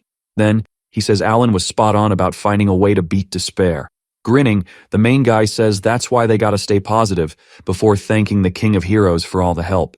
Switching topics, our dude says they gotta hit up the rank S dungeon, but only after swinging by Maruru. A few days later in the capital Fortania, the queen announces to everyone that the war is over, and so the elves raise a toast to the heroes who saved the world tree. Looking up, the young ones spot the spirits partying too. The main guy asks about the fruit on the tree and finds out it's used to make the magical herb. Knowing it'll take time for the country to bounce back, our dude wonders if Sophie's gonna roll with them. Out of nowhere, the queen steps up and asks her daughter to fight alongside the summoner for the elves' sake. The girl nods without a fuss. Then, Rosen hands each squad member a bag with 1,000 gold coins. The main guy says he doesn't need cash but would love a noble title from the kingdom of Ratashu. Cutting in, Hermios says he's heading back to the central continent but will catch up with the squad in the dungeon. The young dude says bye to the summoner and bounces. Buzzing, Alan says they gotta hit Ratashu to snag the rewards. Dagora says he wants to be a knight, while Cecil says she'd be cool with a tax break. The main guy then says, if all goes well, Kill might even get back the Kalmar lands.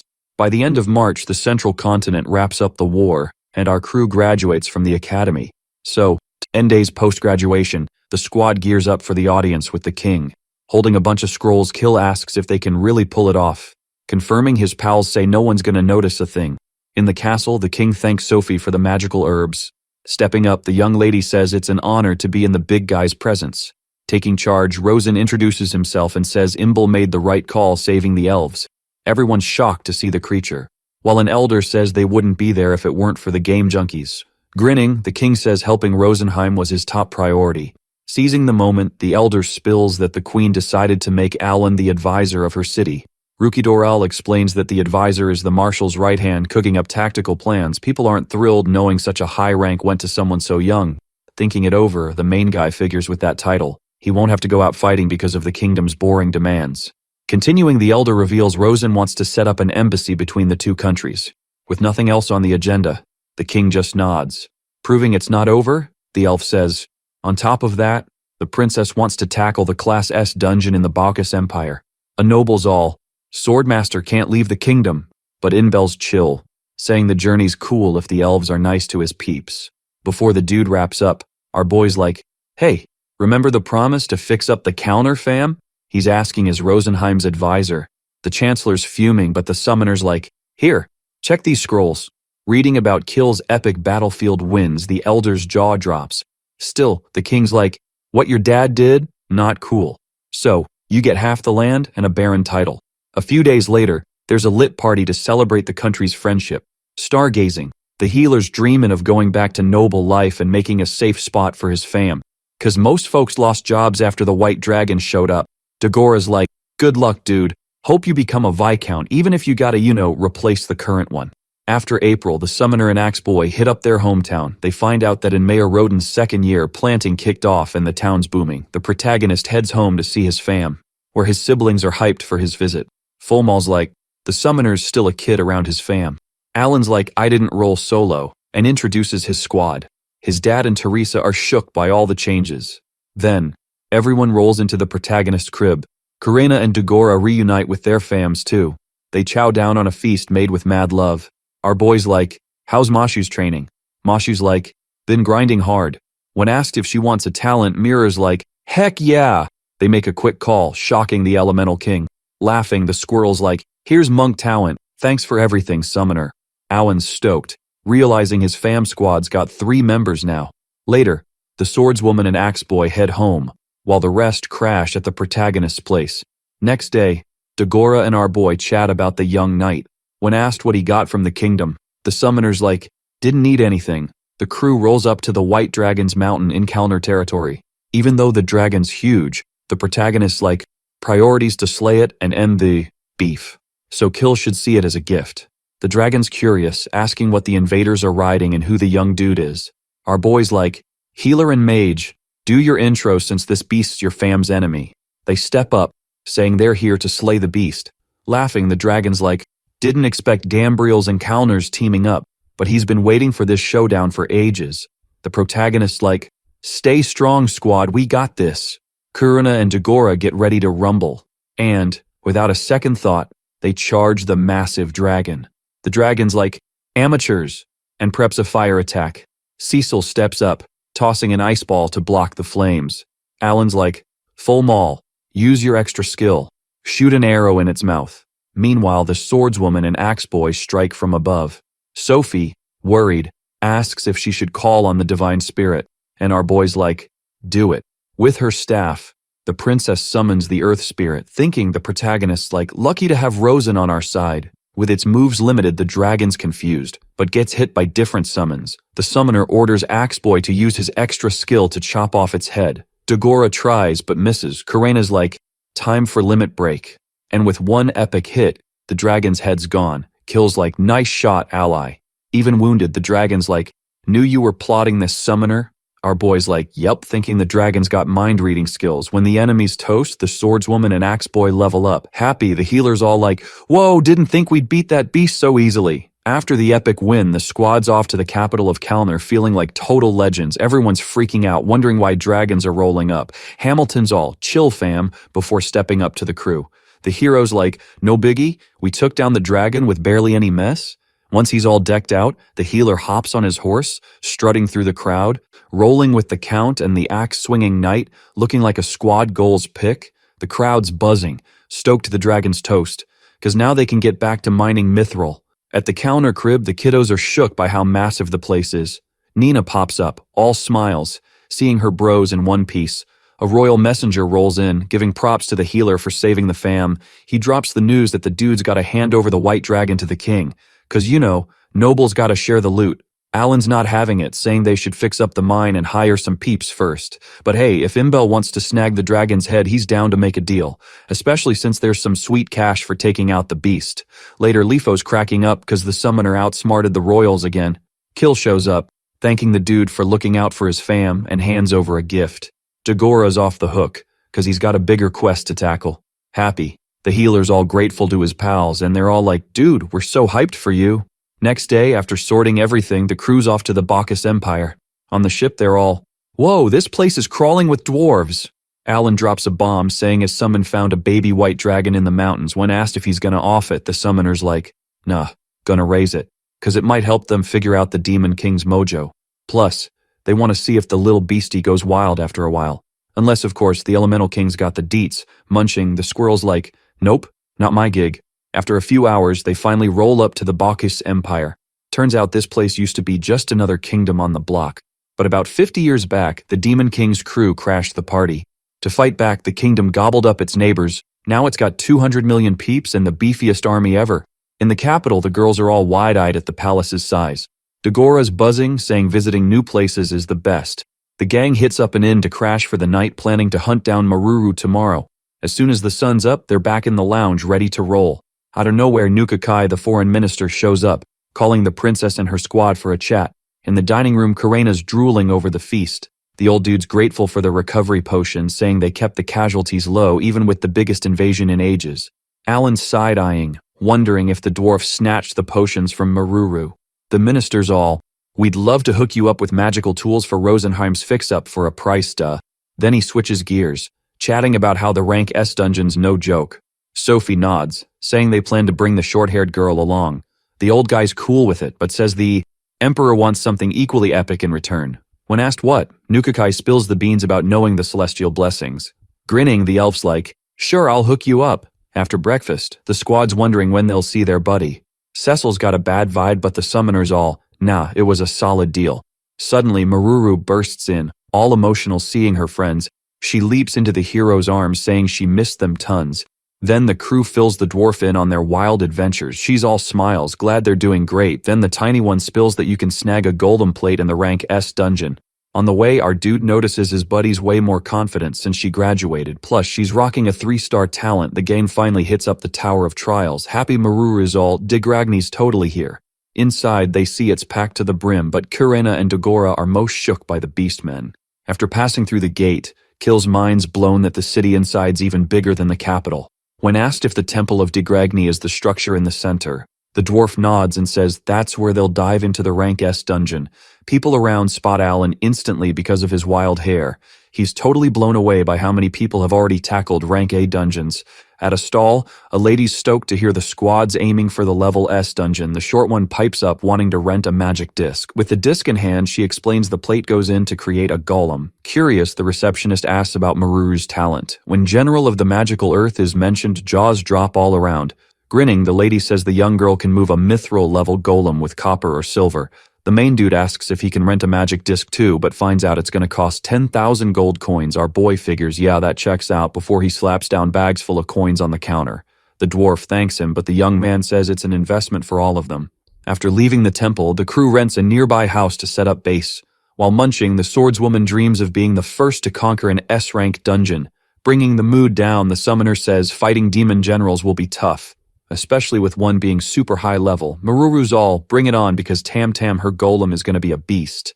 When asked if she told her fam where she is, the dwarf shakes her head, not wanting to worry them. The main dude says they'll need at least a year to conquer the dungeon. After that, he's got to level up his summoning skills. Cecil raises a hand, asking why the young man keeps splitting the loot equally, since he's the one who needs crystals and gold coins the most.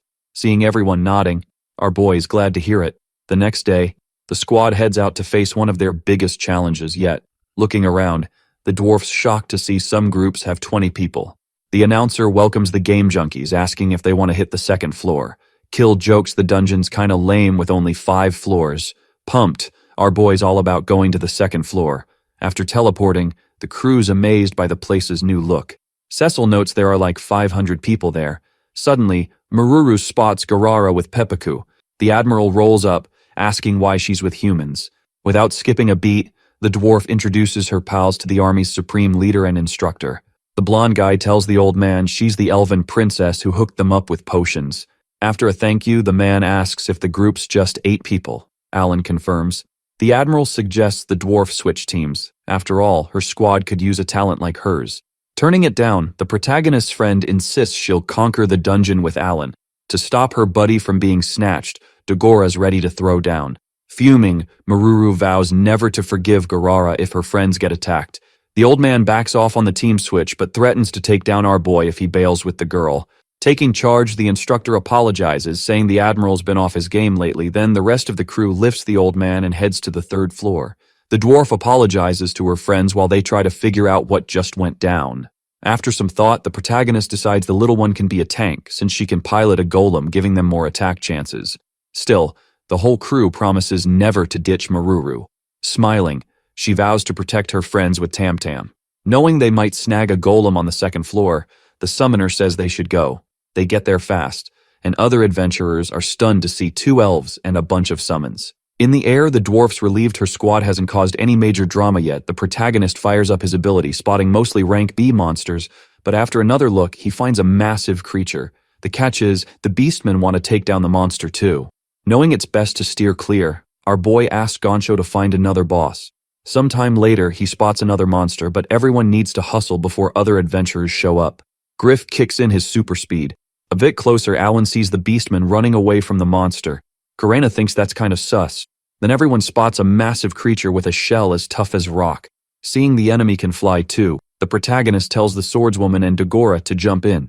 Then, he tells the other adventurers to scram. One of them, all freaked out, asks how they plan to take down an S-rank beetle.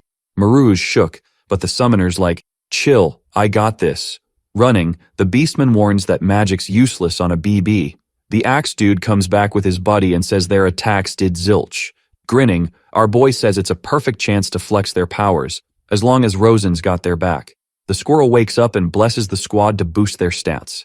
Alan says he'll go first, so everyone should wait for the right moment to pop off their extra abilities. Then, he summons a bunch of caballos. The creatures use their awakened power and cause a massive boom. Next up is Dagora, with the elf and the mage. A big attack smacks the enemy right on. Watching, our boy notices his dragons getting swole. But, bummer, fires a no-go against the big beetle. To dodge a hit, the summoner calls his tech use, which, after blocking with the shield, use their reflection power. The monster gets yeeted back hard, but it bounces back up fast. Seeing it's hurt, Dagora and Korena jump into close combat. The swordsman's strike pierces the shell, but the boy can't use his extra power. Seeing the axe-wielding dude got snagged, Folmal jumps in. An arrow hits the enemy and the warrior finally breaks one of its legs. The protagonist asks if his buddy can still fight. The boy's like, yeah, and I won't get caught again.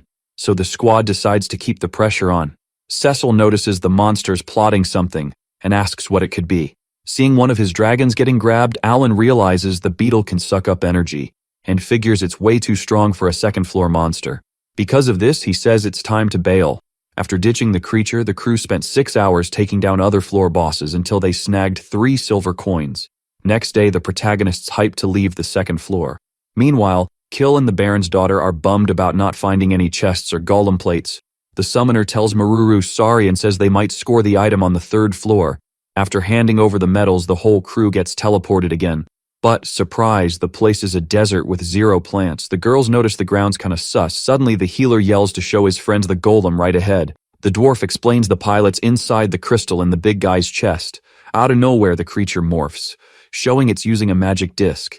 Excited, the girl says during a naval battle, Tam Tam turned into a warship. Dogora suggests asking the cube how to snag the plates. The announcer says the crew needs at least 7 medals to hit the 4th floor. Alan says if everyone goes back to base, it'll be tougher to collect. Worried, Kill and Cecil ask if they can still do the tasks and chill. After thinking, the summoner says they can spend 3 nights in the dungeon and 1 at the base. With everyone on board, the crew heads to the next mission. In the air, the protagonist looks for the Admiral among the golem users but can't find him. Sometime later, he spots a team of dwarves and beastmen, and finds out the monsters on that floor are in the sand or caves. Quickly, the young man summons Eri and asks her to check out the structures. Maruru says it's not a sure thing there are monsters in the caves. Even so, the team decides to scope out each one until Alan finds a portal.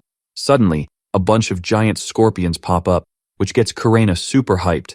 With his friends ready to rumble, the summoner says he'll make a few beasts so they can use their skills without stress. The swordswoman charges at one creature and takes it down in 1 hit. The protagonist says those are E-rank monsters, so they should wipe them out fast. The mage throws a stone ball, while the swordmaster and the axe dude land several hits.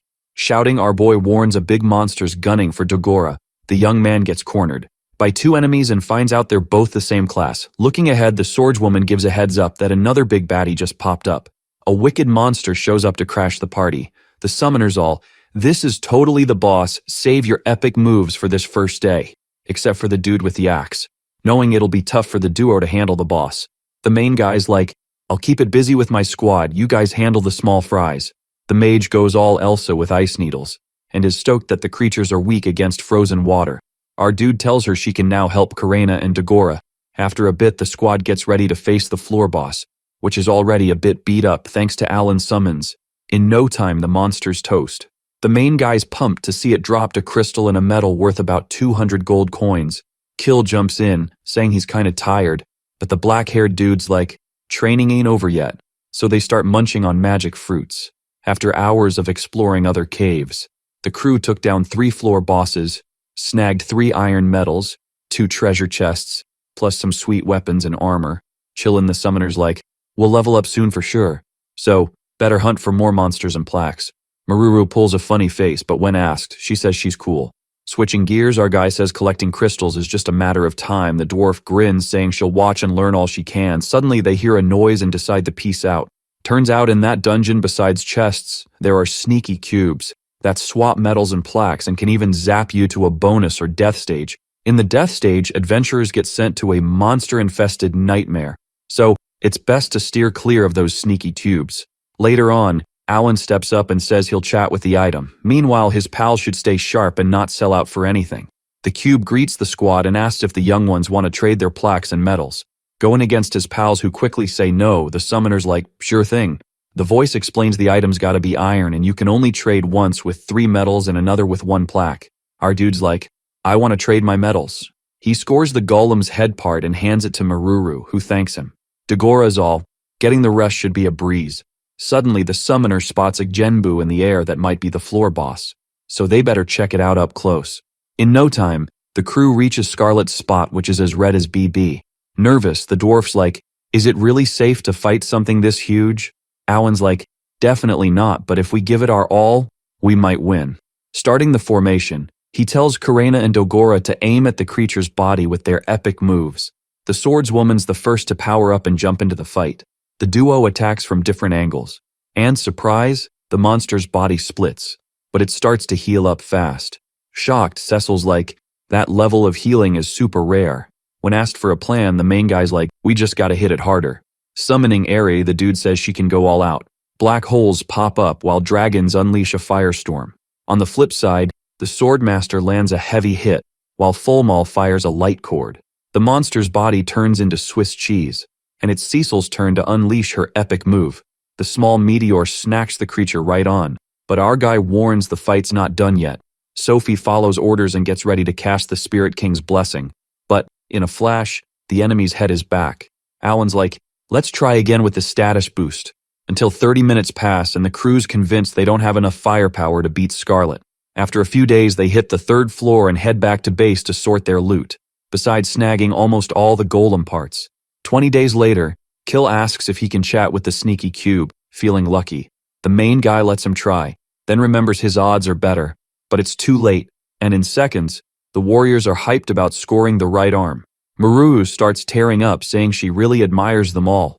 To hype her up, Alan tells her she can now flex her skills like a general from the magical land. Outside, the dwarf finally calls in Tam Tam, and mentions that the golem's skills are shown behind the disc. The summoners shook to see the girl's health and magic stats have leveled up too. Pumped, she says she's gonna slap on an enhancement plate to boost the big guy's attack. Then she hops into the golem and starts moving it. Ups. Everyone's jaws drop when they see the flying arm strike. Amazed, the main character jokes they might need to rename that move.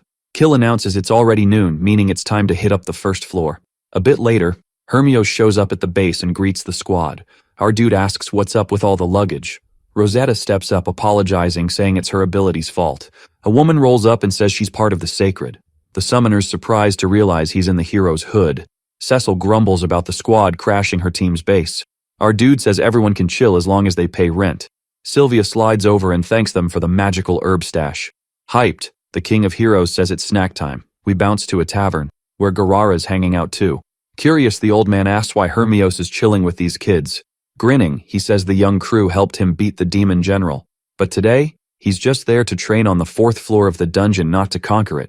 Pepeku pops up and stops the old man from spilling too much tea. At the table, the King of Heroes says all 19 members of the Admiral's crew are magical land generals. Mind blown, Cecil says that means they've just met the world's strongest squad. Raising a mug, the warrior hopes everyone vibes now that they're roomies. Suddenly, Doberg rolls up and tells the Elemental King he wants to switch classes. Curious, Rosen asks why the swordsman wants to do that. The guy doesn't spill and just says he's down to switch classes even if it costs him most of his life. Freaking out, Karina says he can't do that. Chill vibes, the squirrel says he's super grateful to the warrior for coming all this way, but since he switched classes without a heads up, everything's still a mess. The swordsman gets it and thanks the creature for hearing him out. Confused, the main character wonders why Doberg's risking it all. Suddenly, someone bursts into the tavern looking for the summoner. Facing him, the guy asks if he was the one who saved Uru. Smiling, our dude says he recognizes the warrior next to the stranger from the BB battle. Zuvan Albahar introduces himself as the 2nd prince of the Beast Kingdom. Alan wonders what the prince of the biggest country is doing here. Reading his mind, the Beastman says he's here to give the young dude whatever he wants as a thank you. Drawing a blank, the main character says he'd like the prince to back his squad if things go south. Van's surprised to find out the young dude plans to conquer the dungeon, but Hermios says no one on the team is tied to Giamat. Plus, his crew doesn't plan to finish all 5 floors. The prince tells the summoner to hit him up if he changes his mind, and he thanks him. Jumping in, the King of Heroes says the Beastman can also call if he needs anything, but the prince says he doesn't need their help before bouncing. Sitting back down, the sacred sword owner says he's got something to share. Cutting to the chase, he says he heard if the first prince of the Beast Kingdom takes the throne, the central continent's gonna get attacked. Shocked, the summoner asks if this means the Empire's gonna wreck the 5-continent alliance. Cecil wonders why the Beastmen would do that since the real baddies are the demons. Hermios spills that ages ago the people of Zu were ruled by the Giamat Empire, which enslaved them. Our dude says it makes sense now why the young man mentioned the kingdom of Ratashu, since if he were to break the alliance, he'd do it when the demon army's attacking the Empire.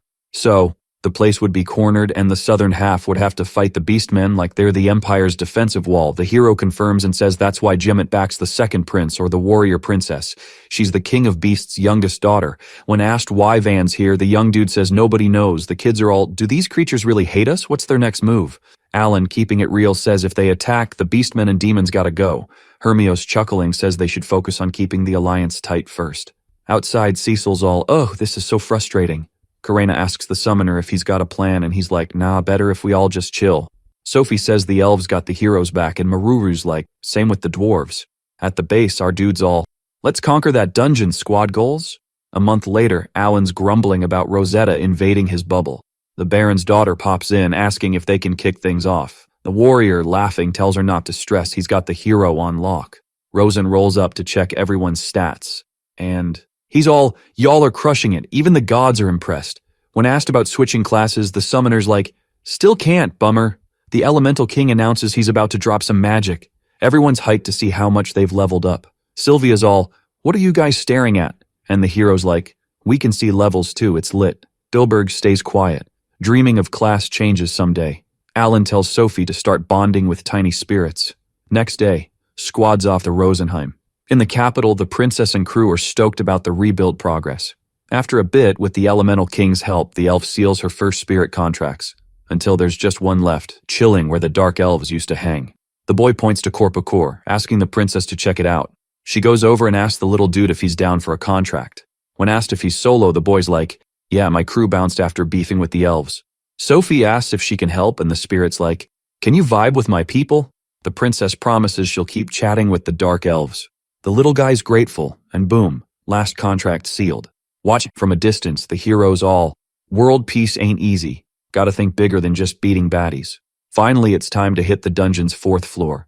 Dagora's curious if the salamander can throw down, but gets a spit in return. Alan says a spirit user should back the princess, but Fulmal's like, Gartruga's struggling too. After placing all the medals, the squad gets teleported. Elsewhere, Cecil's like, are my feet in water? The hero confirms, and amidst the squad's hype says there's lots to do. Everyone's shook to learn they gotta beat all floor bosses and wipe out S-class creatures to move on. With arms crossed, the summoner's like, no wonder the hero wasn't into dungeon conquering. In the air, the Baron's daughter mentions they've been on a giant lily leaf this whole time. The squad spots the Admiral and Hermios with their crew. Dagora's like, walking would be such a drag. Up ahead, our dudes all, found some rank of monsters, let's level up. Maruru jumps, calling for Tam Tam, which is way bigger than the enemies even though it's not at full power yet. The golem smashes, and it's Cecil's turn to shine. With a killer spell, the mage zaps the enemies. Karena and the axe-wielding dude team up on one creature. They attack together, until eventually, just one monster's left standing. Out of nowhere, the salamander bails, leaving Sophie worried. Ignoring everything, the little spirit causes a massive boom, leaving everyone totally stunned. Kill asks if his nearby buddy's okay, while the sames bum the Griffs are now fried chicken. Seeing the blonde dude's got no clothes, Alan's like, weird, that armor's supposed to be unbreakable. The princess comes over to apologize. Dagora, covering up with his shield, says it's cool as long as she keeps her distance. Noticing Sophie's magic and health took a hit, the hero offers a celestial blessing. While the girl hugs the salamander, Rosen warns her to be careful. Our dude reckons it'd be epic if everyone kept an eye on the elf during the next brawl. Hands over a recovery ring to her right after, like a boss. When asked if she's chill, Maruru's all, yeah, I got this, and says she can fix her golem in no time. 'Cause she's got that repair skill, duh. A treasure chest pops up and out comes a ring of knowledge like magic. Kill tries to say something, but Cecil's stare shuts him up, so he suggests boosting her attack power instead. August rolls in and Dagora's all pumped, saying it's his turn to take on Dilberg. Back at base, Alan's busy crafting stuff with Fulmo. Meanwhile, Sophie's trying to keep Kempi in check. Elsewhere, the Baron's daughter wonders how Rosetta ended up with the hero squad. Grinning, Rosetta says she met the hero while rolling with bandits and decided to join the crew. Hermios nods and spills that Elmia said the girl holds her future. So it'd be cool if Cecil trusted her squad more. The main dude rolls up and, switching gears, asks if they can find orichalcum on the 4th floor. The hero King's like, totally, since his team found some in a shell deep in the ocean. Thanks to Rosetta's treasure hunting skills, of course. Later, everyone heads out for some grub.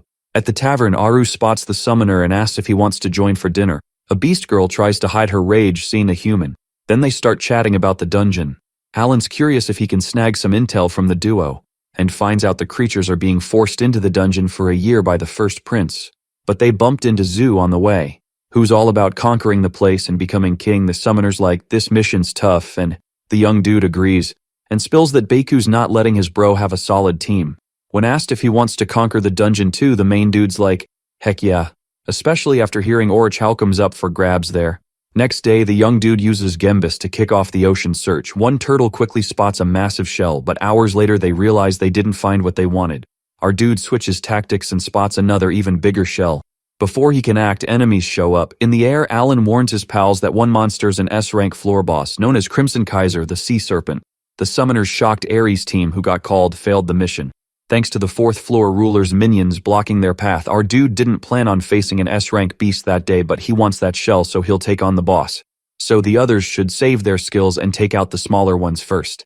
Dagora charges in as soon as he's summoned, while Kill activates the light wall to boost his pal's magic resistance. With Tam Tam, Maruru lands a punch on one of the monsters. In the air, Cecil's throwing ice needles. Meanwhile, Fulmal's firing annihilation arrows. A bit jittery, Sophie asks if Kelpie's still game. Suddenly, the floor boss lets out a terrifying roar. Amidst the windstorm, the warriors are like, "What the heck is that?" To everyone's shock, the creature called for backup. Seeing he's about to get hit, the main dude tells Griff to dodge. The golem gets hit, and Alan figures it might be better to bail. Yelling, he says he'll call the dwarf. Showing that running isn't an option, the little water spirit breaks free from the princess and heads for the enemies. Using its power, it wraps everyone in a water bubble, which starts floating like crazy. Rosen explains the cost for that is steep, so fighting like that isn't smart for long. Using brute force, the monsters start breaking free. Our dude then asks Ari to do something. The Griffs turn around and finally the crew escapes. Far from there, Cecil's like, "I'm not ready to fight those monsters again." Meanwhile, the boys try to crack open the giant shell. The main dude's eyes light up, seeing a big chunk of orichalcum. Stoked, Maruru asks what the dude's gonna do with it. He reveals he's planning to make a big sword for Karena. Kill's like, "For sure, we'll find more soon." 3 days later at base, Hermios is shook seeing the crew found orichalcum. Upon hearing only one was found, Rosetta's all, "Come on, we gotta step it up." Switching gears, the King of Heroes is like, "Hey, I'll hook you up with my sword guy." Next day, the healer's chatting about how this part of the continent's totally different now. The main dude's like, "Isn't this the spot that got mashed with Balkus?"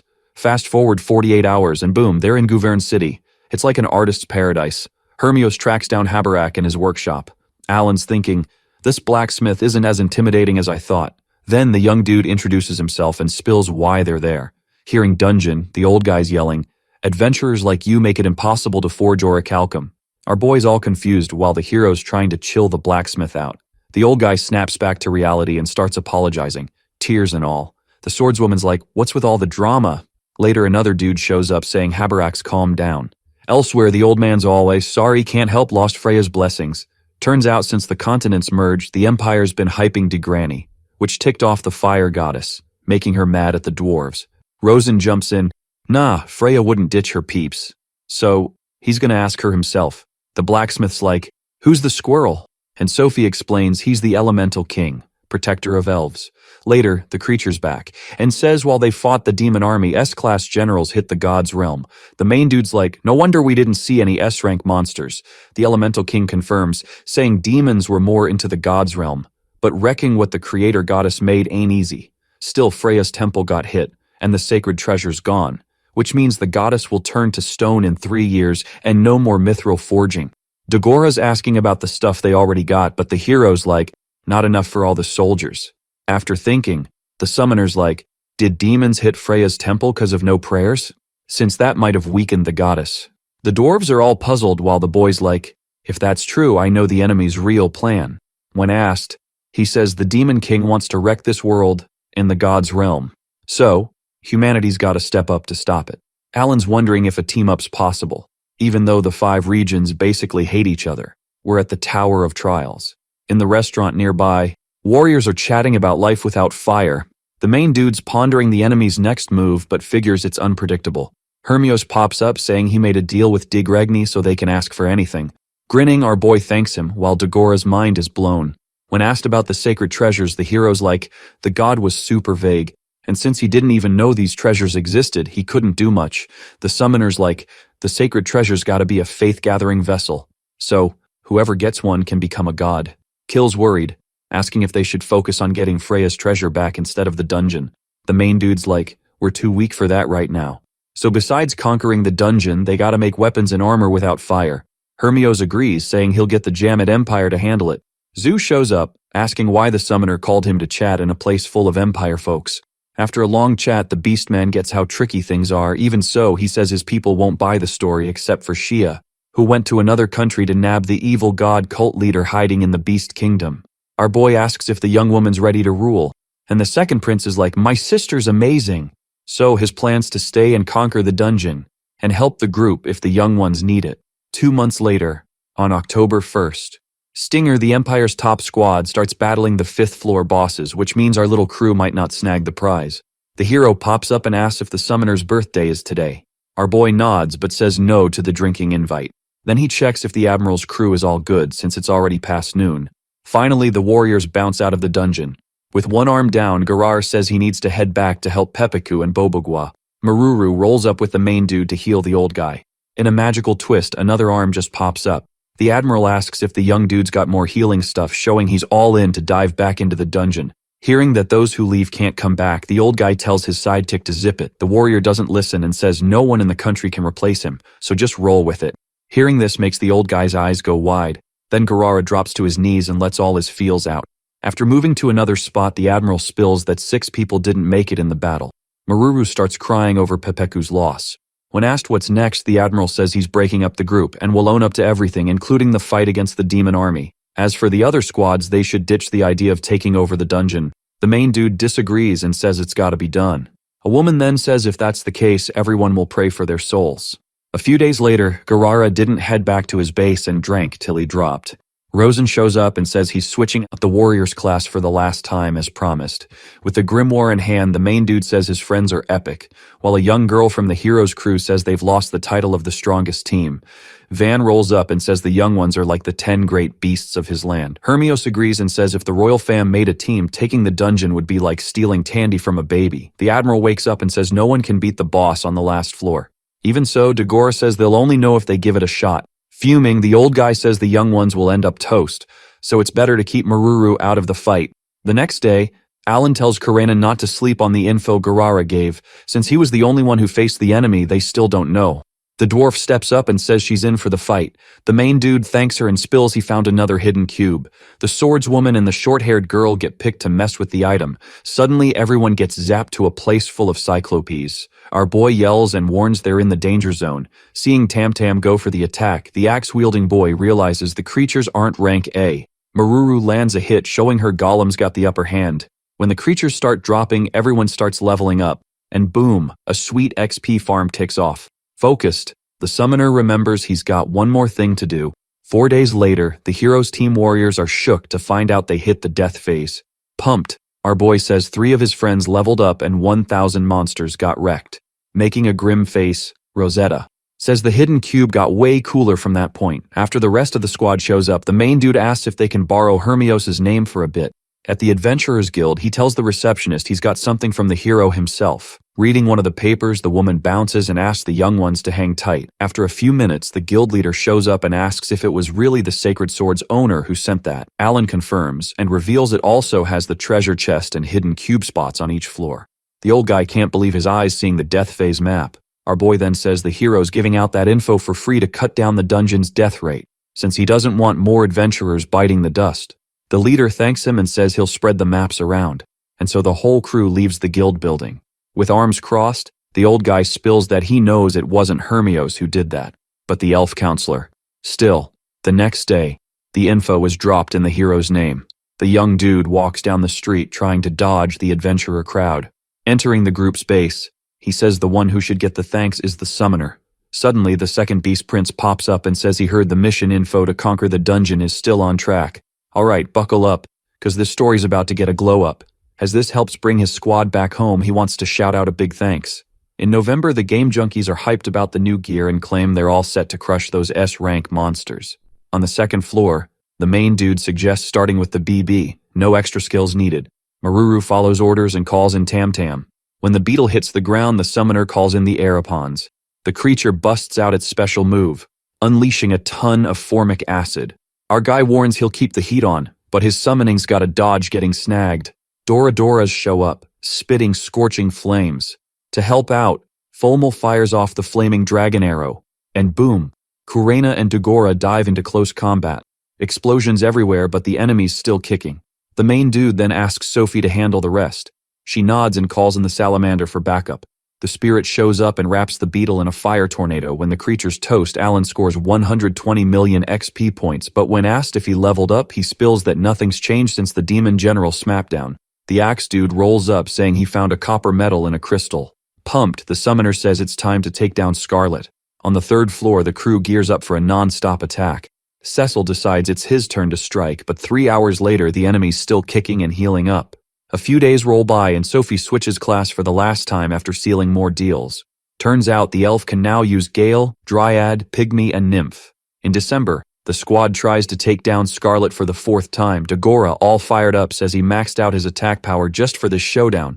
The main dude warns that healing's gonna be slow, so kills gotta be careful. The Baron's daughter drops a mini meteor, and it's Maruru's turn to flex Tamtam's new power. The golem steps up and calls in the lightning sword. With one swing, part of the monster's body is sliced off. And finally, it stops healing. Grinning, our guy says he gets it all now. Seeing the creature trying to bail, the princess activates her extra move, making Gnome pop up and pin the enemy down. Alan then says it's go time for everyone to attack. A killer blow smacks the giant worm, which bites the dust and drops 250 million XP points. The crew throws a victory party, all thanks to Maruru. Staring at the golem, the summoner wonders why Garara lost to the upper floor boss even with 20 big ones like that. He starts thinking about the next monster and, remembering he's getting a new power soon, decides to push the conquest to next year.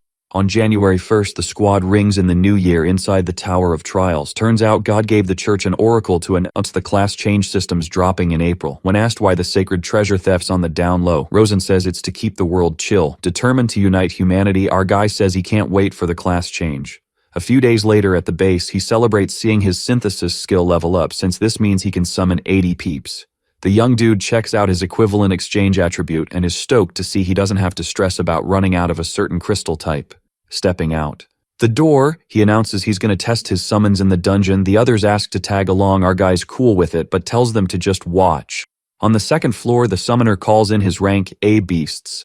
Okio-san stands with Tsubami and Solarin, saying it's a pleasure to meet the young dude. Takos promises to be useful, just like Hayate, while Rokanel stays quiet.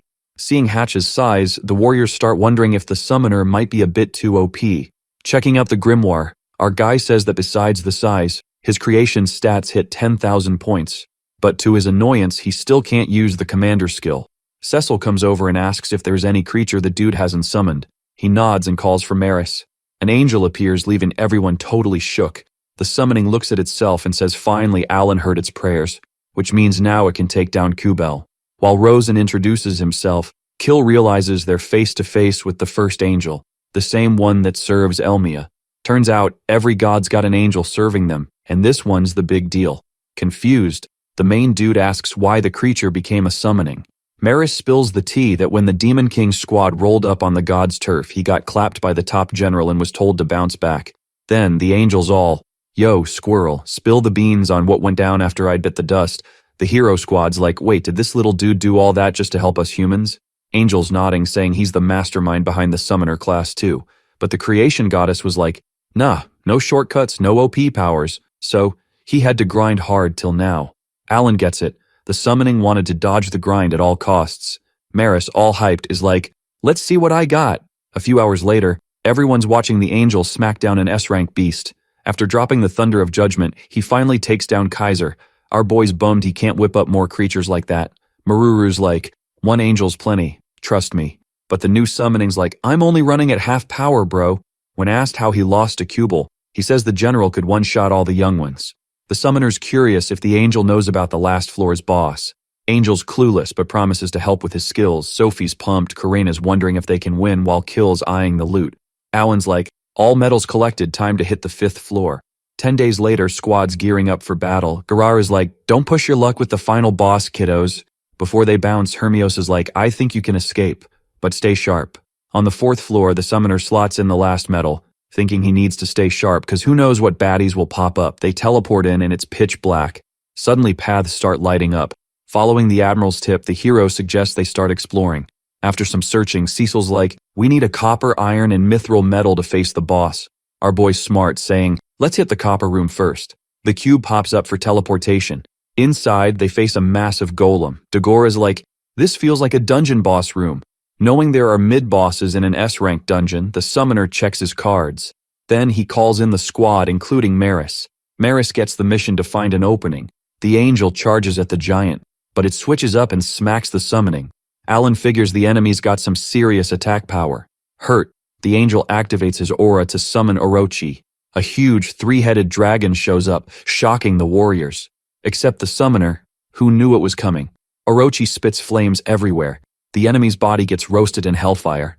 The big guy fights back, leaving the dragon with one less head.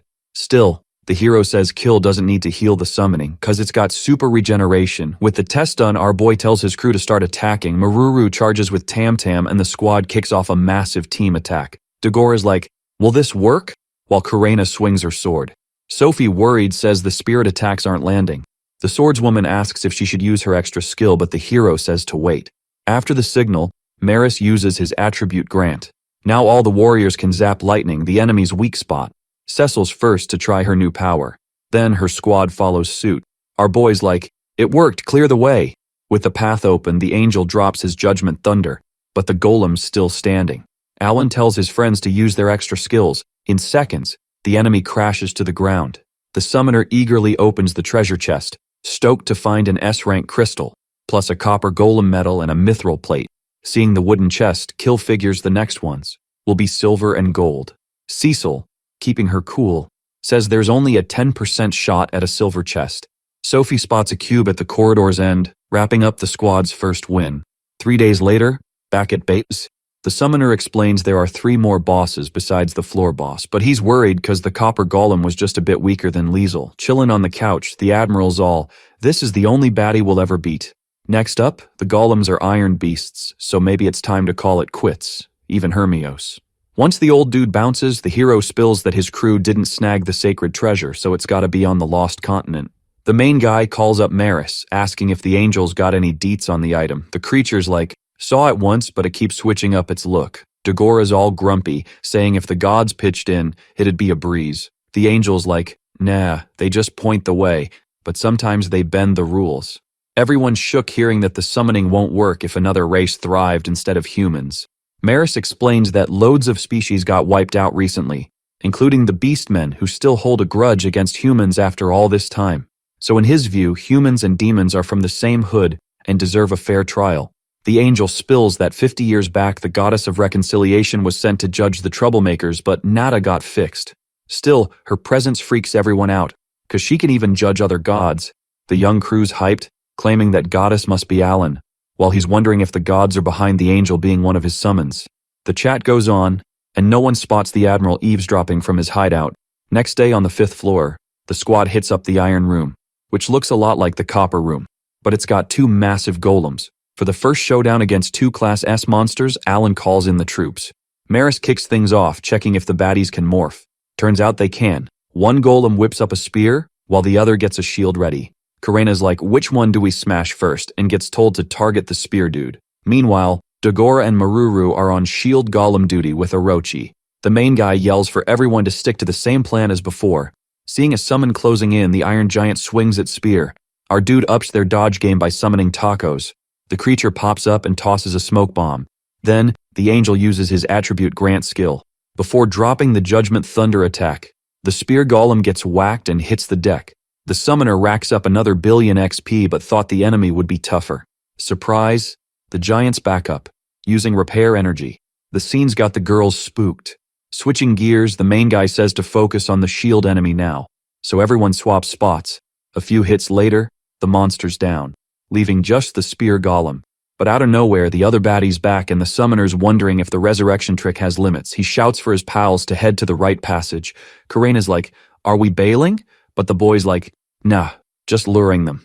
Sophie calls for Nomu's help, who uses his earth power to trap the spear monster in the ground. The other enemy rolls into the room where the squad's at, clueless that the plan's to take him out before his buddy breaks free. After a bit, the creature's toast and Dagora's like, more, how'd you know distance was the key? Without answering, he says it's time to finish off the last monster. When they do, the 4th chest pops up. A bit bummed, Kill's like, at least that wooden chest's got more loot.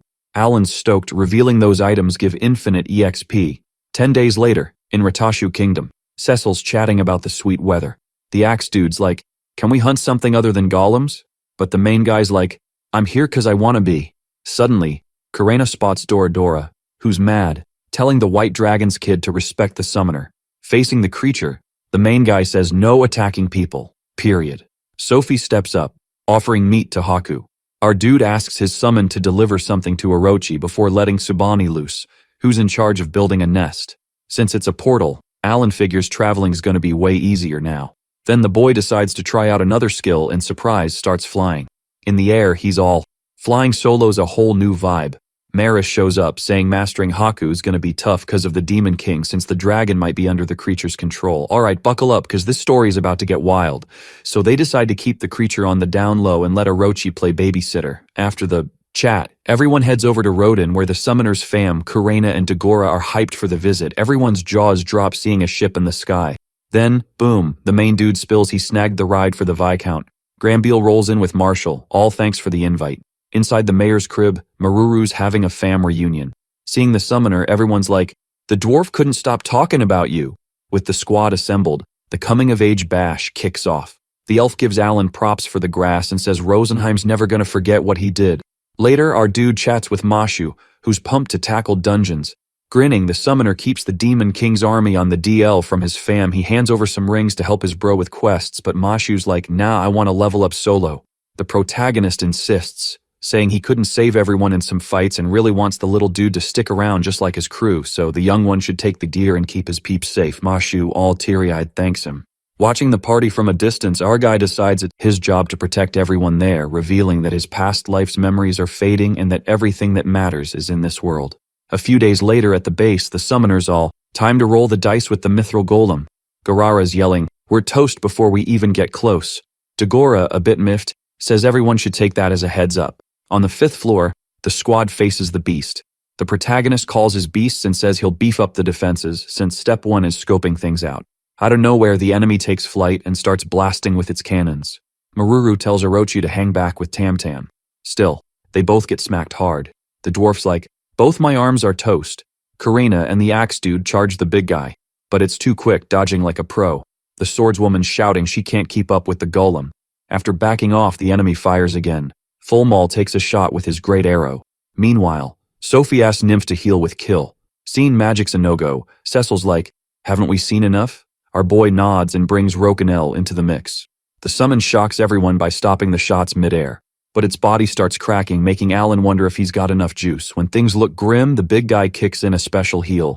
Stoked, the protagonist tells his summon to unleash its power since it's doubled up. With convergent bombardment, Rokanel blasts a hole in the golem. The creature goes boom, and the summoners hyped about finally having a sick attack move. After regrouping, the squad counts their medals.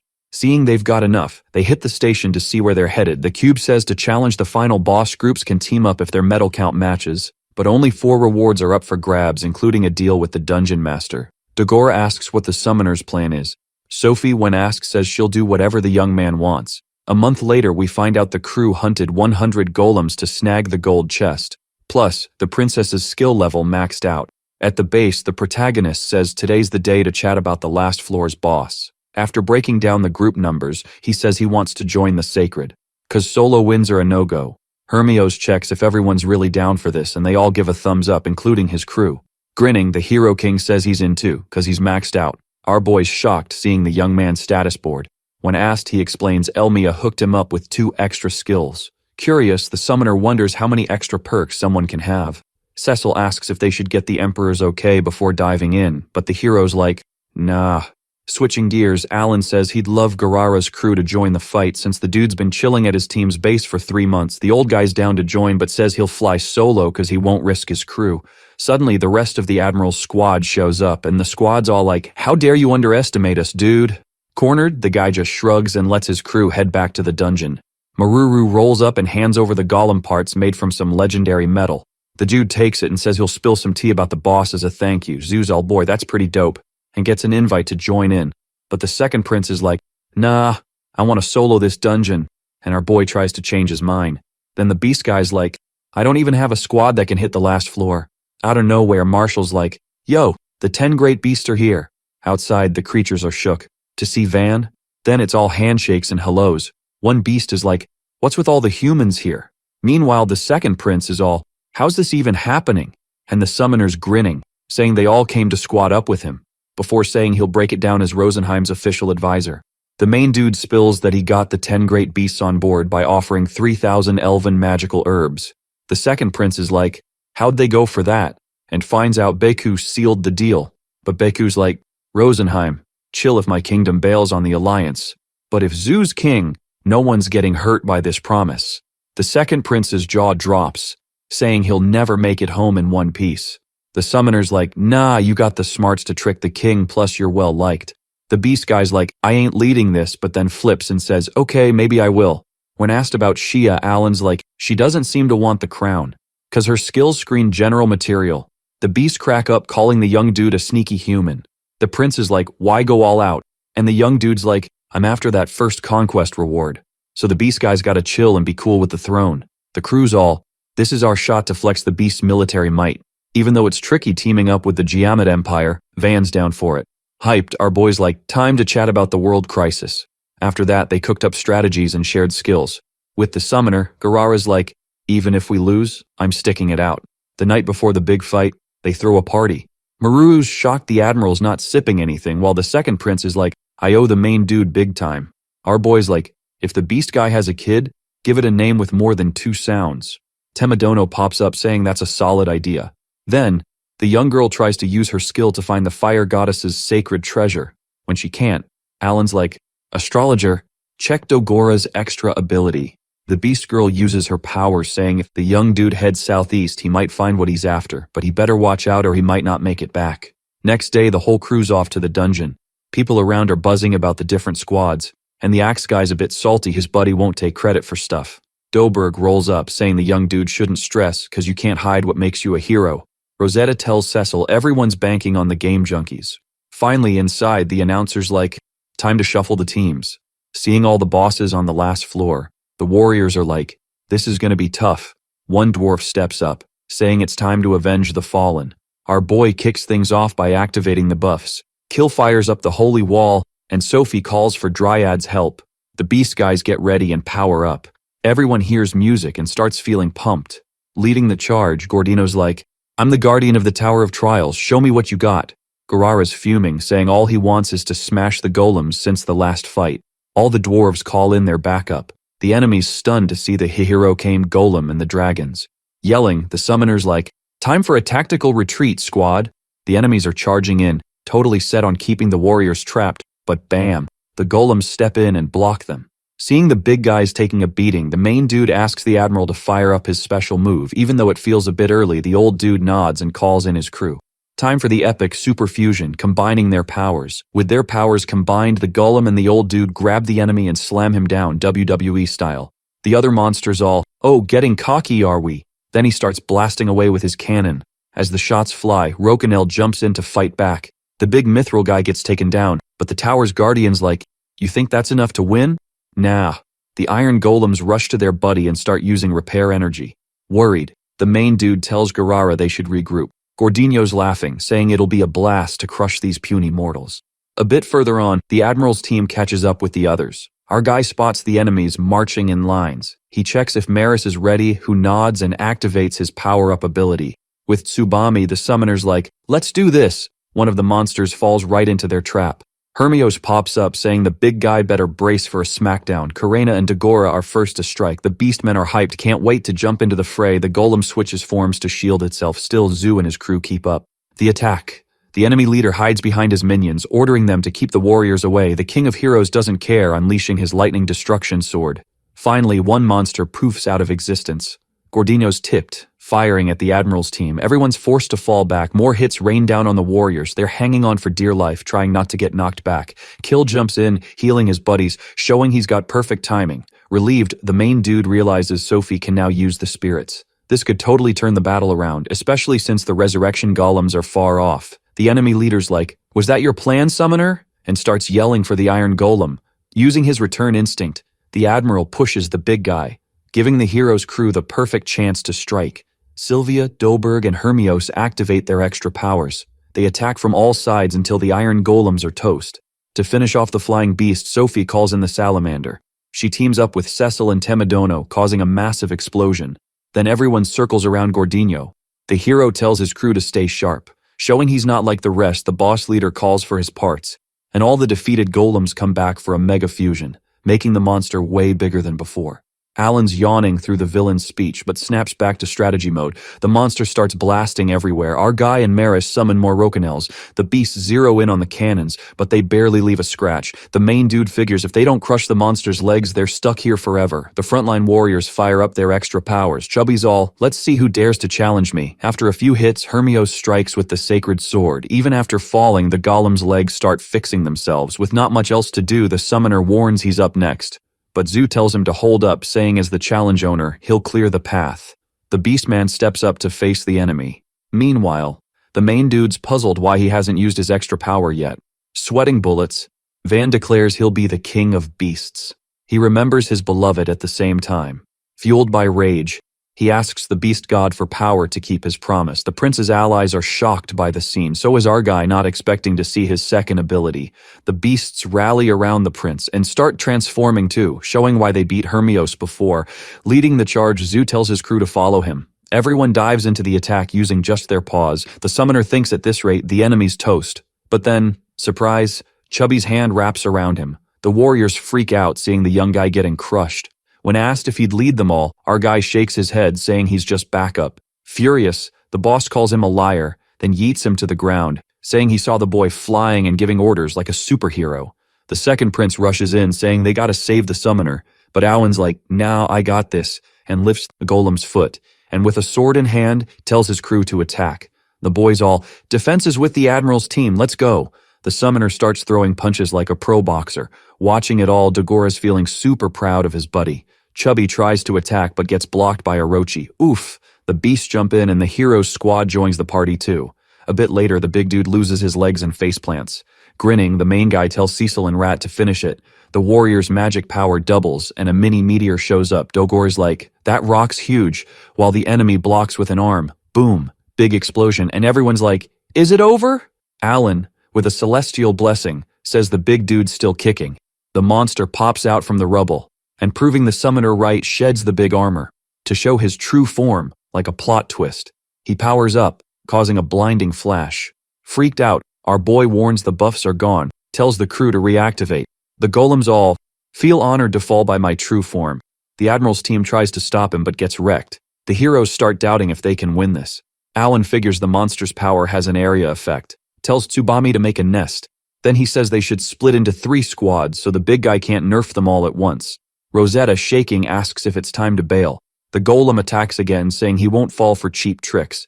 Maris shows up, tells Teku to use reflection power. The summoner yells it's too soon to quit, everyone hold on. The warriors remember why they're here, and decide it's time to win this thing. The summons use reflection power, but the enemy dodges like a ninja. Dagora's worried, saying the fight's dragging on forever. Flying, our boy thinks the Admiral's super fusion would be clutch, but Chubby's too quick and good at dodging. Thinking hard, he decides between going all out or playing it safe. Rosetta sighs, revealing a secret ability she hasn't used yet. But Hermios better know he'll owe her big time. She extends her arm, using her phantom hand power. And surprise! She steals the enemy's nullification ability. Seeing the creature coming, the warrior's like, hold up. To help, Doberg uses his Guardbreaker ability and smashes one of the golem's arms. The hero says it's the perfect time for everyone to attack. The Admiral's team quickly activates Super Fusion. In the air, Alan tells everyone to buff up while Sophie calls Rosen's spirit. The Elemental King floats, saying the battle's almost done. With the King's blessing, warriors get to use extra powers again.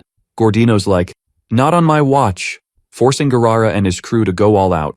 2 golems get sliced in half. Maruru, not wanting to be next, attacks with her arm and yeets the enemy far away. Fulmal starts shooting arrows, hitting dead center. Determined, the main guy says it's Twabiman's turn, so the Admiral and others can fall back. Maris appears, unleashing thunder of judgment. Then, the 10 beasts charge in for the attack. As the final attack nears, the enemy whines about the warriors teaming with a god, but everyone just ignores him, savage. Multiple attacks slam into the monster. Smiling, our boy tells Karena and Hermios to finish it. With a sword strike, a huge flash lights up the room. Gordino's finally down and the heroes celebrate with tears while the teams hug it out. Alan comes back with 5 high-ranking crystals, says to split them fair. Dogora, asked about his extra ability, gets fired up, yelling he promises to show his skills when they head southeast. The cube pops up, congratulating everyone on the epic win. Suddenly, certificates appear in the heroes' hands, but what really blows kill in the summoners' minds is the rainbow chest. Holding one of the items, Rosetta's all, "Yo, this thing's worth like 200,000 gold coins, easy." Meanwhile, our main dude's just daydreaming about the next floor's loot. The game junkies snag the first conquest reward and Zoo's like, "I'm calling dibs on the rainbow chest." Even though she's not thrilled, the heroine with the sticky fingers decides to chill and takes the silver chest. The second prince rolls up and hands Owen a necklace, saying thanks. Meanwhile, the admiral's like, "Nah, you can have the golem plate," and gives it to Maruru. Rosetta's yelling, "Over my dead body will I give this up." Then, De Grogny pops in, giving props to the warriors. He's all, "Nice to meet y'all." Everyone's jaw drops because he's an adamantite golem, while the big dude's chatting with Rosen. Alan's peeping that they don't vibe well, and he's curious about the first conquest reward. When asked what he wants, the young dude's like, "I want my second extra ability." Denied, he asks the golem to flip the magic disc to hold 20 plates. Dungeon Master's cool with it and makes the switch right away. Maruru hugs the disc, all grateful to her squad. The admiral's like, "Whoa, even I didn't think of that." Dungeon Master warns, "The dwarf won't grow bigger even with more disc space, so check what's doable." The girl nods and asks if her crew remembers their promise. With all eyes on her, she declares she'll take down the Demon King with them. Zoo's like, "These kids got big dreams." Alan raises his hand, checking if it's go time to challenge De Grogny. The guy's like, "Yep, and I'll answer anything if you beat me." Our boy's planning to level up his squad, dreaming of an adamantite golem. Dungeon Master warns he'll report the day's events, and bam! Everyone's teleported outside. Other adventurers are shouting, wanting in on the dungeon-conquering squad. All teams throw their hands up and grin except Garara's crew, who strike a pose. That day goes down in history, celebrated forever. 10 days later, Kurina and Kill notice the summoners leveled up thanks to his good vibes. Outside the Adventurers Guild, the protagonist spots Maruru loaded with new gear. The receptionist buys the stuff, saying the guild wants a word with Alan. Inside, Hermios is all smiles and waves. Curious, our boy asks why the whole crew's there. McCallum, the guild boss, shows up, saying he's here to see the dungeon conquerors. The summoner's puzzled why the guy traveled so far to see them. Without much detail, the general asks if Zoo's the leader. Confirmed, he says the guild wants to honor the commander and make him an S-class adventurer. Beastman crosses his arms, admitting Alan's the real leader. The others back up the second prince's story. Deborah realizes Doberg was right, you can't hide a hero's shine. Surprising everyone, the protagonist's like, "Nah, I'm good on the extra attention." The man insists the title would boost the young man's goals as only 2 S-class adventurers exist, including him. The other adventurer, Bask, was a troublemaker and vanished ages ago. The old man explains S-class adventurers have the same clout as the guild's deputy chief. The summoner thinks the offer's too sweet to be real, until the leader spills that he wants the boy to quit being Rosenheim's counselor. Cecil steps up, saying it'd be great for their group's master. The protagonist agrees and gets dubbed Summoner of the Beginning, besides advising the guild and monster slaying occasionally. Garara's like, "Time to party?" But the beastmen notice the prince is MIA. In an alley, Rena's grilling Zoo on why he hasn't gone home post-dungeon conquest. The girl gives him a flurry of punches, before breaking down and hugging him. 10 days later, in Donbao's imperial capital, the game junkies and all the squads roll up to the palace for a meet with the Bacchus Kingdom's emperor. Van's all chill, saying he's got some explaining to do about the 10 beasts, but he's confident he'll make it home with his noggin still attached. Howin gets an invite to the kingdom and says he'll swing by after wrapping up Maruru's classes. A dude rolls up and tells everyone to come inside. On his throne, Poopwin gives a big welcome to the heroes who totally own the dungeon. The emperor throws some mad props for bravery, and the admiral's all like, "Thanks, dude." The guy wants to know who's the summoner. Our main guy raises his hand like, "Yo, that's me." The dwarf's eyeballing him, thinking, "No way this kid did all that." Our boy's thinking he needs to win over the emperor's trust. Sophie jumps in, telling the chubby dude not to underestimate the kid. Poopwin's hyped, saying he'd love to see a summoning. The summoner calls up his cutest creatures, and he's all grateful, thanking the dude for letting Maruru join the Ratashu Kingdom Academy where they met. The old guy's all smiles with the thanks. Suddenly a soldier bursts in, saying the Church of Elmea is calling for help. Christeamenia, the Holy Land's capital, is on fire. We zoom over there, and spot a mysterious figure summoning something in the flames. Back in the Bacchus Empire, Zeus saying his Sashia was in the capital and nabbed the cult leader. The soldier spills more tea saying after Gushara Servlor the sacred religion leader got executed, a massive flame column shot up sky high, turning all the residents into monsters. The priest tried to bounce to Neil for help, but the creatures had the place on lockdown. Everyone's like, this is super weird. Alan's thinking, maybe the Demon King's army used the fire goddess's sacred treasure. Garara's like, that makes sense? While the heroes all, we gotta save everyone. The Emperor asks, and the Admiral's like, count me in for the battle. Another soldier crashes the convo yelling about an emergency in the Jamad Empire, because the demon army's invading the Forgotten Continent and there are like 2 million creatures. The old guy figures the Demon King's doing this to stop him from heading to Elmea.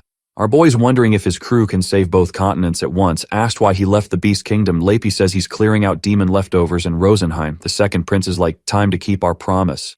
The 10 beasts are all in. Sophie reminds Van the King of Beasts wants him back, but Van's like, I go where I want, when I want. Then the Beast Man shakes Alan's hand saying it's best for him to save the church. Punpun's cool with the game junkies bouncing ASAP. The Admiral's staying, confident his team can handle anything with their discs. Before heading out, the main guy promises to send support items later. At the base near the Tower of Challenges, Hermios chats with the crew. They're in charge of keeping things in check till they return. The summoner wishes the heroes squad good luck on the central continent and they say their goodbyes. We zoom to Rosenheim's capital, where the queen's thanking the prince and the 10 beasts for having her back even after everything. Zoo's like, a promise is a promise, we're all in. Our boy says Dagora should stay cause the church is southeast. Not sweating the danger, the young guy's like, that's exactly where I want to be. The astrologer says Alan's crew's got a tough road ahead so they think the axe guy should stay. Fuming, he's like, I'm not a chess piece, I'll decide where I go. The main guy's cool with it, but warns if things get hairy, he'll make his friend bail from the fight. Before they jet, Rosen's got a gift for Sophie. Everyone's wowed by the outfit the prayer witch used to rock.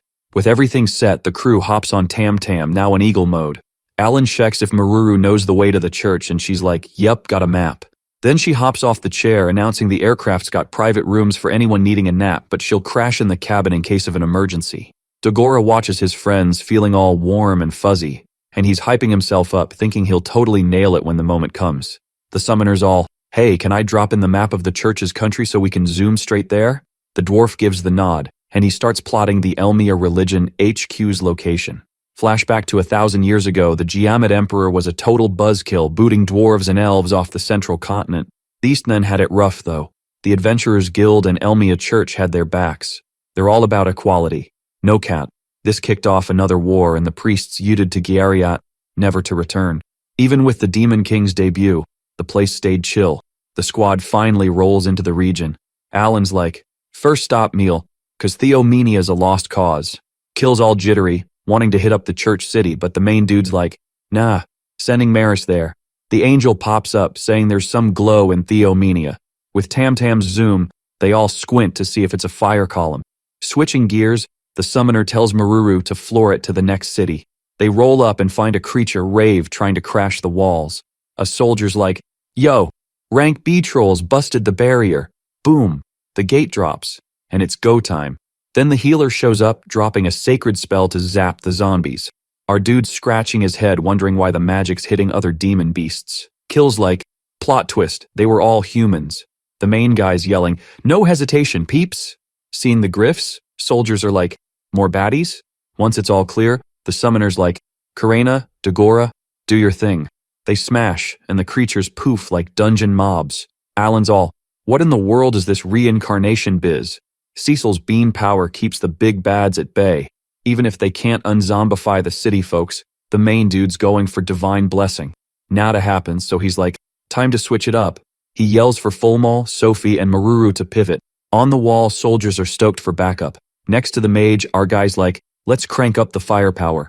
Hatches pop up ready to handle the reincarnated beasts. With beast powers on, Alan's like, open fire. Summons burst from eggs, rapid fire style. The Baron's daughter's hyped, calling it a lit army. Meanwhile, city defenders are like, what even is this? An hour later, all the wall crashers are toast. The main dude calls in Hayadin crew to save nearby spots. Sophie's worried about Theomenia's sitch. In the capital, Maris is like, no hope for the living. Then the angel zones in on a temple light beam heading south. Our guy's like, ignore it, keep hunting for survivors. With orders given, he joins the squad.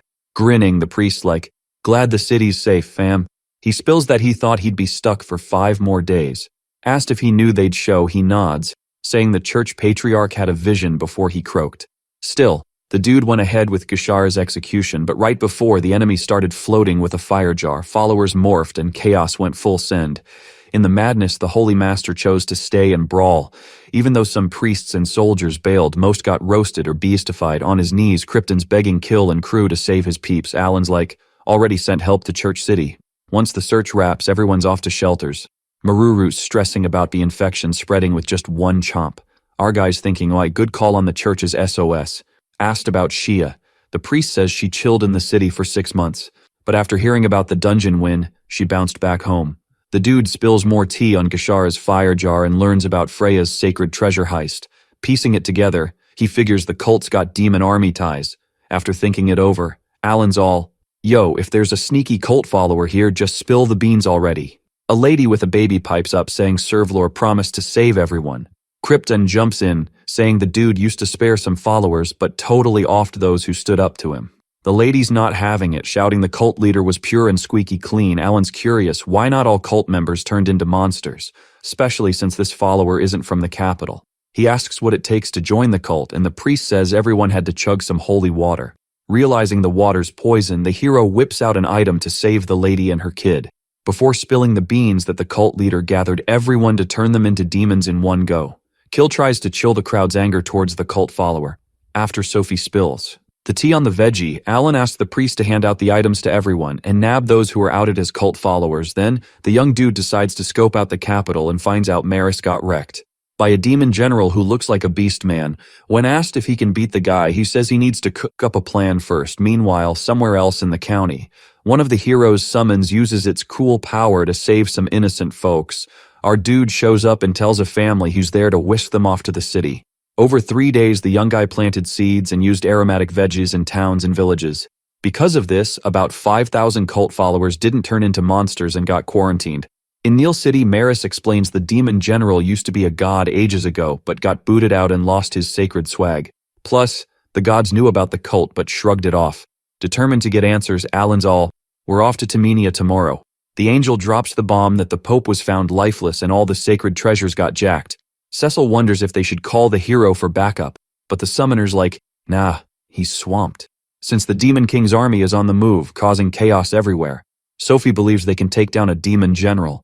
Dagora's all in, saying he used his extra skill last time, so he's ready to rumble. Grinning, the hero says he's got a victory plan and it's time for everyone to brush up on their strategies. On March 22nd, the crews shook seeing Theomenia's mess firsthand. They rush to the temple where most of the monsters are chilling. A bit further, Lycaoron's heard all about the summoner, and he's stoked to see he's rolling with an angel who supposedly bit the dust by his hands. Alan asks about the fire column, but the creature's like, info ain't free, buddy. The hero's all, fine, let's wreck the altar then. Maris sneaks up on the demon general, but the general grabs his hand and lands a nasty hit on the summoner, who was about to sneak attack him. Our dude crashes into a wall, but to show he's cool, he grins and says the enemy's attack power ain't all that, before telling his pals to start the smackdown. Cecil casts a spell, launching a fireball, but Lycaon swats it away with one hand. Karena jumps in with her sword but gets a slap. She bounces back, saying she's not done yet. A bit away, Sophie calls for Gale's help. The spirit wraps around the general, holding him down. After breaking free, the enemy's like, what the heck's going on? Since the squad's way stronger than he heard. Alan yells the first part of the plan's done, now it's up to the elf and the mage. Nymph shows up while the Baron's daughter unleashes her blizzard skill. Seeing what's coming his way, the general's all, I'll show you that combo moves won't change squat. Our dude tells Maruru it's her time to shine. Using Tam Tam, she gears up to blast the light pillar and the enemy. No hesitation, she fires a laser cannon. Both targets get nailed, while the others shield themselves. When the smoke clears, Dagora's stoked to see the columns gone. Suddenly, the temple starts shaking. Alan's like, yo, Maris, Tsubaman, handle the general, will ya? Out of nowhere, this creature pops up from the rubble, mad as a hornet cause the altar's toast. It starts morphing, all dramatic, saying the squad's toast without the hero. The summoner's like, whoa, Gashara's stats are off the charts, way above a general. Then it hits him. Maybe the cult leader's chilling in that light beam pointing south. Boom, the angel's back with backup. Rolling up, the mangerd's like, Lepe Tammy lend a hand, yeah? Everyone's flexing their extra skills. Duggar is struggling to power up, so he's benched. Karena's swinging with her King of Swords skill going all out. Fulmo's like, perfect timing, and zaps the enemy with a light arrow. The monster's like, how dare you, puny mortals. Alan sneaks up, taps the general, and tells Subamen, hit him with the return instinct. Like Heiron's like, wait, how'd I end up outside the city? Our dude's grinning, waving bye to the big guy. Reveals his epic plan to ambush from all sides with his top-tier summons. Cecil and Maruru join the party, blasting away with their powers. The generals hit hard, but he's all, this ain't my finale. When he bites the dust, it's party time, and they did it without the hero. The mage is like, why'd you risk it all for a theory, dude? No answer. Just a thanks to the beast duo for the assist. Temmie's like, can we head back to Rosenheim? Keep smacking down that demon army? Before they bounce, the girl warns Dagora. Stay sharp, prophecy's still in play. The main guys, like, time to handle the city beasts. Maruru's all smiles, thanking him for the hustle. Dagora's fuming. Why can't I use my extra skill, huh? Our dude's like, Maris, spill the tea. What's up with that? Maris doesn't wanna, but he knows he's gotta, 'cause not even Rosen's got the deets. He starts, if gods give crazy blessings, balance goes proof. Plus, fixing the world ain't easy, and folks love finding loopholes. That'd make angels hit the reset button on everything. Everyone's jaw drops when the angel says he's been saving humanity for ages. The catch, the cycle of chaos and rebirth never ends. That's why he became a summoned beast, to dodge world-ending duties. Alan's thinking, did the creature ghost everyone 'cause it offed humans before? Karina's freaking out, but her buddy's like, nah, Demon King's the real baddie, 'cause he messed up the balance, not caring about the chaos.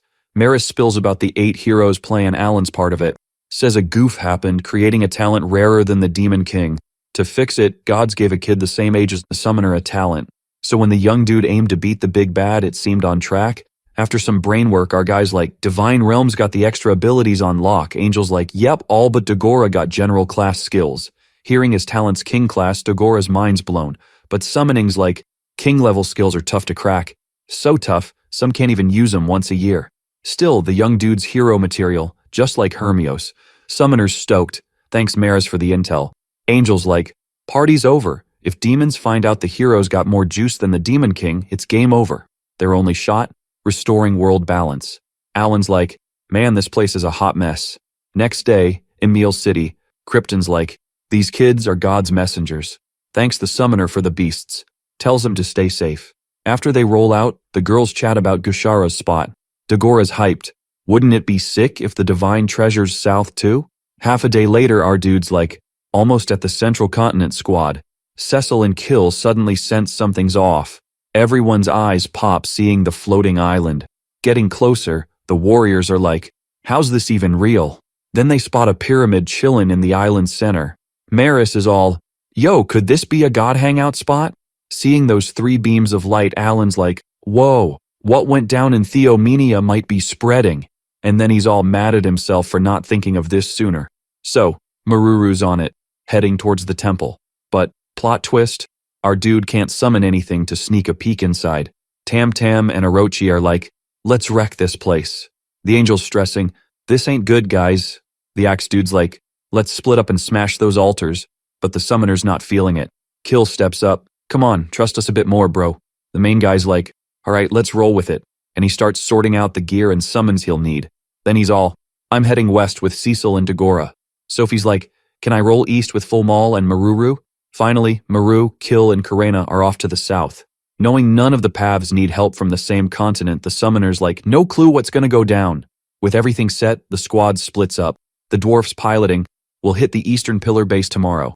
The warriors are catching Z's while Okyosen's on watch duty.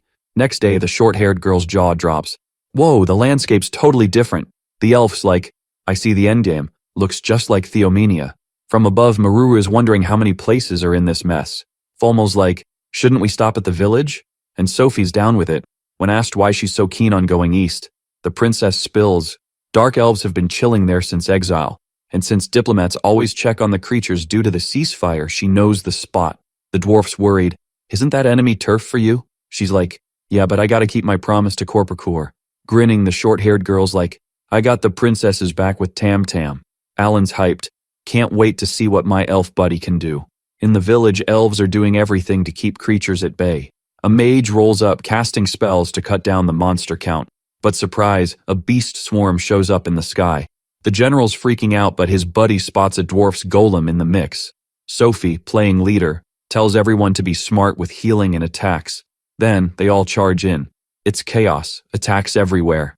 Even a tornado shows up. The army chief's wide-eyed. What in the world is happening?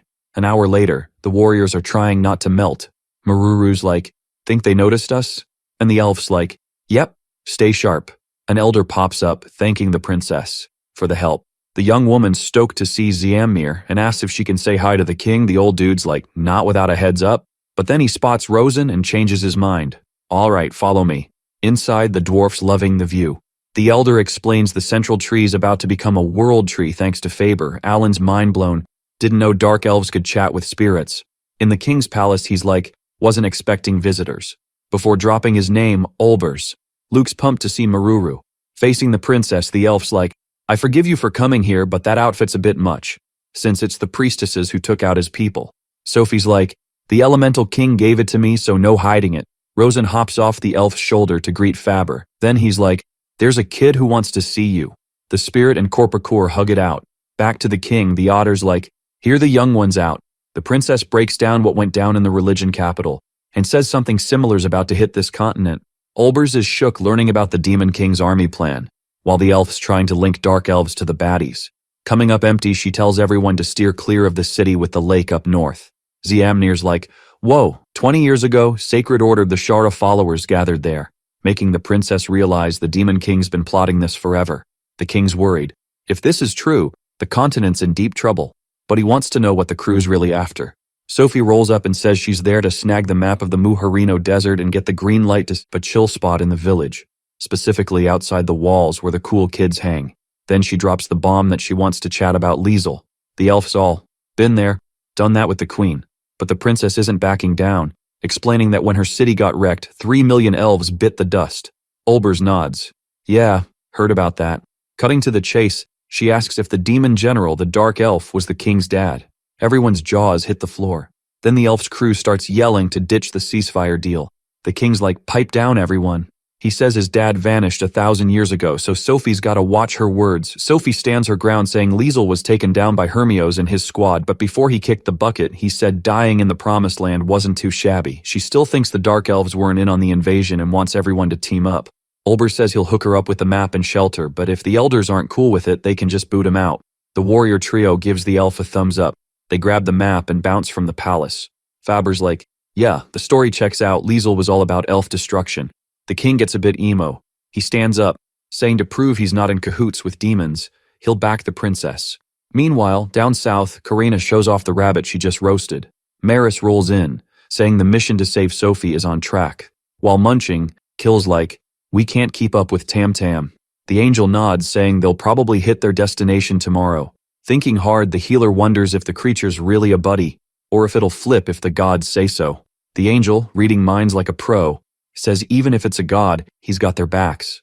The young dude gets it and is told to catch some Z's. From a distance, Alan's like, my body's not going to be swayed easily, but I'm counting on them. Next day, the trio finally rolls into the city. Maris points out that further south is the Republic of Carlania, which went solo about 10 years back. Then, boom, an explosion catches his eye. As they get closer, they see the fortresses under attack. Freaked out, Kill's like, let's focus on the kingdom rescue. The angel's down, saying he'll handle 2 fortresses while they tackle the middle. In one fortress, archers are giving it their all against the beasts. Things get hairy when a monster snatches a soldier. Then the healer swoops in using his purification skills. Everyone's amazed as their wounds vanish. In the sky, the warrior's like, no worries about turning into magical beasts now. Up ahead, a Class A monster's ready to pounce. Karina shows up just in time, slicing the enemy with her sword. She spins around, calling herself the Swordmaster, ready to help out. A purple lightning bolt hits the eastern fortress, and the healer knows Maris's crew is already in action. Telling the soldiers, the young guy says the attack's led by an ally who's also here to save them, so no wandering off from the fortress. After the hype, the commander says the king's army's gonna join the fight too. Our video ends here. If you liked it, leave your like. See you next time. Bye bye.